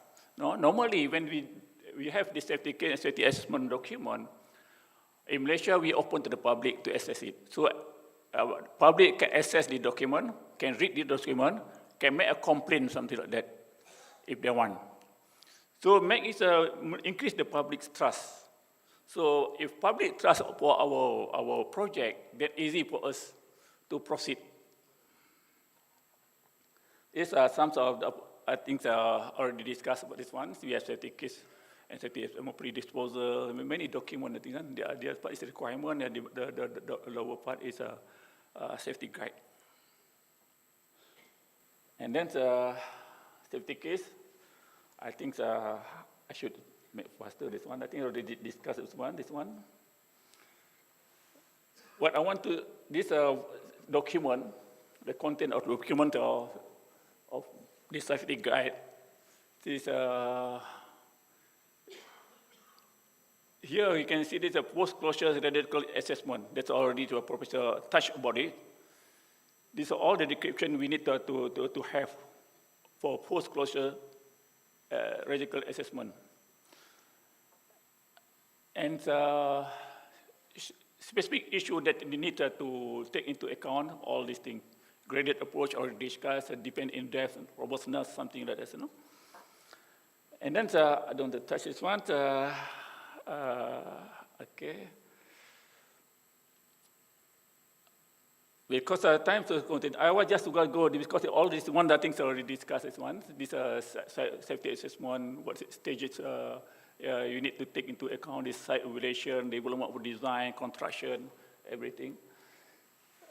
These are the DSL Part 4. These are safety assessment for facility. These are contents. They was already talked about graded approach, scope of safety assessment. That's what assessment need to be done. Something like that.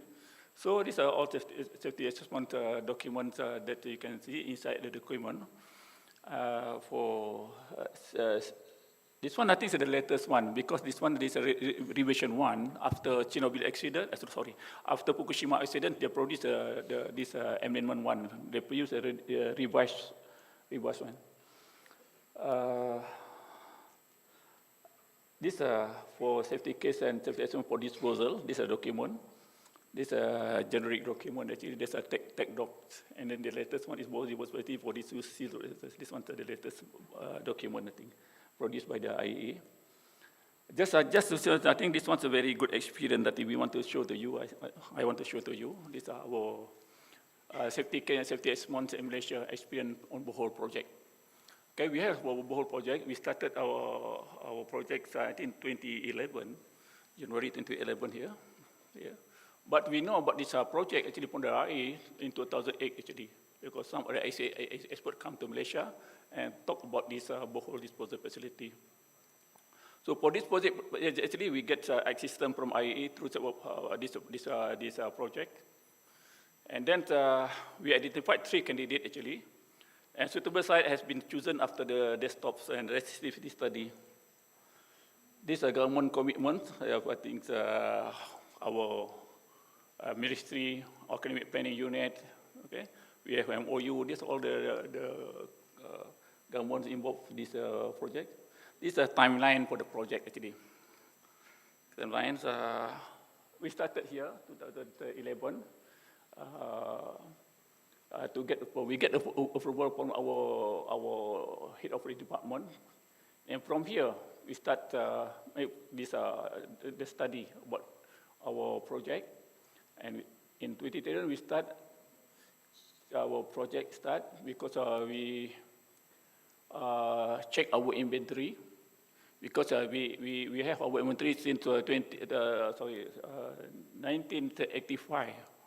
We need to check all the inventory because 1985 is quite old. We have very old sources. We need to check everything. And then we have here we study about something inventory update the study, and then the safety assessment. We do this one not we do some study selection here. It's not here. It's around this year. And site characterization, we do the waste assessment criteria. We do the conditioning and site-specific design, safety assessment, and safety case licensing process. So we got our license here, 2019. Okay. In 2019, also we have something that so within this time, many IAA came to our department. And then some of our staff also went to IAA to explain our projects. This is why we select. We like to have these disposals. These are the concept of disposal. You see the safety here. You have a capsule here, radiant source, a double escalator. We have something like this, a disposal. This is a capsule, stainless steel 316L. And then we have a concrete, cement here. And we have this one disposal container. And then we have concrete resource here, cement concrete. And then we have this one, I call it this one, steel or HDPE column here. And then also they have concrete again here. And then this one, house rock. So this safety compared with different in-depth concept. But how we do safety assessment, not include this thing. And as I said, this one, and also this capsule. So we did our safety assessment using this one, the capsule, concrete, and also disposal container, cement concrete here. So we did our safety assessment for this disposal facility. This we use Amber computer code for our design, for our safety assessment, for our safety assessment. These are conceptual, these are our boreholes, and then we have Semenya is the name of the river, and then it's about more than 1 kilometer from our site, it's 300 meter from our borehole.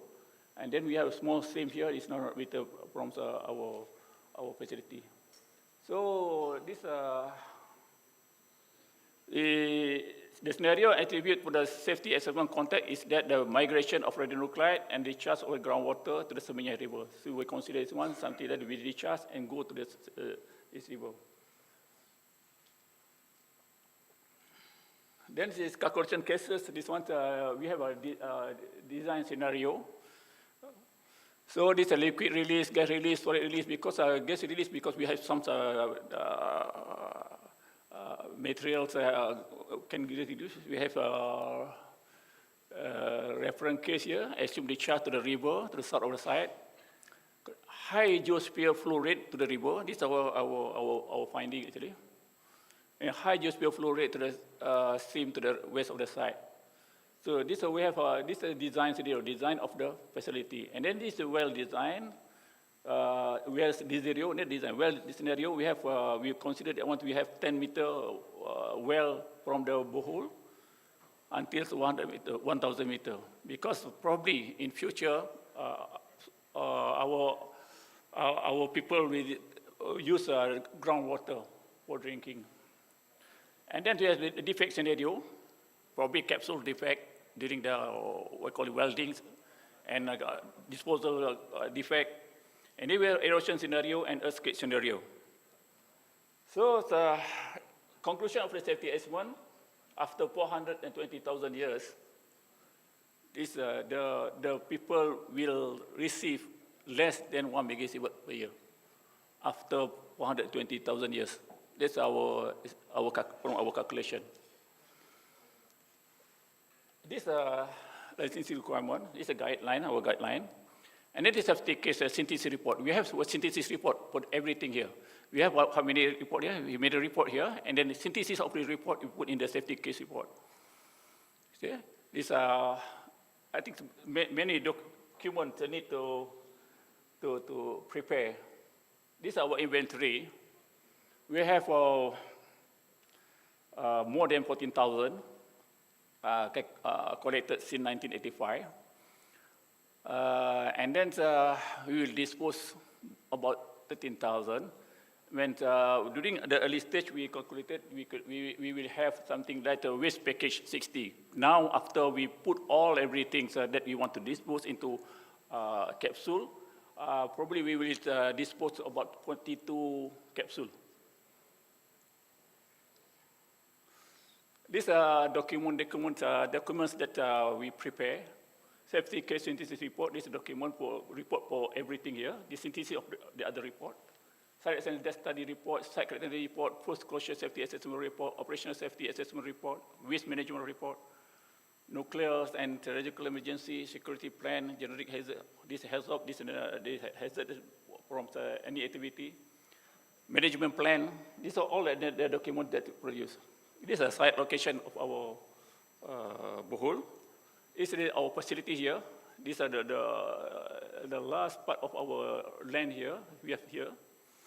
So this is a seminar river. We have a disposable hole here. Probably the radionuclide will move to here, and we have something like this. And then this public dose limit is 1 millisievert, but our constraint dose constraint is 0.3. But these are calculated dose that the public will receive less than 1 millisievert. This is the scenario that we have. This is a borehole, and then this is a river, and then probably the radionuclide will go through this one to the river, and then we consider this one, people will play here, take some water here for drinking water. There's a stakeholder engagement. We have some picture here.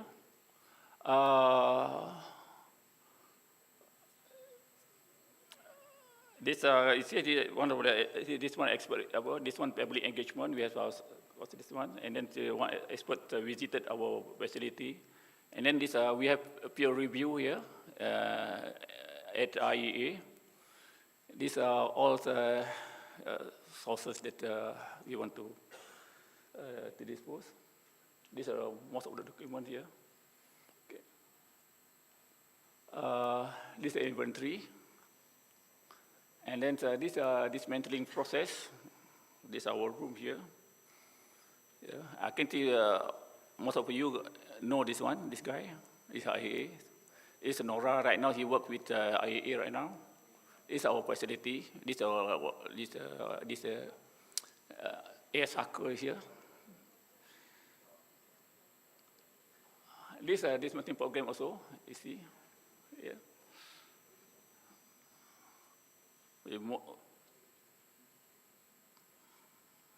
And it's a conditioning process. We put our sources into the capsule, and then we put the capsule into this disposal facility. This is disposal. We use this one, not this one. This one. So this is a machine, a welding machine actually. This one's a welding machine. This belongs to IAA, specially designed for this project. And then people probably the other country, if you want to use this machine, then you can get it from IAA. Okay. This one's we have our own welding machine, but unfortunately it's not. I can say 100% we can trust it. What we use our welding machine, we send the sample to IAA, and IAA check with the other company, then it is not, I can say, consider good welding. So IAA produced the new machine here. This is a computed control. So after we do this conditioning, we test with a leak test to know whether any leaking or not.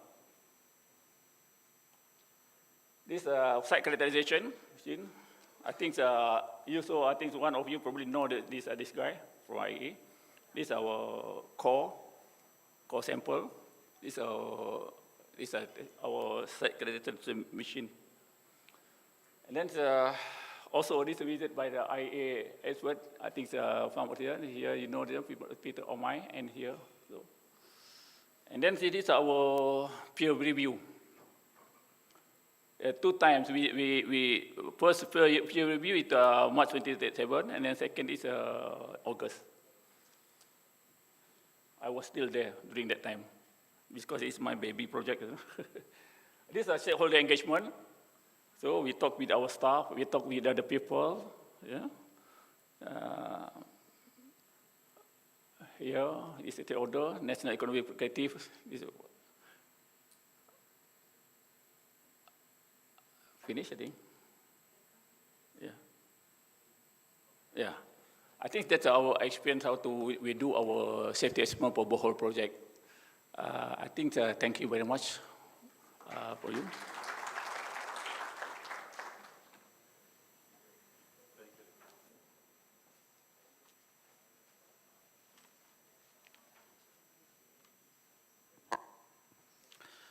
شكرا دكتور محمد عبد الوهاب على أوراق العمل التي قدمتها طيلة هذا اليوم. شكرا جزيلا لك.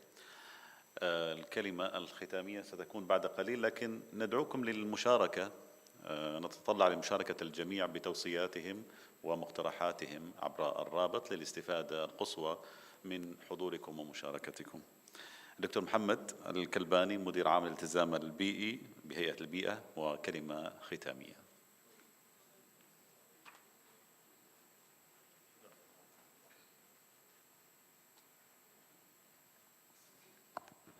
السلام عليكم. أنا عارف أن في وقت متأخر فما ناخذ من وقتكم، فقط هي كلمات شكر يعني، ولو أنه الكلمات الشكر دائما يعني لو حاولنا نتكلم يعني أكيد ما نوفي حق طبعا المخلصين والحقيقة الإسهامات الكبيرة اللي صارت في خلال فترة اليومين الماضيات. يعني باسم طبعا هيئة البيئة والمنظمين طبعا الشركة العمانية للقابة خدمات البيئة بيئة، وطبعا أيضا بوجود الخبراء من الوكالة الدولية للطاقة الذرية، حقيقة نشكر جميع المتحدثين اللي أسهموا حقيقة إسهامات كبيرة جدا في التحضير والإعداد يعني لكثير من الأطروحات، كثير من الرؤى والمواضيع اللي تم مناقشتها في جلسات هذا اليومين من الندوة. حقيقة يعني أشكر حقيقة فردا يعني لكل متحدث طبعا من مختلف الجهات اللي شاركونا من الدول الشقيقة، من المملكة العربية السعودية ممثلا طبعا بالهيئة الرقابية والشعائية، وكذلك من المملكة الأردنية الهاشمية أيضا على التجربة اللي أيضا والتجارب اللي أيضا تم التعرض أو استعراضها في هذه الندوة، وكذلك طبعا الخبراء حقيقة مختلف خلينا نقول مختلف التخصصات. حاولنا حقيقة في هذه الندوة أن نركز على موضوع الإدارة المتكاملة للنفايات المشعة مع بعض المواضيع اللي شفناها أيضا ذات صلة مباشرة أو غير مباشرة بالإدارة المتكاملة للنفايات المشعة. أشكر حقيقة جميع أيضا الجهات اللي اشتغلوا معنا في موضوع التنسيق والتعاون، الجهات المختلفة طبعا الأمنية والعسكرية، وكذلك الجهات الحكومية، مؤسسات القطاع الخاص، مؤسسات أكاديمية أيضا بحثية اللي شاركوا معنا من مختلف يعني الدول أيضا ومن سلطنة عمان. طبعا مثل ما قال الأستاذ خالد احنا حقيقة حطينا الرابط للتوصيات، فأتمنى أنه إن شاء الله أن كل واحد عنده توصيات، خلينا نكون فوكس على المحور المتعلق بالندوة بشكل مباشر، وإن شاء الله احنا طبعا بنعمل عملية مراجعة هذه التوصيات في وقت لاحق، وايضا راح اكيد طبعا راح يعني نعمل تقرير ونعد تقرير متكامل حول ما جرى في الندوه بكافه تفاصيلها، وايضا بكافه طبعا الاطروحات اللي صارت، وكذلك طبعا اوراق العمل اللي تم القائها في مختلف المواضيع. ختاما حقيقه يعني نتمنى انه فعلا هذه اللقاءات تستمر. اتمنى حقيقه اكيد طبعا احنا مستمرين كهيئه بيئه في اعداد وتنظيم مثل هذه الملتقيات والندوات، وان شاء الله السنه القادمه راح يكون معنا ندوه، وراح نعلن عنها حقيقه في بدايه 2026، وراح يكون ايضا ندوه موسعه، وايضا راح يعني نشوف احد المواضيع المتعلقه بالوقايه من الاشعاع، بحيث يكون التركيز عليه ان شاء الله في السنه القادمه. اكيد طبعا طموحنا انه ايضا نوسع دائره يعني المشاركه، فان شاء الله يعني نطمح ان شاء الله في 2026 يكون عندنا مشاركات اكبر من عدد من الدول، وايضا عدد من الخبراء سواء كان من الوكاله الدوليه للطاقه الذريه او المنظمات الاقليميه والدوليه المتعاونه معنا، واللي يشتغلوا حقيقه في الجوانب المتعلقه بالوقايه من الاشعاع. يعني اتمنى ايضا الخبراء اللي جو الاخوه والاشقاء ايضا انهم خذوا فسحه لو كان امس، يعني ولو بسيط، يعني تقوال حول يعني بعض معالم مسقط وسوق مطرح على سبيل المثال، وايضا كثير من خلينا نقول المقومات السياحيه تظهر في محافظه مسقط على الاقل قليل. طبعا اتمنى انكم هيكا تستمروا، يعني اذا كان حد عنده ايضا وقت كافي انه ايضا على الاقل انه يجلس يوم يومين على اساس انه يتعرف على جوانب سياحيه اخرى سواء كان في محافظه مسقط او في بقيه المحافظات سلطنه عمان، وكل شيء ميسر حقيقه، واحنا ايضا مستعدين اذا حد جالس مثلا لبكره او الجمعه، احنا مستعدين حقيقه حتى ناخذكم لاي جولات سياحيه خارج محافظة مسقط، فقط بس على الأقل بس تخبرونا، وإحنا إن شاء الله بنعمل العمليات اللوجستية والتنقلات لمختلف هذه المحافظات. اللي يسافروا اليوم أو بكرة إن شاء الله نتمنى لكم عودا حميدا إلى بلدانكم إن شاء الله، ونلتقي أكيد مرات القادمة إن شاء الله في ندوات، في مؤتمرات وملتقيات أخرى قادمة. ايضا احب انوه، طبعا ايضا احنا من ضمن المؤتمرات الكبيره اللي نعملها طبعا احنا نستعد ايضا على تنظيم اسبوع عمان للمناخ. طبعا هو اسبوع عمان للمناخ هو براند اسمه اسبوع عمان للمناخ، ولكن ايضا يعني يتناول مختلف الجوانب والمحاور المختلفه المتعلقه بالجوانب البيئيه، سواء كان في الموضوع الالتزام البيئي، في الموضوع إدارة النفايات، في موضوع إدارة النفايات خلينا نقول عاد بكل أنواعها، يعني بما فيها طبعا النفايات الخطرة والنفايات المشعة، وكذلك في جوانب المتعلقة بالتنوع الأحيائي والتنمية الغطاء النباتي. هذا الأسبوع عمان للمناخ طبعا راح يكون السنة القادمة إن شاء الله في خلال الفترة من 14 إلى 16 سبتمبر 2026.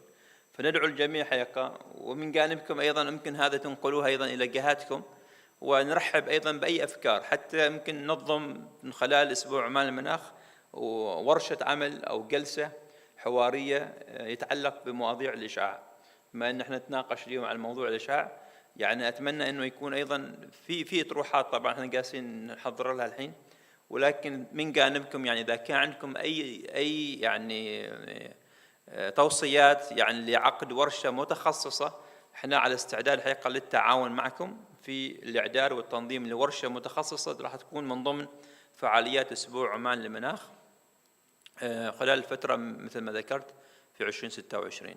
فأتمنى التواصل، وأتمنى أيضا حتى ممكن نعمل اجتماعات أونلاين للتحضير والإعداد حل أي ورشة أو جلسة حوارية تشوفوها يمكن احنا نحطها تحت إطار هذا الأسبوع. ما أطيل عليكم، شكرا لكم جزيلا.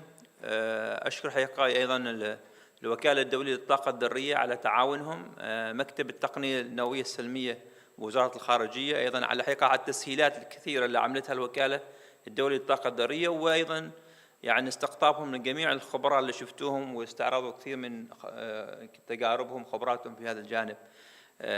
وأيضا مختلف طبعا الجهات الحكومية المختصة. طبعا مكتب التقنية النووية السلمية ووزارة الخارجية إذا كان له دور كبير طبعا في التنسيق والتواصل مع الوكالة الدولية وأيضا مع الخبراء للوصول حقيقة إلى خلينا نقول الأطروحات اللي احنا يعني نركز عليها في موضوع هذه الندوة.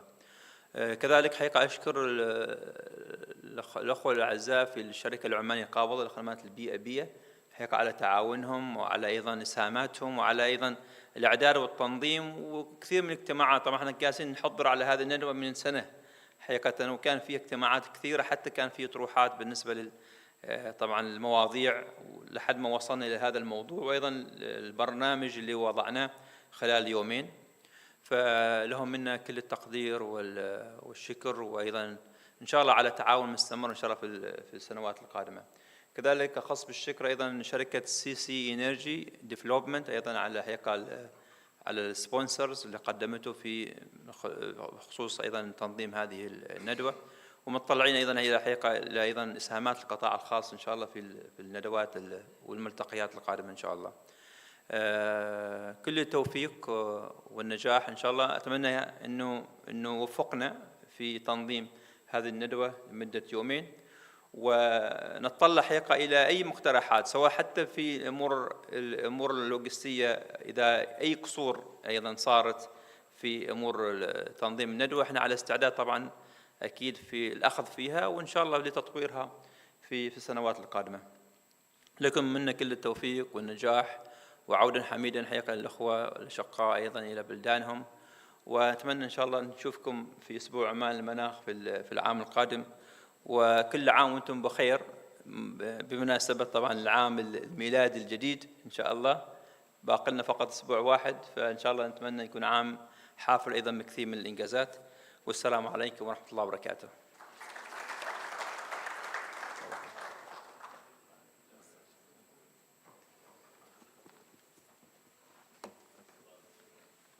شكرا جزيلا دكتور محمد على هذه الكلمة التي لملمت وأوجزت كل ما حدث وما نتطلع إليه إن شاء الله تعالى.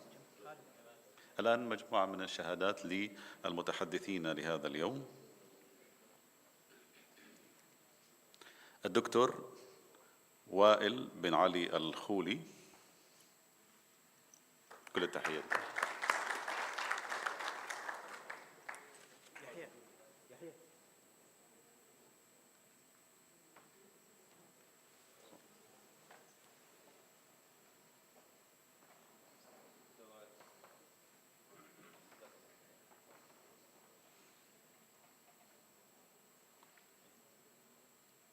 الدكتور محمد عبد الوهاب،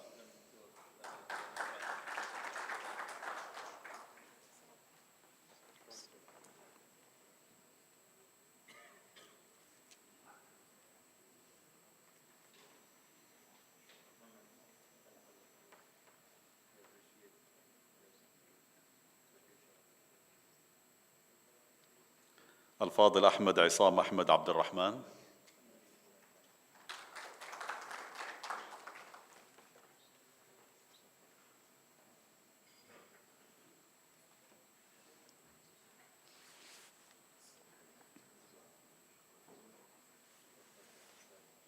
الفاضلة تركية بنت محمود البلوشية،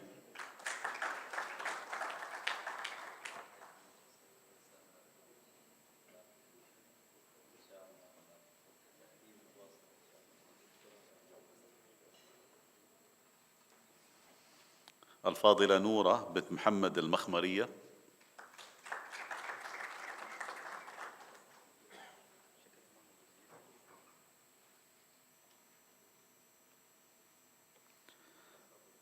الفاضل عبد الباري بن خلفان بن عبيد الشيدي،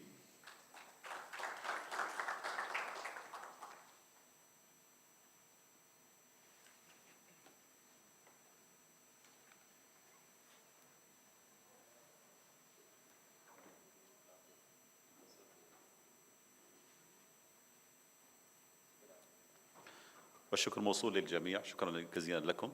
السلام عليكم ورحمة الله وبركاته.